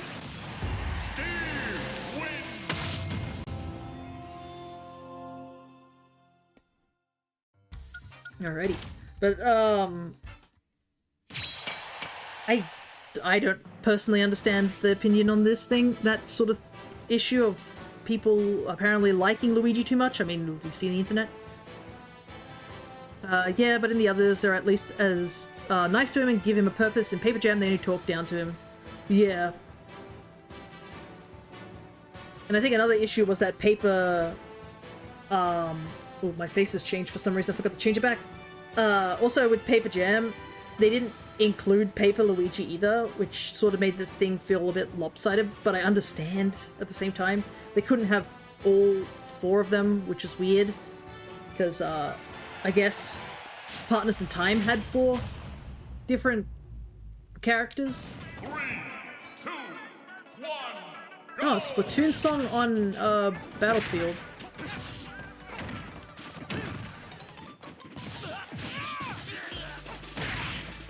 We got Pit versus Me Brawler. Also, this is one of my custom painted pits. Paper Luigi's the one that talks of the two of them. Maybe that's why they didn't allow him in. They're like, he speaks? Gasp. Heresy. It also has made really funny the idea of Paper Luigi and regular Luigi, because regular Luigi in the RPG series, in regards to like Brothership specifically, they made Luigi there be like, you know, seen as a savior of the world. Whilst you then have like Paper Luigi, where in Super Paper Mario, they're like, by the way, is Antichrist. Like, Starlo is so mean to him, Paper Luigi... Yeah. I think that's another thing people don't like is... they think Starlo is like super mean to him all the time. Sometimes I don't know what my opinion on Starlo is. I know she's mean, but I feel like it's one of those cases of like the sibling sort of mean. What are you talking about? That was Mr. L. No, at the very end of the game, there is definitely Luigi being involved, not Mr. L. Yeah, Mr. L does show up as a bad guy, but like, Luigi actually is part of the prophecy of like, causing the Dark Heart or whatever it was called. Chaos Heart? I think that's what it's called. Can't remember, I haven't played it. My only Paper Mario experiences have been Thousand Year Door and the original. But yeah, I think Starlo is kind of that in the category, in my opinion, of like sibling behavior, like just talking bad about Luigi. But I feel like it's that case that like if Starlo heard someone talking bad about Luigi, like Starlo would just like chew them out. That's kind of how I feel about their dynamic. And I do understand it can be a little tad over the top, but I've seen that dynamic before. It's definitely feels very sibling-like. They're like, hey, I can be a bully to him, but like the moment any of you try and do anything, I'm taking out your kneecaps, sort of thing. I also like how we have not been paying attention to this match. It's been decently even. Yeah, this is, this particular amiibo. I haven't decided what I'm gonna do to it, because, like, the design for this amiibo is supposed to be of the version in Ultimate, compared to, obviously, the amiibo itself, which is obviously Smash 4's design. The issue is she only does it to one brother and not either of Mario. Woo! What a catch there.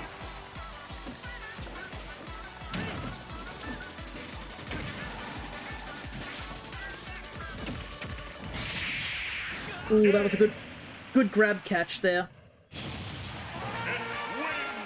That was easy. You say as you're on, like, last life. Okay. Sure. But yeah, actually, now that I think about it, does anyone ever, like, purposely tease Mario in any certain games? That's another thing. Anyways, here's my Rathalos.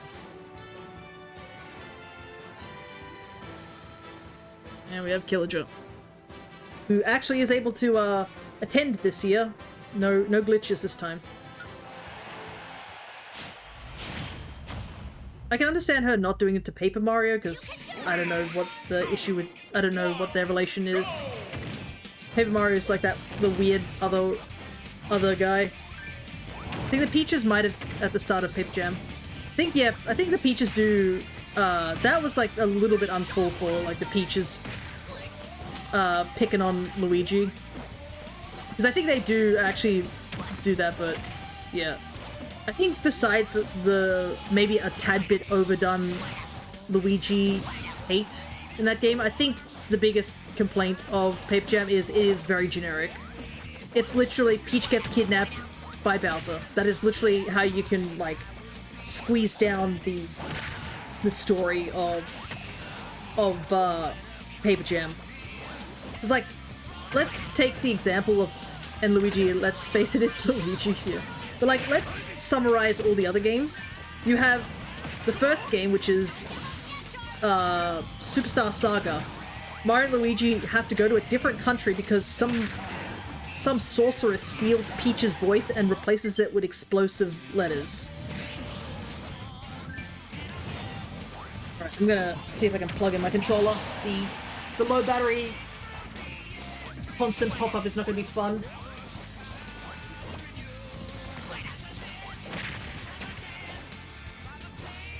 There we go. It's gonna be a bit of a reach, but we'll do what we can. The explosive vocabulary. Yeah, like, that's already far more interesting than, like, Bowser kidnaps Peach, you know, sort of thing. And then you have Partners in Time, where apparently a time portal opens up and it causes a mushroom alien race to, like, take over the Mushroom Kingdom in the past. Dang, footstooled him. I don't even know if he took any damage.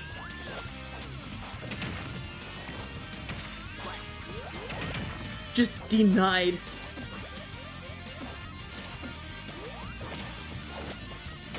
Third game is Bowser's Inside Story, which is like Bowser eats weird mushroom, accidentally inhales a bunch of residents from the Mushroom Kingdom, and Forful returns. Paper Jam is the only game where Bowser is the main villain. Yes and no. Bowser is also a villain in Dream Team as well. He ends up as the final boss, but I guess you are right about him not being the main villain. But yeah. And then you have Dream Team, where it's like some sort of dream vampire is taking over a different area when Mario and Luigi show up, and Luigi takes, like, the main role in that game. And then you got to Paper Jam, and Paper Jam is Bowser kidnaps Peach from two different worlds. And then, wow, Squirtle just took himself out. He bumped off the wall with withdraw and took himself out. Villager didn't have to do a single thing there.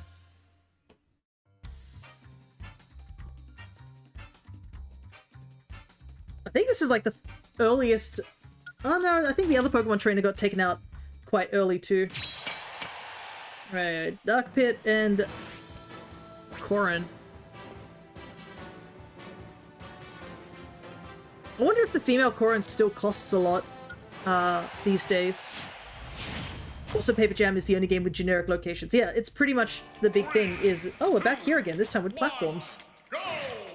Like, literally, it's generic is the best way to describe it. And then you look at Brothership, which people weren't expecting it to happen, but Brothership is literally an isekai. Where, of a world that's been disconnected. Like, that is still far more interesting than what Paper Jam has, so... Will I play Paper Jam if I get to that point? I still will. I still enjoyed Paper Jam. I think the combat's really good, but it definitely is like the new Super Mario Bros. Of Mario and Luigi. Yeah, it's definitely the most generic.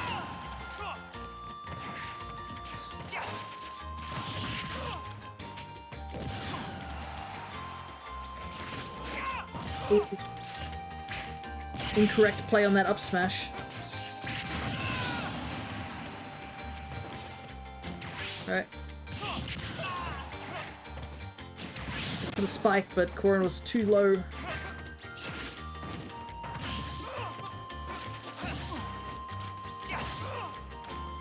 And I know some people are going to comment of like, why aren't you using female Corrin? I'm like the one male Corrin supporter, I feel sometimes. I actually did play my plates. I often play with the male avatars for Fire Emblem, and I just do prefer male Corrin just a little bit more than female Corrin.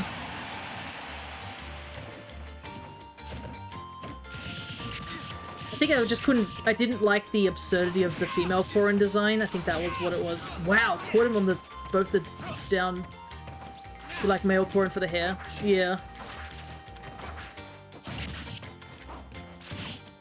But yeah, I usually play the male avatar of the Fire Emblem games. So like I played, I think, male Robin, male Corrin, male Byleth, and like male Aaliyah. I do like the male's designs as well. Oh, and Shez as well, male Shez. Actually, now that I think about it, I rarely play as female protagonists unless I really like the female protagonist.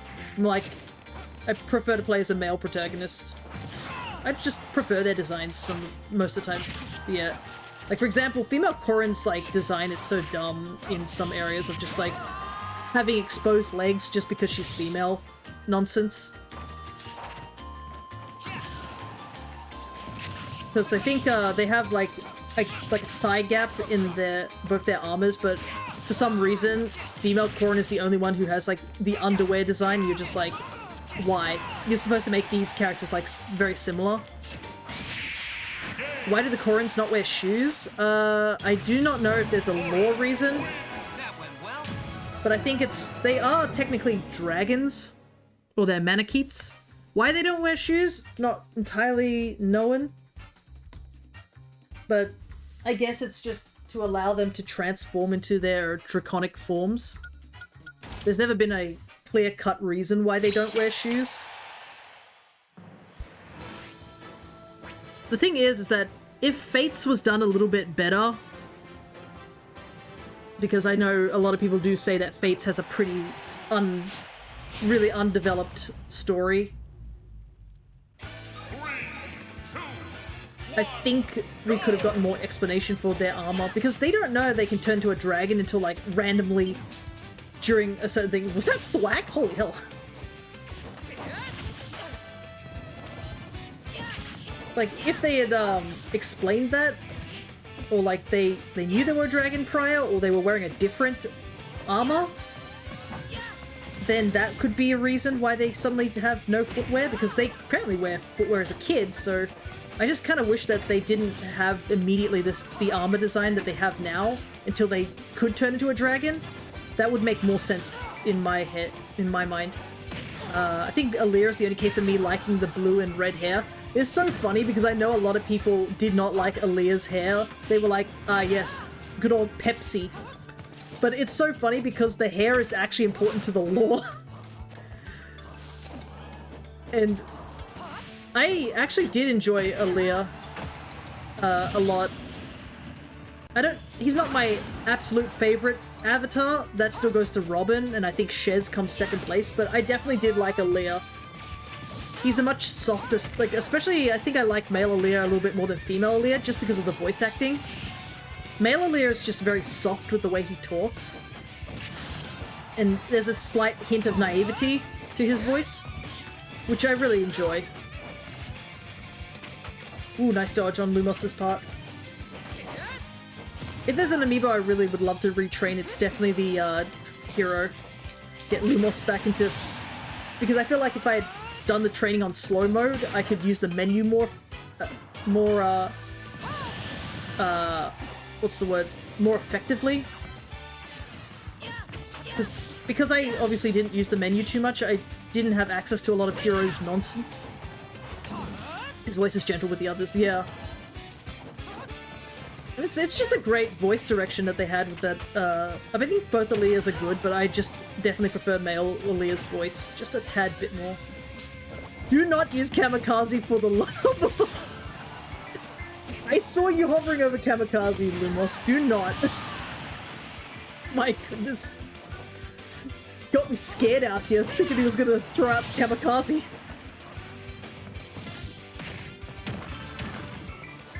Oh. I kinda also want him to, like, go a little bit further because I want to see a crit. But, unfortunately, he's not getting...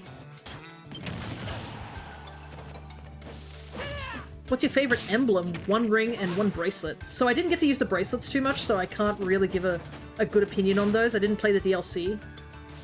I'd planned to at some point, but it just never came up.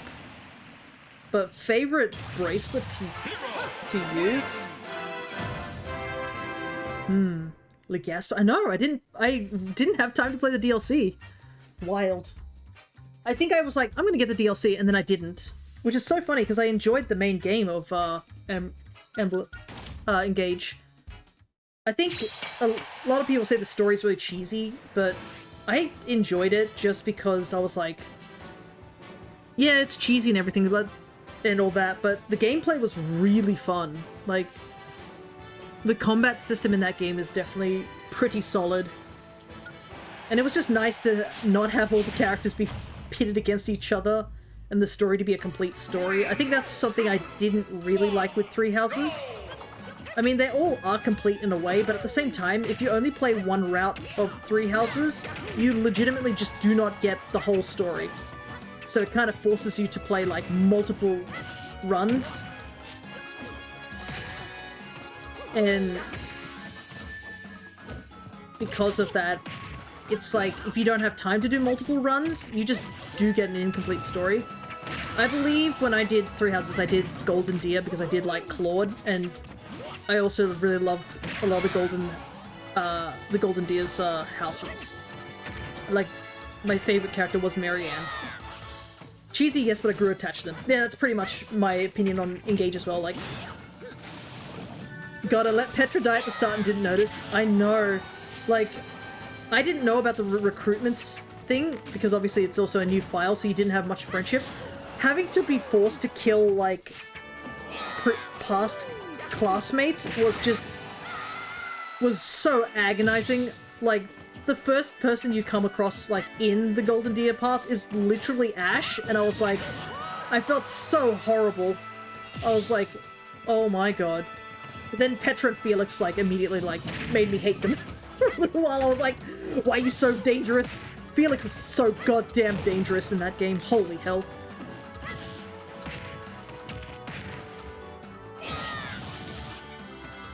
But my goodness, Three Houses did one thing, and first real fight she fell in battle but didn't die. I thought she was fine. Yeah, because in the academy thing they do technically live, but if they do technically fall in battle there, they die in the time skip somehow, I guess. I don't ever play in classic mode, I always play casual mode. I haven't really played any of the older games to know it. It's kind of why I want to try out Path of Radiance to see how I go with that game. Because that would be my first taste of classic mode, I think. I started on Awakening. But let me answer the question back previously. Favorite bracelet? Which bracelet did I use? Well, not bracelet, ring did I use the most? It's been so long since I played these games. I think Celica was used quite frequently. The warping ability on that is really handy. I think I used Violet the most as well because of just having Goddess Dance. Goddess Dance is really good. I would say those are the two rings I used the most from vague memory. I did enjoy using all the rings though. I think the one I didn't use the most at all was like literally Micaiah's, just because I was never in a situation where I needed to use like a huge heal. Caught him lacking at the edge. Mario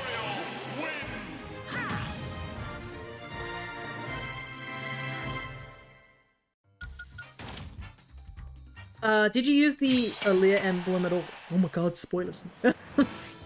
I did use him a little bit.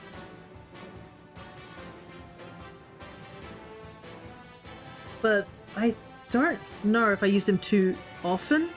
Oh, actually this will be the first time we'll see this amiibo. My Skyward Sword amiibo. It's big. This is her first battle. Let's see if she does well. Yeah, Sky versus Skylar. What a pull. 2, 1, go! Funnily enough, I don't even think I married anyone in my first playthrough of Engage. My only playthrough of Engage. I do want to go back to it at some point.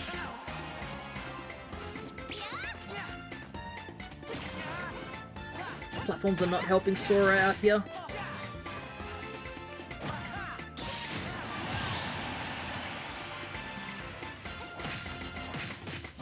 But I definitely did enjoy a lot of the characters from Engage as well. I know my dad played through it as well, but I think a big reason I think he likes Three Houses a little bit more than Engage. I think those are the only two Fire Emblem games he's ever played. But I think a big reason is that my dad's not really big into the support system when it comes to Fire Emblem games. Like, he couldn't care too much about the characters. He's like, the main story is the only part that I care about, and whether I get to know the characters through the main story rather than the support system, which kind of defeats the point on some places. But yeah, he's like, if the gameplay feels good, then he enjoys that more. I cannot believe Sora recovered from that. That is absurd.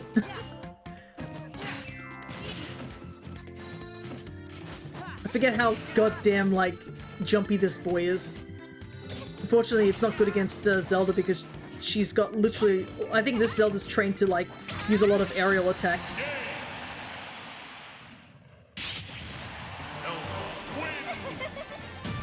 Alright. She moves on. I think out of the amiibos that I trained recently, the Ocarina of Time Link made it the furthest so far, being able to make it to the final round. Whilst the Kirby Air Rider got taken out pretty early, like first round. I beat the game once through sheer luck of, for some reason, they couldn't touch Aaliyah at all and decided to play it on Classic and Maddening. Yeah, I've heard Maddening's pretty rough. It's not like Lunatic Plus on Awakening. Nothing is ever like Lunatic Plus on Awakening. Follow my lead as we work on this pose.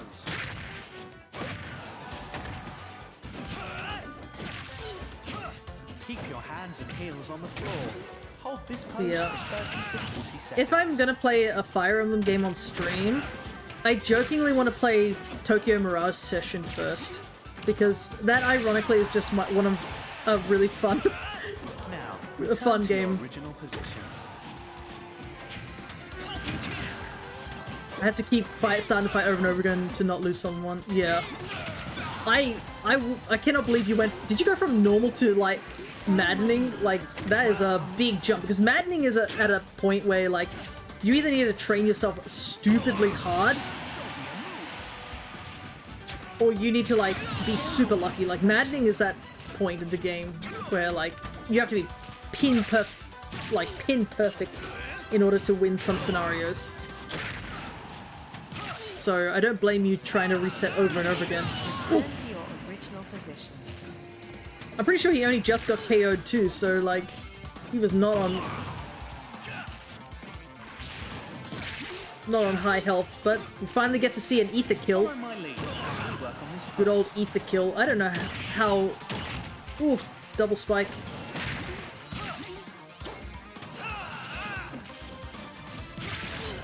Pull your sides tight. Also, I think this is the third time we've been in this area, like, holy hell. Also, if you're wondering why he taunts, Now, it's because I taught him to taunt, position. even though he is currently losing.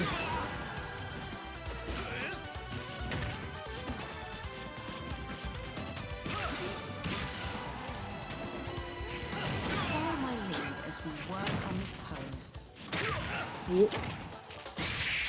Nope, back air takes it. I think this Ike won last year, from what I checked. See if he'll make any good progress this year as well. Keep trying over and over until I find a pattern that works. What's the, isn't that like the definition of insanity? I learned that you learn because certain things will happen differently if you move one tile over. Yeah. This is... oh, another Link and Zelda match. And these are my original Link and Zelda.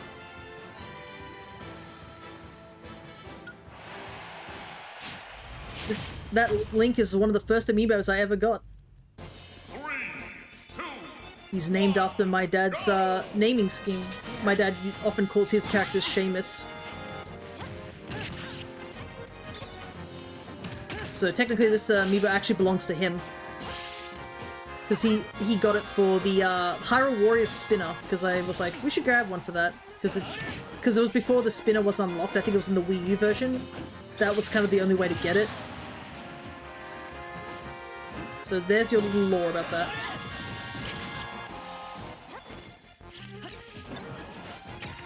Also, this Zelda is apparently the slightly purple-colored Zelda. Hyrule Warriors is fun. It is! I actually mentioned this to Cress when I visit. Me, Cress, and Jaxie actually met up yesterday to trade some Pokemon for my Leaf Green game, so I got a couple of Pokemon added. Oh, looking like a 3-stock here, though. But, I managed to get the newest Hyrule Warriors game, I think Age of Imprisonment, I think it's called, the newest one for Tears of the Kingdom. They were doing a big sale at EB Games, so I managed to get it at half price. So instead of getting it at $100, I got it for like $57. And I was like, hell yeah. Because I'd been wanting to get that game, but I didn't have the time or money to do it. So for it to be on such a big sale, I was like, might as well take the chance. I think like a lot of games were on sale, like even ZA was like...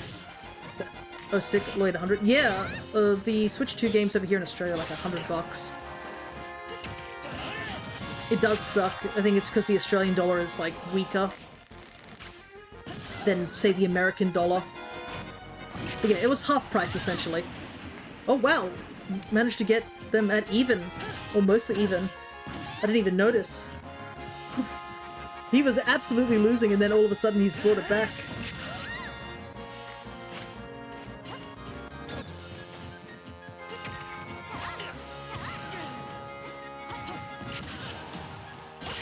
Whoa.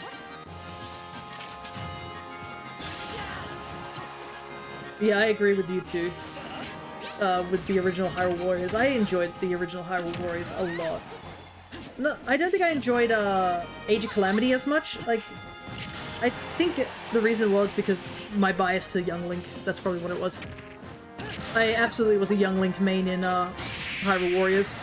Holy hell, he brought that back! He was losing for the first part of that fight.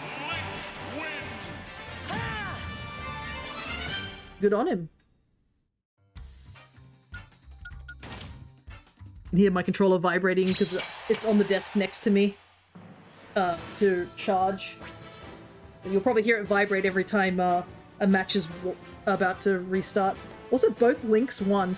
Actually, all 3 Links won. There are 3 Links in the running. My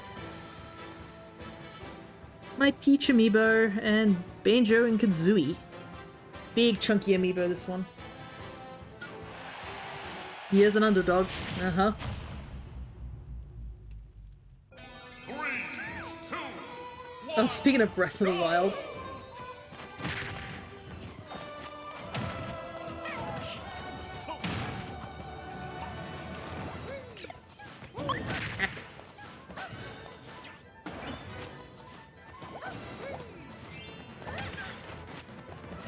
I will do so. This stream has gone on a little bit longer than usual. We're still a ways off the end too. We'll probably hit the 6-hour mark.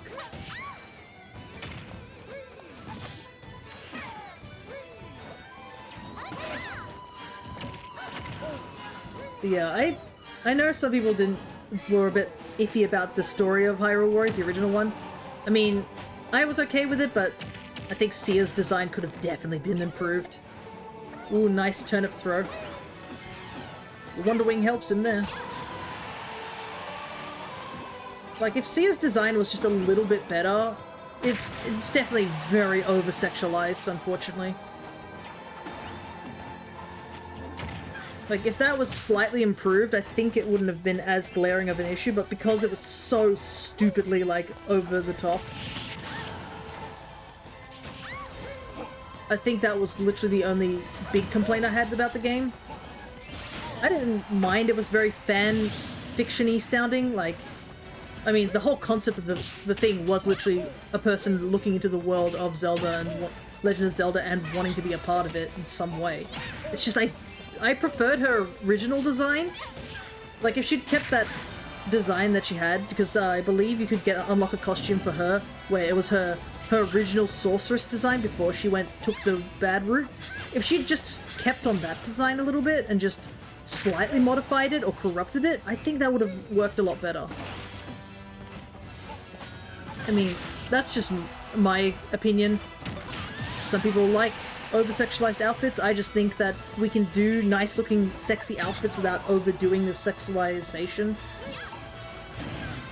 That's just my opinion.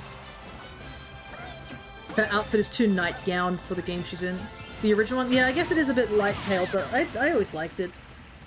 And, I mean, the thing is that I'm pretty sure her other design is stupidly weird. It's like, the hat's okay, the mask's okay. It was just, she has an entire massive, like, belly cleavage, like, a cleavage that runs all the way down to her belly button, I believe, and she has one pant leg. That does not make sense. Lana's design is okay as an OC.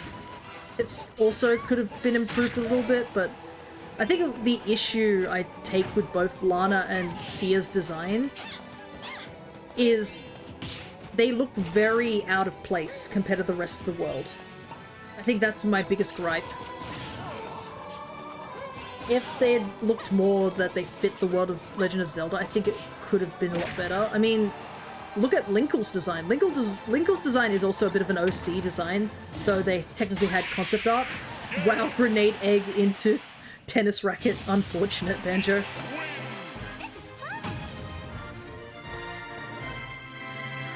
That's kind of like the big issue, is they feel too out of place. They definitely feel more Dynasty Warrior than they feel like Legend of Zelda.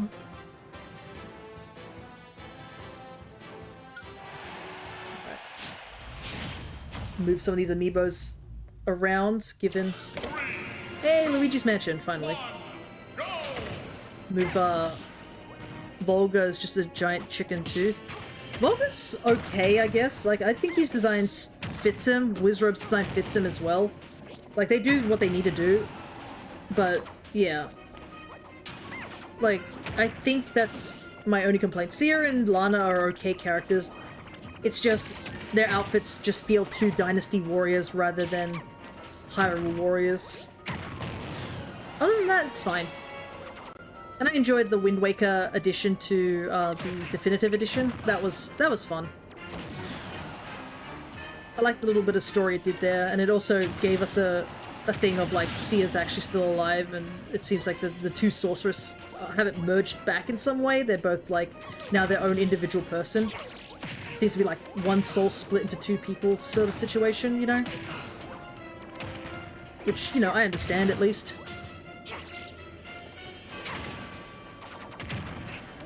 But I'd like to give a more clear-cut conclusion, because I'm pretty sure in the original Hyrule Warriors, I haven't actually beaten the full story because I never liked it playing as the villains. Yeah, I think Wizrobe was a character I didn't like playing as. Volga's okay. Sia, I think, is probably the more interesting out of the three to play as villains. Zant was awful to play as, if I remember. Girahim's okay. Ganondorf is probably the one that I'm alright with the most to play as the villains.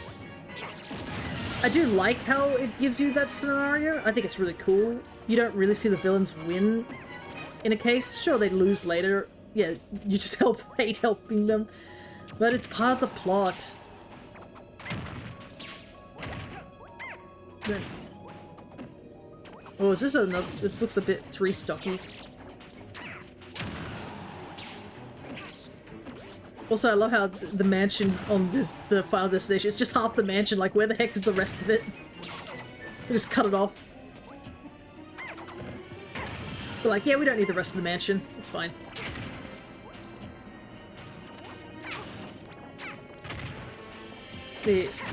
Yeah, but watching them fail is so satisfying. That's why I think I enjoyed it, because it felt more realistic in a way. Because...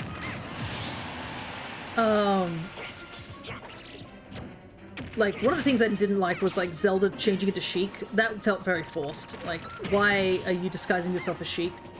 Doesn't make sense, because you're not, like, hiding from anything. That was one of my big concerns.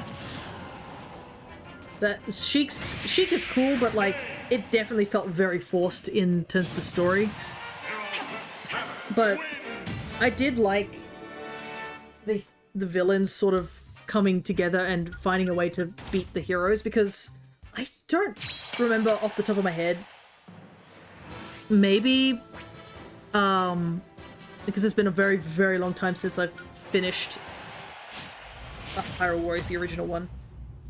But it definitely feels like Ganondorf came out of sort of nowhere and was also at full power, so it actually gave them a reason to fear Ganondorf, and having the heroes lose gives them more motivation and gives you more reason to, like, see these guys as an actual serious threat.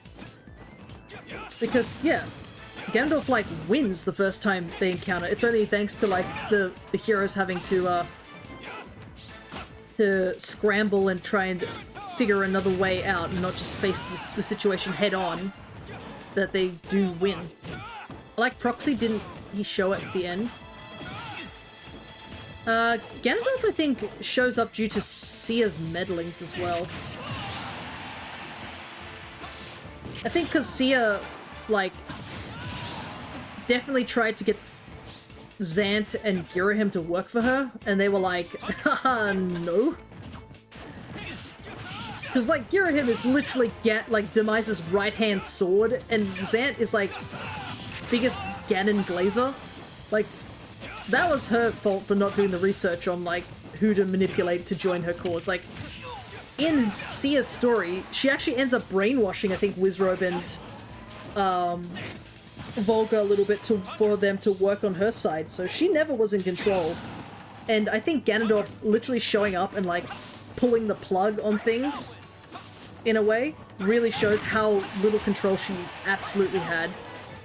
And that she was doomed from the start, honestly.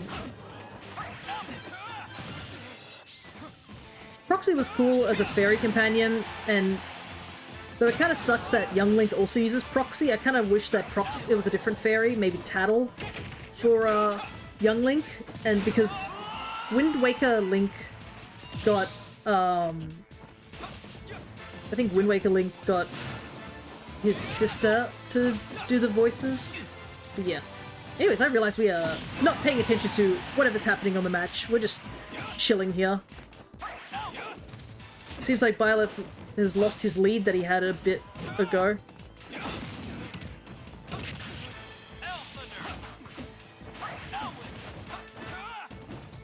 Byleth is definitely Byleth and Robin are definitely the most interesting of the Fire Emblem characters in this game.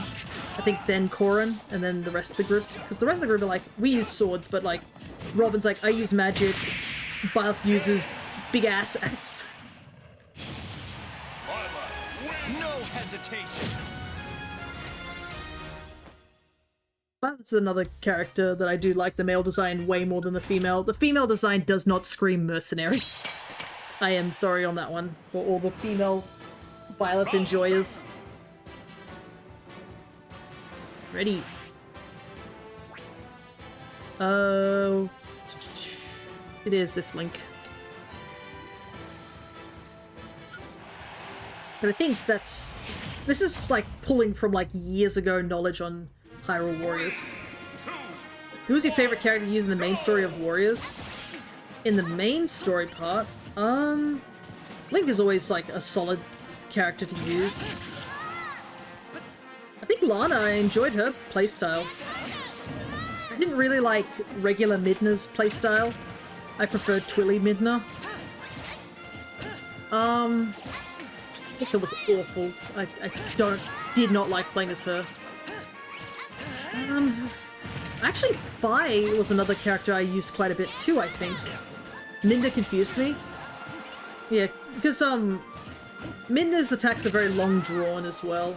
It wasn't too confusing, it's just like some of them was like, they were very big attacks and they often took a lot of time to charge up. You liked Impa? I don't think I really used Impa too much, unfortunately. Maybe next time if I ever play Hyrule Warriors again. But yeah, as soon as Young Link came into the picture, I was like, Young Link.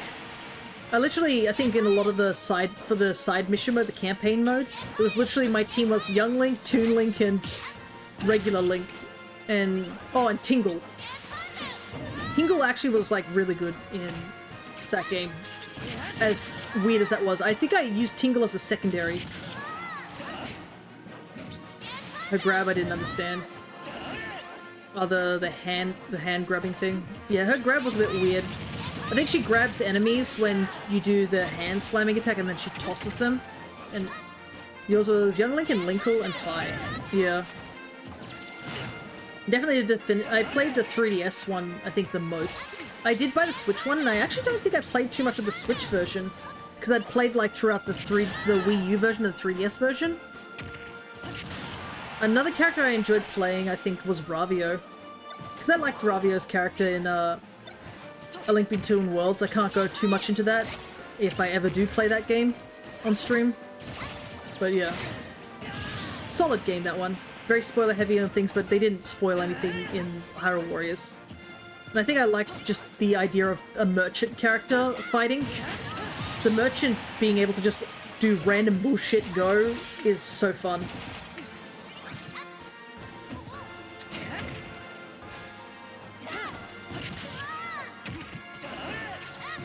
Back to even here. I am glad that a lot of the Amiibo fights have been very, they haven't been totally one-sided, which is always good.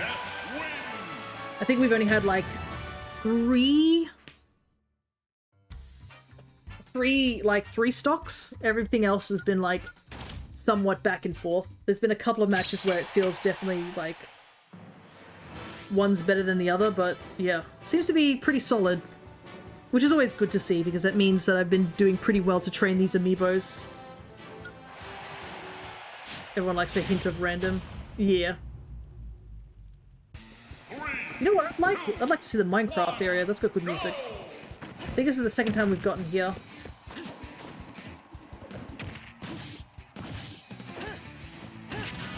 I'm also pretty sure I got those weirdos in the back too.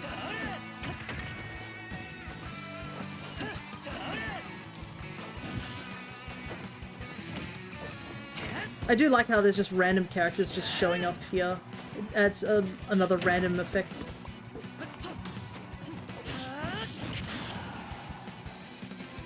Steve is having a bit of trouble getting in. Is that a KO? It is a KO. I think the platforms are not helping him out. Oh, I love this. I do love the little added thing of like, is it Freddy Krueger? I don't remember what the name of that guy is, but he's weird. That's all I know. And I believe the kid on the left side, I think that's supposed to be like Terry's son. I believe it's adopted son, but it is still his son. Obviously, the Terry's a bit young compared to this version of him, but I'm pretty sure... Is it Rock? I think his name's Rock.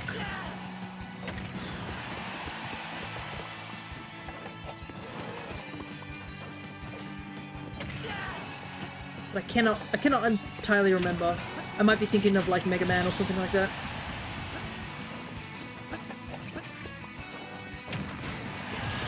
Alright. Steve has finally managed to take a stock here. It's looking very much in Link's favor right now.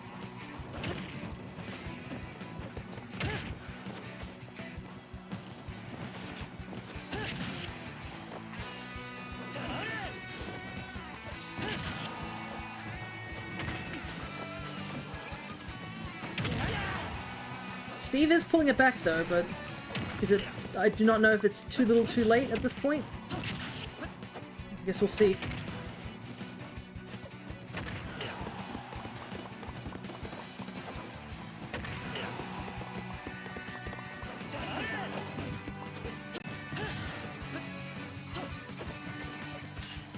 Oh, I think that's it. Sent that pixel boy into the stratosphere.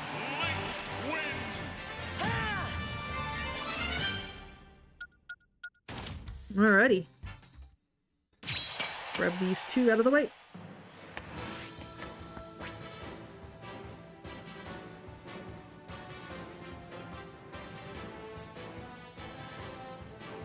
Getting down to the last few fights, that's for sure.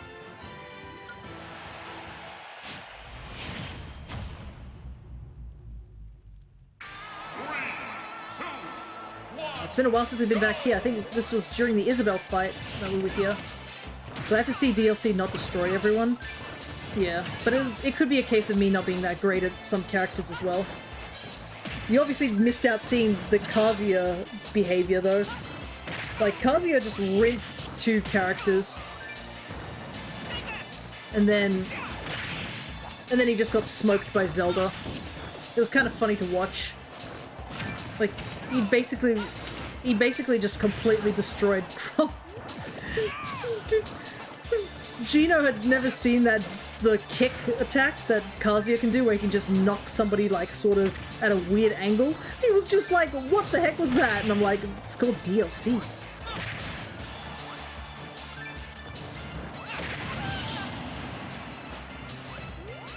I do love the little titles that this game gives for each of the characters in the background of this stage. It's so fun. Ooh, nice spike, but this is Villager, and Villager's like, don't care. He cares that time though.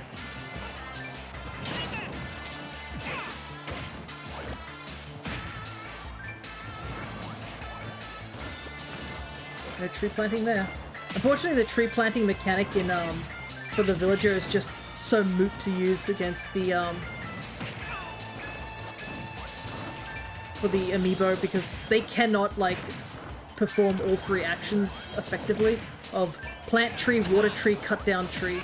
It's like a bit too much for them to really use.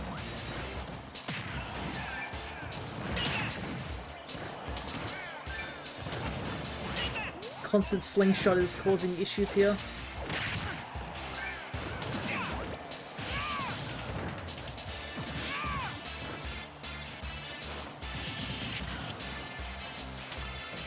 You like Snake and Pit's dialogue about the fighters? Yeah. I kind of wish that Snake got a little bit of an update, but it's understandable. They would just rip straight from Brawl. It does kind of suck that the DLC fighters don't have any any dialogue from the cast of Kid Icarus. But yeah, the Palutena's like guidance is always so fun. I remember just reacting, like watching all of them. And it's so funny because I believe they're taken from also the Wii U, some of the Wii U based ones. And it's made so much funnier in one of the dialogue things, I think, between Pit and Dark Pit, where Veridi mentions that the forces of nature have the lightning chariot, and then you get to this game and Pit's like, yeah, lightning chariot? Yeah, I'm borrowing it for a little while, don't worry about that. And uses it in his final smash rather than Dark Pit using it in his final smash. That kind of makes sense. I don't think Dark Pit wants to have any help from the gods, if possible. He's going to do everything his own way, which is understandable. Gods are fickle creatures after all in video games. Ooh, nice grab. Well, that back air could kill, but back to even. Ooh, nice spacing on that forward smash.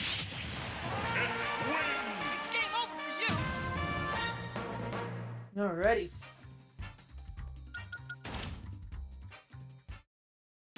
It has been a little while though since I've seen the guidances. I kind of should take a look at them again because some of them I did enjoy.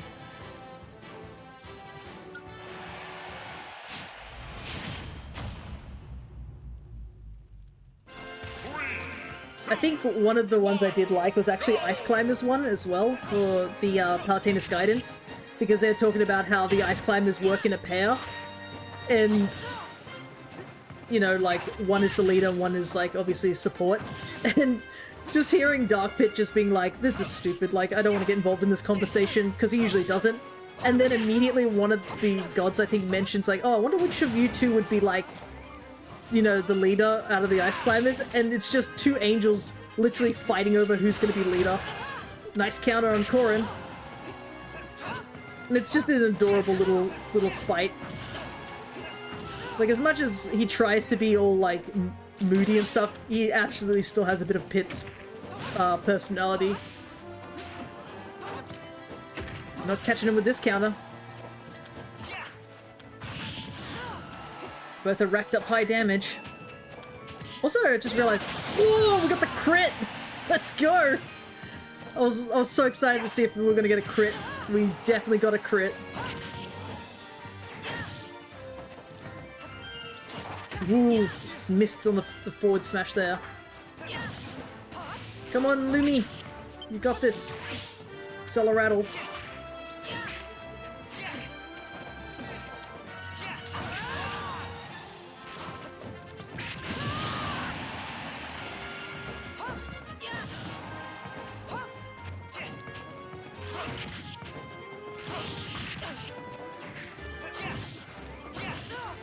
Not able to get any breathing room right now. Corrin is on the offensive. Nice spike. Ooh, caught him with the tip of the spear.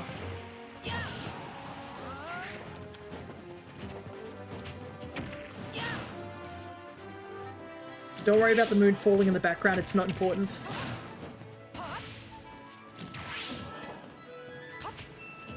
This is not getting anywhere. It also is so much funnier now that I've played a little bit more Dragon Quest that I actually know what the names of some of these spells are. Piranha Plant's just a long list of the species. Oh, okay. Judging if it's a plant, it's probably Viridi going off on them about that.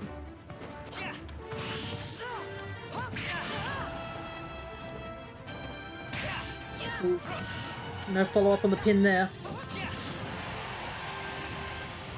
Luminary cannot get a kill. I should have taught him to use Kasap a bit more, because Kasap is a really good kill move. I like how Cryo's just like, yep. I've played enough Kid Icarus to know. Girl out here with 21 different ways of recycling. That went well. Alrighty.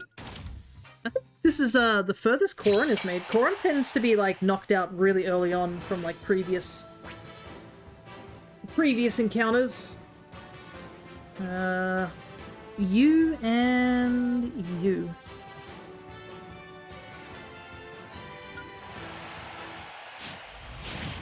The bird barely like fits in the screen. Also, fun fact, I guess. Oh, we're back here again. Give me Gal Plane. Come on. Anyways.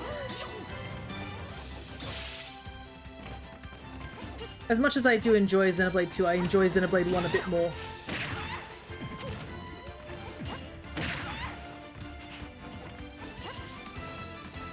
But, funnily enough, I didn't notice this because I was cleaning some of these amiibos of the dust.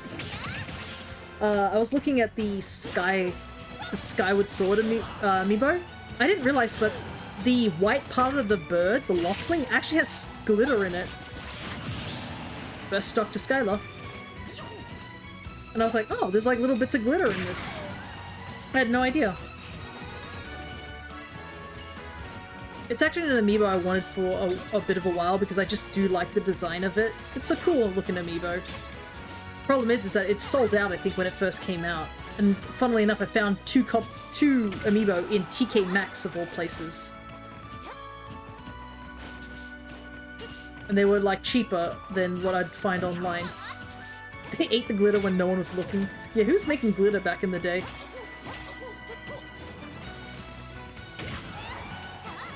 One thing that sucks about this, the battlegrounds, this Cloud Sea, I kind of wish the other characters showed up in the background. I mean, like, you were able to do that for the King of Fighter. Why couldn't you have some of the party members of 2 show up here on this tiny little platform?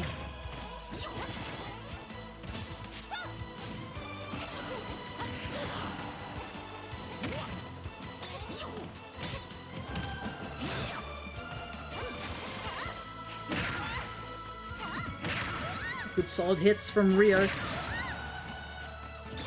Oh, but the light kick, sweet spot.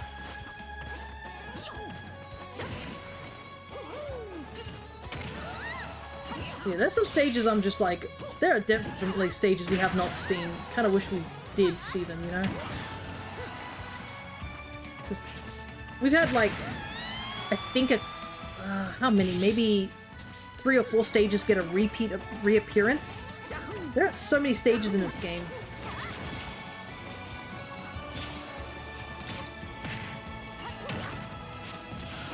Let us see some of those ones.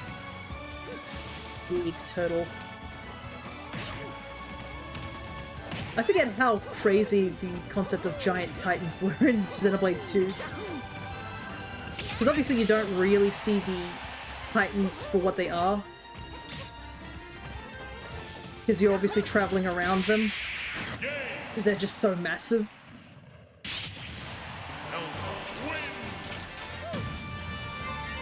Yeah, they're kind of crazy if you think about it. Alrighty. Might actually unplug my controller, even if it's not fully charged. It should be charged to a decent amount, so I don't have to reach over and hit the button every single time.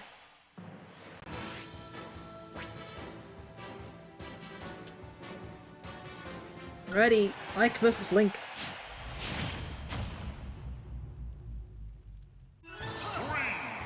We're back here again. See? This is the argument I just had. Oh well.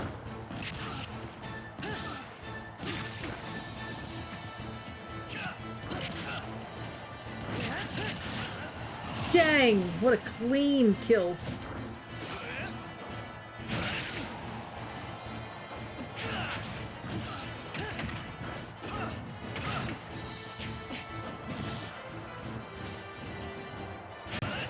Very solid string there. He's retaliating.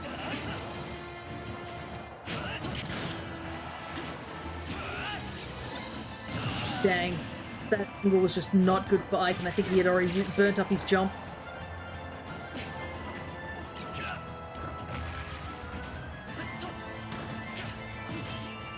Link is just not letting him in. This might be a 3-stock if he's not careful.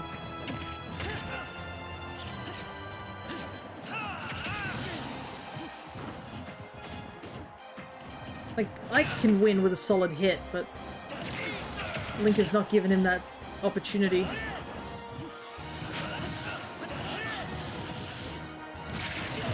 There goes.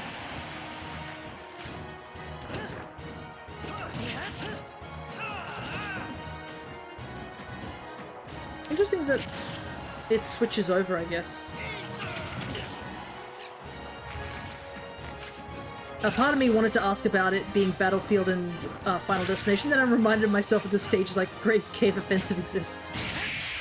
Yeah, that's pretty much it. Like, Great Cave Offensive... 75 meters would have been awful, that DK stage.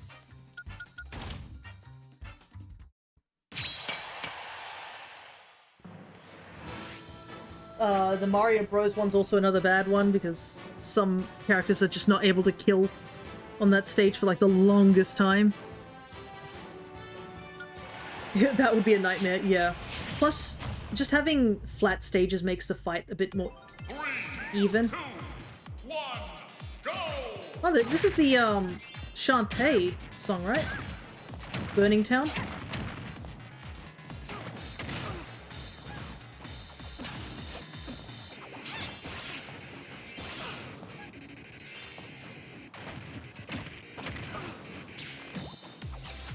Ooh, Stitch Face. Nice. Or any auto-scroller, yeah, pretty much. Spirit Tracks train, that messes up a lot of CPUs.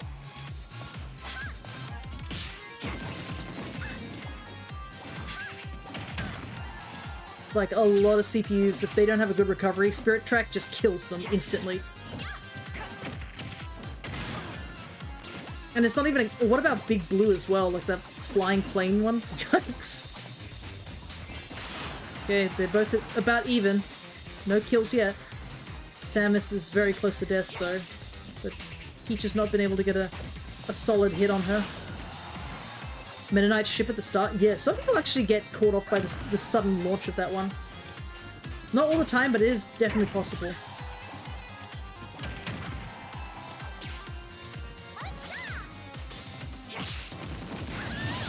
Right, first kill goes to Samus. And also having the randomized Battlefield and Final Destination stages allows me to just have all the different stages be used for all their music. Yeah, some stages give items, yeah. Some stages just have like stage hazards. Like the Metroid stage, it flips. Magicant has the Birdmen. Stuff like that.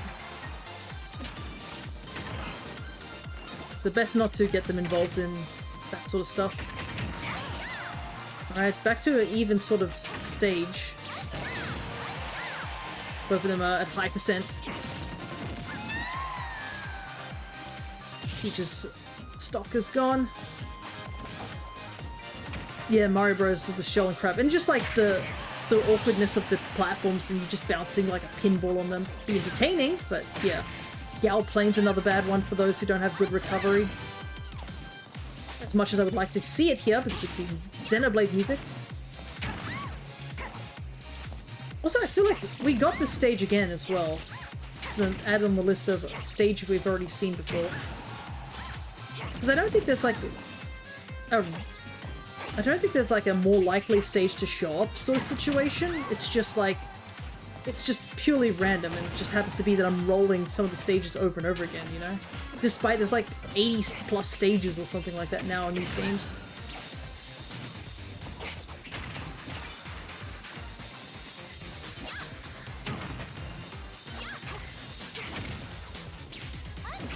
I'm trying to think of a stage I'd really like to see, besides obviously Gal Plane. There we go. Bit of a longer drawn out battle, but Samus takes the win here.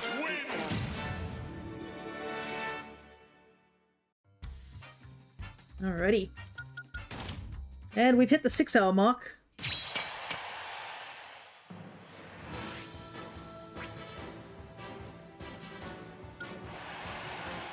Water does hurt some characters here. This feels a bit home field advantage-y. But we'll see how it goes.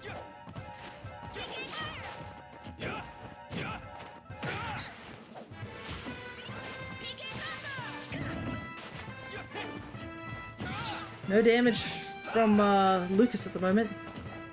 He seems to be more running than he is actually doing damage.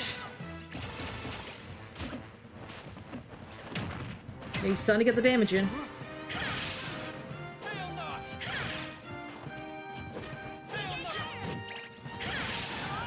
Violet has to be careful, because that, whilst the axe does a ton of damage, putting himself above Lucas is a very dangerous position. This must be Brawl Lucas? Maybe.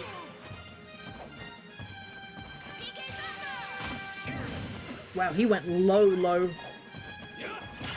Also, yeah, this song is definitely like...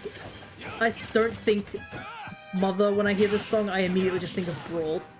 That one boss fight at the beginning when you first meet Lucas.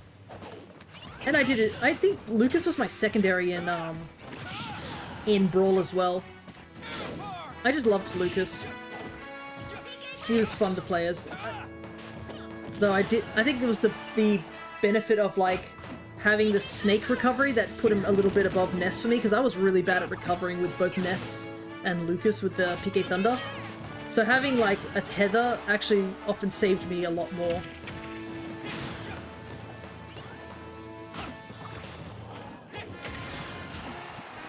Opinions on Subspace? Love it. That's my opinion on Subspace. As somebody who enjoyed like imagining scenarios of these characters doing all sorts of adventuring, like Subspace was basically made for me. It's like that one meme about the guy in the with the human holes in the walls. Like, this hole was made for me. That's kind of my opinion on Subspace. Yes, there are some parts that I wish were a little bit different, but I adored Subspace, and as much as I enjoyed World of Light as well, I just kind of wish there was a little bit of a way for it to be more like Subspace, but I do understand why Sakurai didn't choose for it to be like Subspace, because, I mean, the amount of characters we have in base game before they added like DLC was a big amount, and to have them all have a important role in the game would have been too difficult. Because even in Subspace, some characters got definitely shafted. Like, Luigi had barely any, like, presence until, like, the very end. Sonic didn't show up until the very end. But that was more on just the development side of things. World of Light felt like an event mission. It sort of did. It did have a little bit of story to it, and I enjoyed making up a story in my head, because I'm good at doing that. Ooh, the PK Thunder carry-off. Lucas was, definitely on the I think the back end at the beginning of the match, but then he pulled it almost completely. All right. Round 3. Round 3. Gina was here. Both these boys are doing all right. This is the Tears of the Kingdom link. But I'm forever grateful to Brawl, I guess. Like 18 years later. Hey, Darkbits theme, nice. 18 years later, still no one knows the full plot of it. I think for World of Light, I think the plot is pretty simple. It seems to be just like two higher beings attempting to like battle it out, wanting something that the other one gets rid of. Oh, Subspace? I think that Subspace had like some sort of plot written in the background, like you had to look in the manual or something like that. It was like not fully explained, like how apparently Game & Watch had some sort of subspace like material within his body, and that's why he was captured early on, so the main villain could start like taking over using that material. I think the plot of Subspace is like otherworldly creature tries to play God. Because, I mean, they often seem to describe the characters more like almost like Amiibo-like in like the games, where they're more like figurines because they get transformed into figurines, so they're like not the real characters but more like characters that are based on the characters. That's complicated at all. So yeah, it was just one person attempting. Like, how the hell did DDD get those medals for the trophies? I believe, from what I remember reading somewhere, DDD was actually working with Bowser and Ganondorf pretty early on. Like, before the story even started. And then he started seeing, like, what was actually happening, and he was like, oh shoot, I'm on the wrong side of this. Because, like, DDD is not evil. Like, even in the Kirby games, he's just like, not a great guy. Technically, in the early games, before he becomes Kirby's, like, ally. He's just like, I steal food. Like, literally that was most of, like, DDD. But I think DDD has been shown to, like, make stuff. Like, he made his own hammer, and he's, like, at least has some sort of knowledge on, like, creating stuff, so that's how I can see it. And I think because he had the head start of, like, knowing what Taboo's plan was. He was like, I've got to make a fail-safe, like, just in case this guy turns on me. That's kind of what I think the thing was. Night of the Wind. I don't hear this song too often.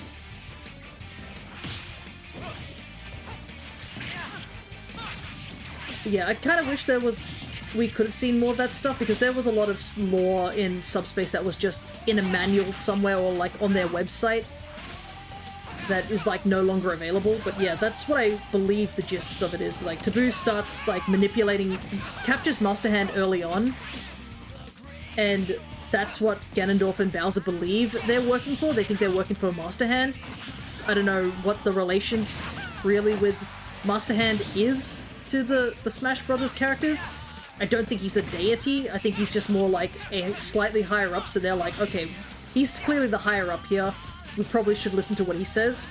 So that's kind of why they agreed to work with him, even though it probably we're also evil, so we might as well be evil, sort of thing.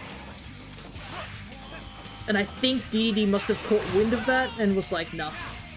Almost everything about the plot is like guesswork without the manual. Sort of, yeah. I think you can get the general gist of like it. They did a pretty good job considering like none of the characters speak. I think that's a pretty big achievement. Like, that you still get a good chunk of the story understanding, even though you don't have characters that are talking. Heck, this is like before the period before like Pit had a proper voice actor, because he had a different voice actor, I believe. I think he had Lucas's voice actor back in Brawl before like Uprising and stuff like that. And he has a much more fleshed out personality once Uprising happened. But yeah, besides that, like, despite the fact that they didn't have any voice, like, real talking and stuff, because obviously not all the characters speak. Like, Link doesn't speak at all normally. Yoshi's not going to speak. So them being able to, like, portray and get most of the story, like, explained without words is still pretty big of a task.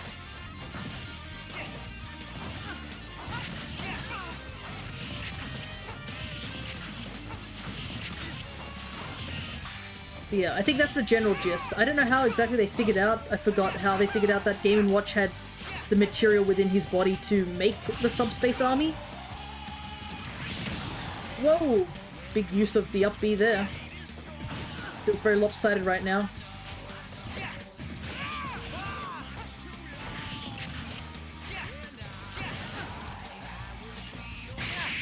Ah, unfortunate. I think if he didn't land on that platform, he wouldn't have been caught by that.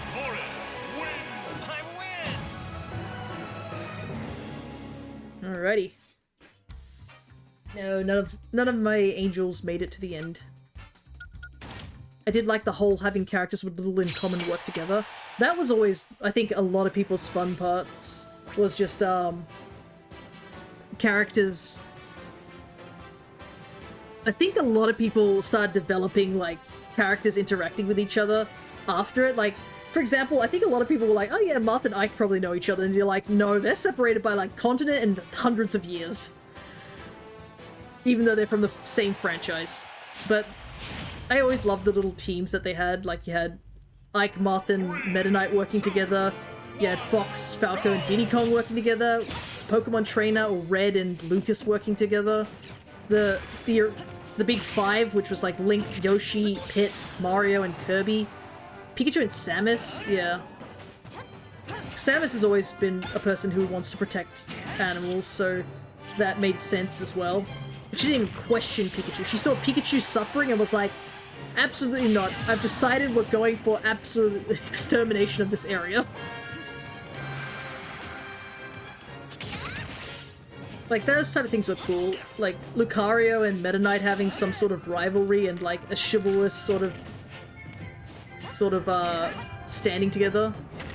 Yeah, Pikachu was being turned into a battery. That was pretty much, like, that was fucked up. Like, you, like, think about it for a bit longer and then you realize, like, damn, not only was this, like, that's awful, but, like, we don't know how long Pikachu was captured for, because the battery's almost full by the time Samus gets there. So the implications is, like, Pikachu was there for quite a while.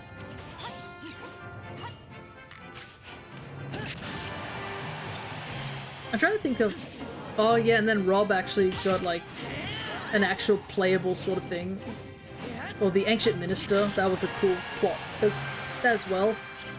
The whole scene of the escape of Meta Knight's ship, the Halberd, with Peach and Sheik is so funny. That's such a funny scene of just like Fox attempting to destroy the cannons, accidentally hits like a single hair on Peach's head by pure accident.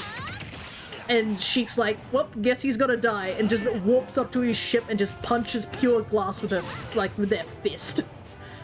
And then Peach is like, no, it's all a misunderstanding. Let's just sort this out with a cup of tea. And Fox is like, what? Where did you... Wait, how did Sheik get a cup of tea? Oh, well, I guess I'll take some. Like, Peach is so funny in Subspace. Girl has, like, no sense... I don't think she has any sense of danger in that, like... in that adventure. But then again, she gets a kidnapped constantly. She's like, ah, yes, another Tuesday for me. Like, girl did not care. And it's great. Alrighty.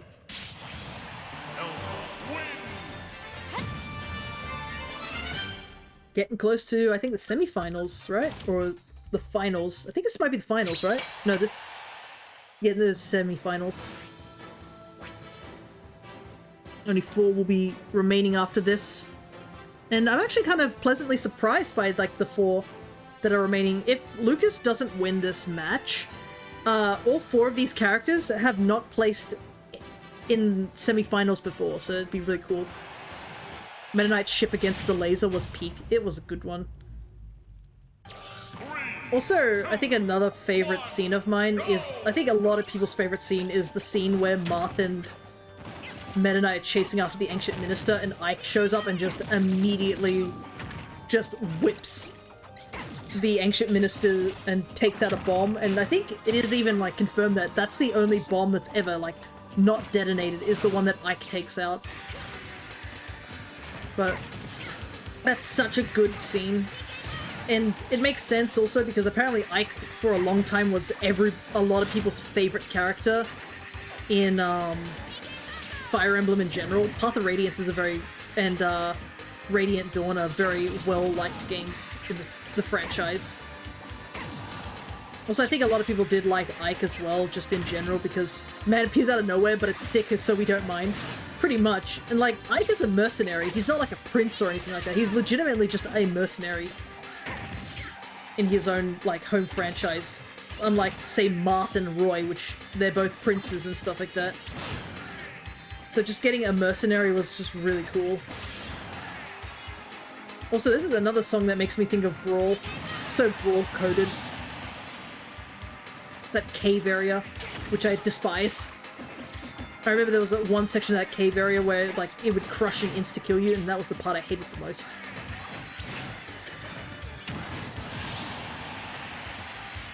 I want a Subspace remake. It would be so cool to see it, like... I don't know how they would do it, like... It would be really cool if they just managed to modernize, like, the characters a bit. And redo it in a way, but I know that Sakurai's not interested in making another Subspace because of what happened with the YouTube side of things, where the game came out and all the YouTube videos of, like, Subspace were leaked immediately and put on a, like, a playlist on YouTube, and he did not like that. Which I do understand, because, I mean, they put a lot of work in, and I guess he wanted people to, like, play the game to experience these cutscenes rather than someone just watching the cutscenes that they worked on. I know it's unrealistic, but it's understandable. But it would be cool to see just, like, the characters in the, like, the ultimate render. Because obviously some characters look a lot different. Like, it'd be a bit weird, like Zelda, for example. She's, like, totally different. Link is also another one that would be a bit weird because it's not Twilight Princess Link anymore. But, like, even, like, some characters that have definitely gone through a visual, like, change, like, Pit and Palutena look a lot different. Ouch. Because I think Palutena looks more of her old design, or, like, she looks very, odd, if I remember rightly. But, yeah, I think both of them had their updated designs by the time Brawl came out. Oh no! He SD'd! Oh, unfortunate. That was literally just getting hit by the stage. I think the stage killed him more than anything, because like he bounced on a weird angle and he wasn't able to get the second PK Thunder. Finals.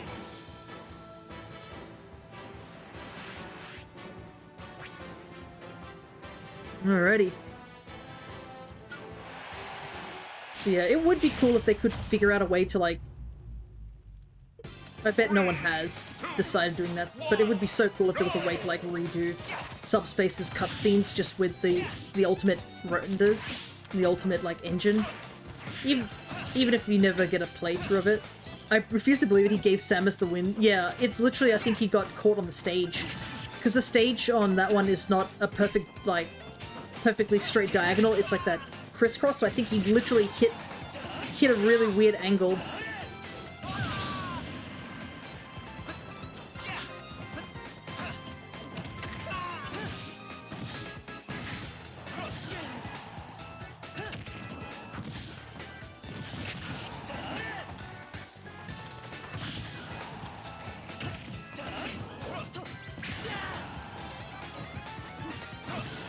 Yeah, I don't think Samus got the real win on that one either myself. It was literally just...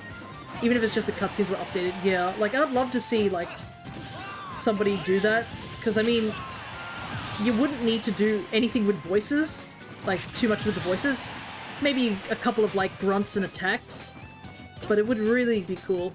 Heck, you don't even need to use ultimates, like, engine. You could even use, like, what? You could possibly use... Could you possibly use 4's engine? Like, Smash Bros. 4? That would at least give you, like, the Zelda and stuff like that. Because the Zelda characters were all Twilight Princess based except for Toon Link.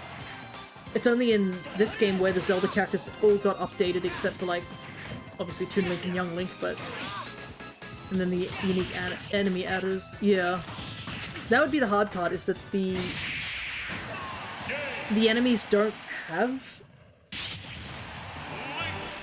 current renders.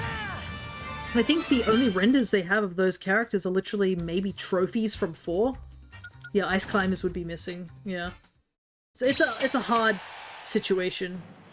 So you'd have to do, I think you'd have to do Ultimate because everybody's here, but you would have to sacrifice the idea of like it being Twilight Princess, Link, and Zelda, and Ganondorf, and that's kind of it. 3, 2, 1, go! Yeah, Ice Climbers would be missing in Wolf, yeah. And like I said, I prefer Ultimate's engine design than 4. 4 felt a little, like looking back at 4, it feels a little bit plasticky. I don't know what it is, shiny. I think Ultimate's engine is just so much nicer. And also, like, some characters just look a lot better in this style. I think, like, for example, Twilight Princess Link looked kind of awful in Smash 4. Which really sucks because Twilight Princess Link is supposed to be quite a nice looking guy in design. I don't know if he's my favorite Link design, but he's a pretty solid Link design, and Smash 4's Twilight Princess looked really odd. I don't know if it was just like the hyper, like, eyeliner or like the facial expressions, but yeah, he looked a lot better in Brawl. But I think it might be just the issue of like Twilight Princess being in a grittier art style to begin with. It didn't translate well for Smash 4. That's kind of my thoughts. This sounds like a SpongeBob track rather than a Yoshi track.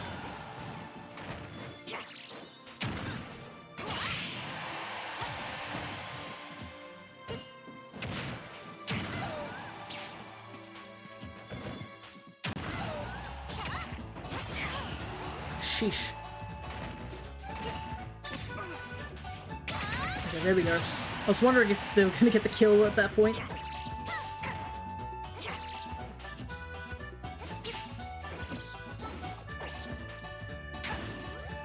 But let's see how it goes, because it could be literally 2 Zelda characters against each other, or it could be Samus against Link. But right now, Samus is doing quite well.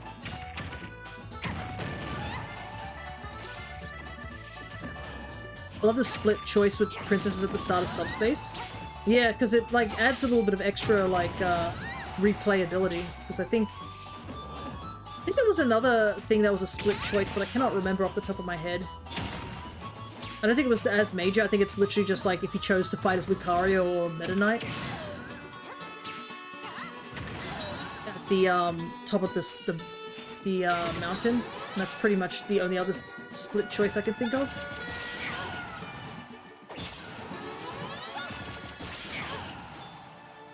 Samus has got to get the kill, or the Rage is going to kill.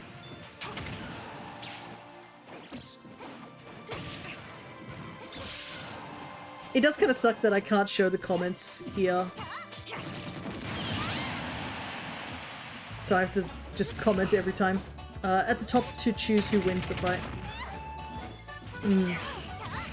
Whoop. I think Zelda's turning it around. Ooh.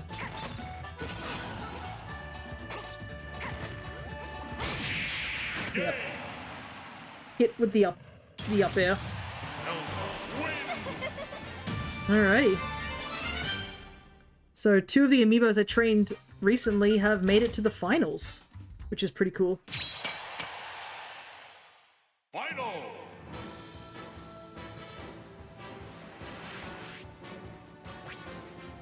Alrighty, here we go. And then we'll have to decide how to get the last 3 to battle. 3, 2, Oh my goodness. 1, go! Interesting choice of final arena and music. But we're starting off strong. Both sides seem to be pretty even. But Zelda does have big damage output. Link's catching up though. Link's got those hefty, big damaging smash attacks, but so does Zelda. Link's taking a ton of damage from that down air. He does get the first kill. Ooh, that might be a mistake.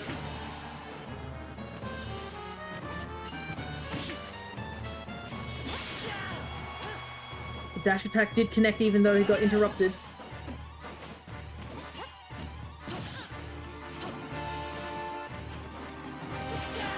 At this point, Link is so damaged that he can only do chip damage at the moment without risking death. Right, stocks are now 2-2. Link does still have a bit of the lead. Ooh, what a solid catch on the up smash. The platforms are definitely helping Link in this situation. I think Zelda does a little bit better without platforms. Good chip damage from the up tilt.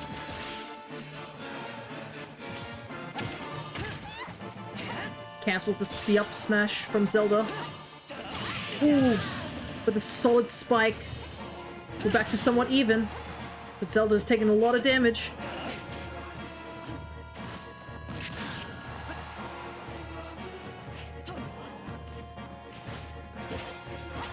Zelda's starting to chip. Link has got her at 100. It's looking in Link's favor. He needs a solid aerial. And he kills with the up B. Let's go. And this particular amiibo has finally won his first tournament.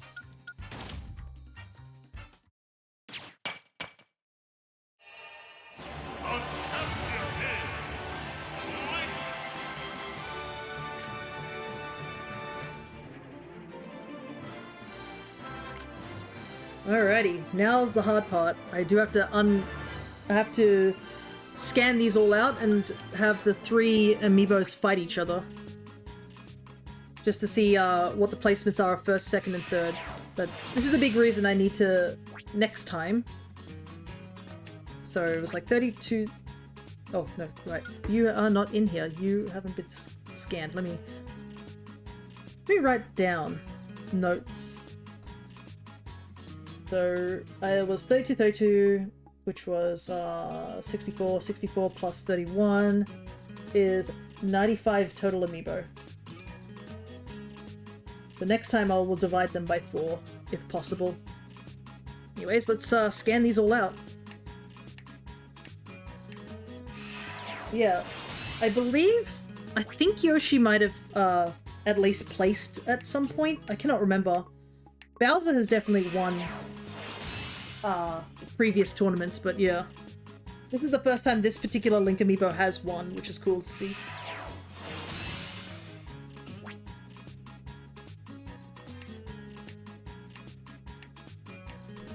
Why does this sound like subspace music? I believe it's an acoustic theme from Brawl.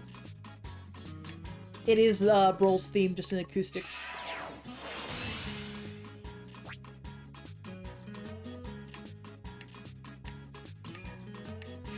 I thought it would be a good one to have. My other favorite one is I think Smash 64. They're both good musics to have as a background music during the intermission of the matches.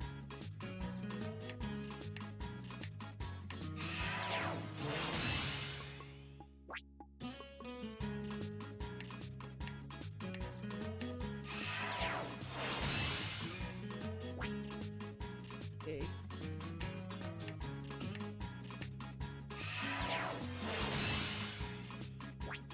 Yeah, I think what I'll do is I'll just go into a regular Smash mode and have them battle each other. Wow, we're almost at the 7-hour mark. Holy hell. Somebody's not going to be pleased with me. They'll be like, why'd you take so long? I'm like, I knew this was going to take long. Thankfully, this is on a holiday, so... What I forgot to do was bring up the trophy, which is a rabbit that I have for Easter. I'll just have to take a picture of it later.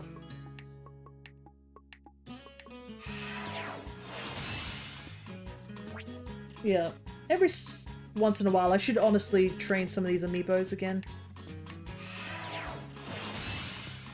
But I think they all do pretty well. I think the only one that I would say is like, wow, this Amiibo really needs to be retrained is like Pichu or something. Some of them are like, yeah, I could probably retrain them so they don't jump around as much and stuff like that.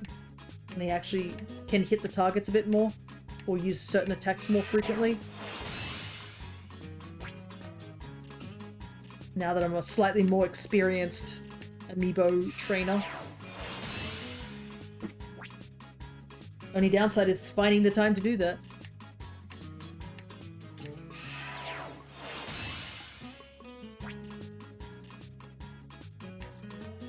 Yeah, I'm gonna be exhausted for the rest of the day, like... I think my throat's a little bit shot from, like, talking for so long. I don't usually go for this long on a stream. I think I've been, like, yapping out. I don't even have anything to drink right now. I've already finished it off. I'll have to grab it after stream.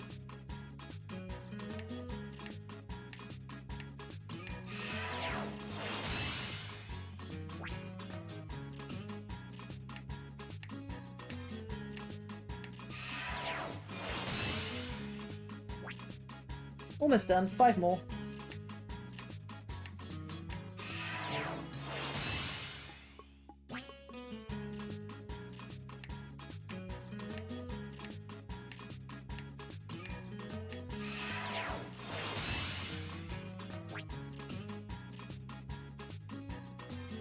Grab the last of my Amiibos.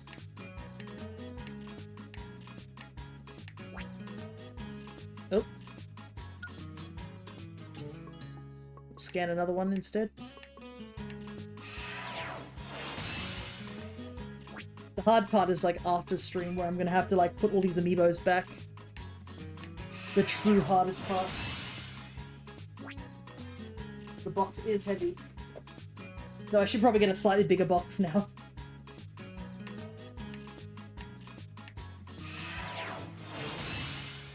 Alrighty. I do not know how I'm gonna do this because we do not have much time. Where's somewhere we didn't go? We didn't go to the Hollow Bastion. Why don't we go there?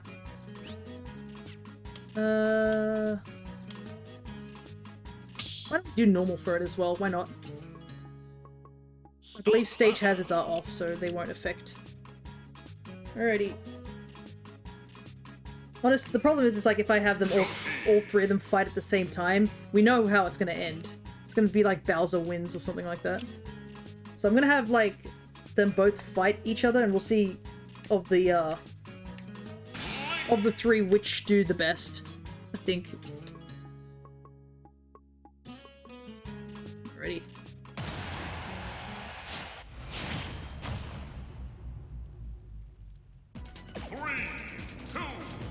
Yummy ship. And I was surprised we didn't get this stage at all, I don't think. It kind of sucks, it's a really pretty stage from my vague knowledge of Kingdom Hearts and not knowing anything about it. I just think it looks visually pleasing. Ooh, did he take the jump? He did.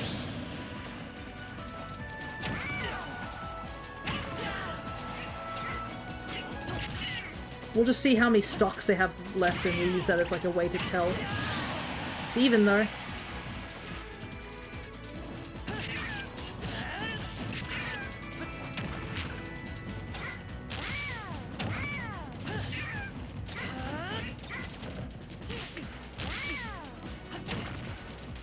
Apparently that Jumpy's only form of recovery, yeah, managed to take it away. At least the egg throw actually gives him a little bit of a lift. In the previous games, apparently, it didn't even give him, like, a little bit of a lift at all, so he technically got it slightly buffed.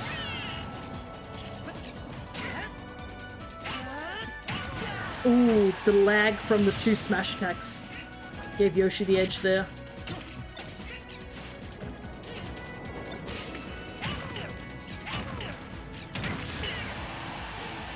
And the bomb actually helped out there for Link to get Yoshi off him. Alright, both of them are on 1-1. Ooh, a voice crack too. Oof.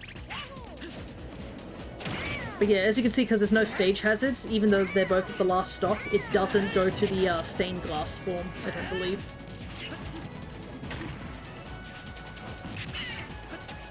But apparently stained glass is considered the a stage hazard?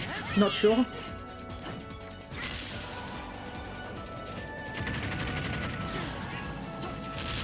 Ooh. Last hit situation for both. But Yoshi's massive forward smash takes it. Yoshi wins.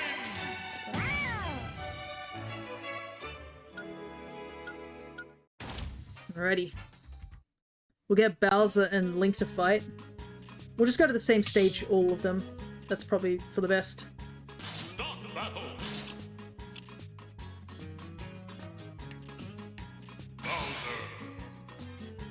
Unfortunately, both of them basically ended on one stock each, so it's very hard to tell. I'll just have to keep stocks and wins in mind. 2, 1, go! Alrighty. Match starts again. Bowser immediately takes the lead, though.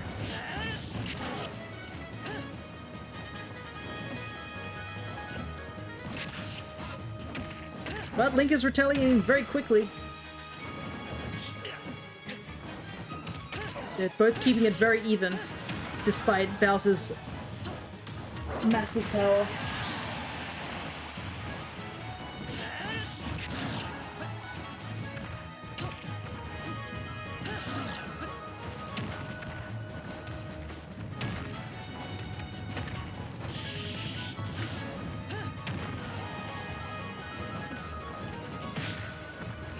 Big damage.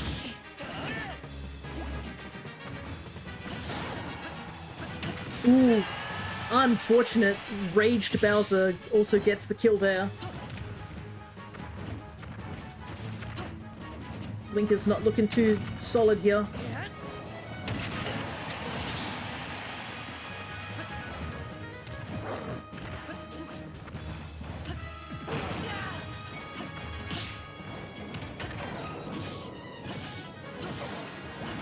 A little bit of juggling. But Link is at a massive disadvantage, being a whole stock down. He also gets taken out by another forward smash. So we're probably going to say Link is in third place out of the three.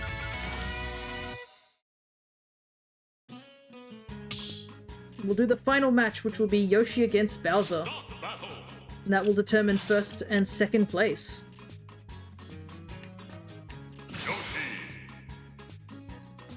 And then we can finally close out this stream. This very, very long stream. 3, 2, 1, go!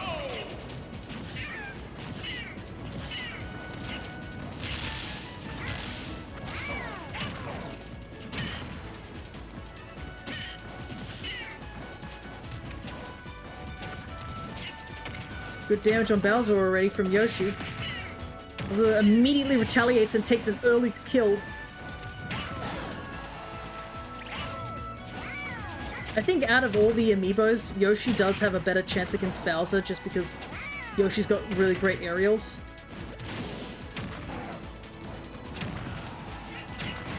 Nice clean string there.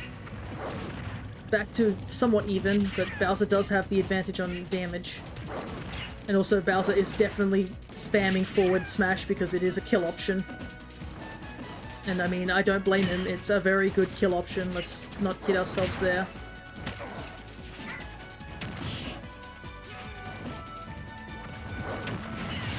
As we see it there.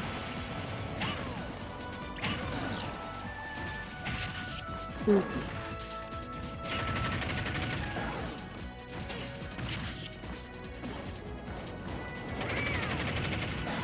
Big damage, but Yoshi has to kill.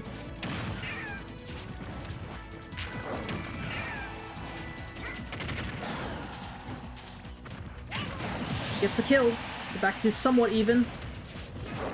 But Bowser needs just one solid forward smash and that will be it. Yoshi's got a ways to climb. Ooh, nice parry. Ooh, but it might not be enough.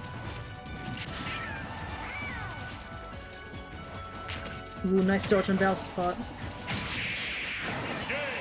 Was not enough. I think Yoshi was going for an up smash, but it was not enough to take the kill. Alrighty. And that is it. So our winner for, I guess, the tournament is going to be Bowser.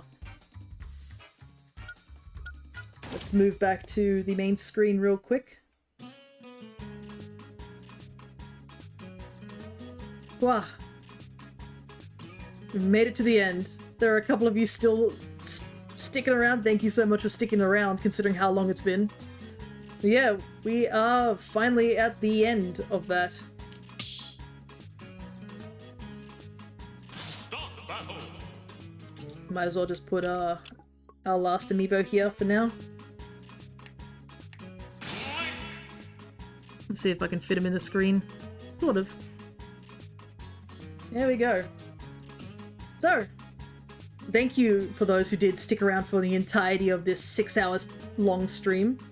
Definitely appreciate it. And yeah, definitely enjoy doing this every year because the results are always so varied.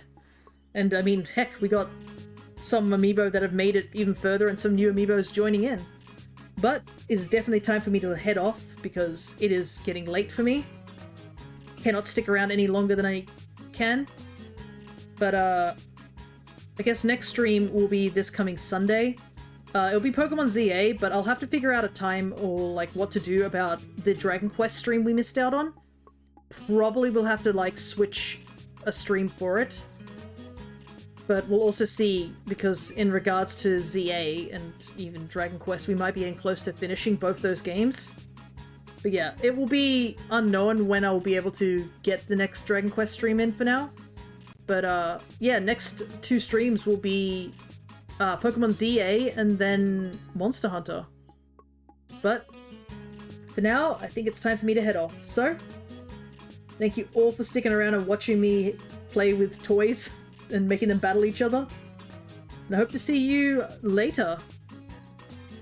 So until next time, take care everybody.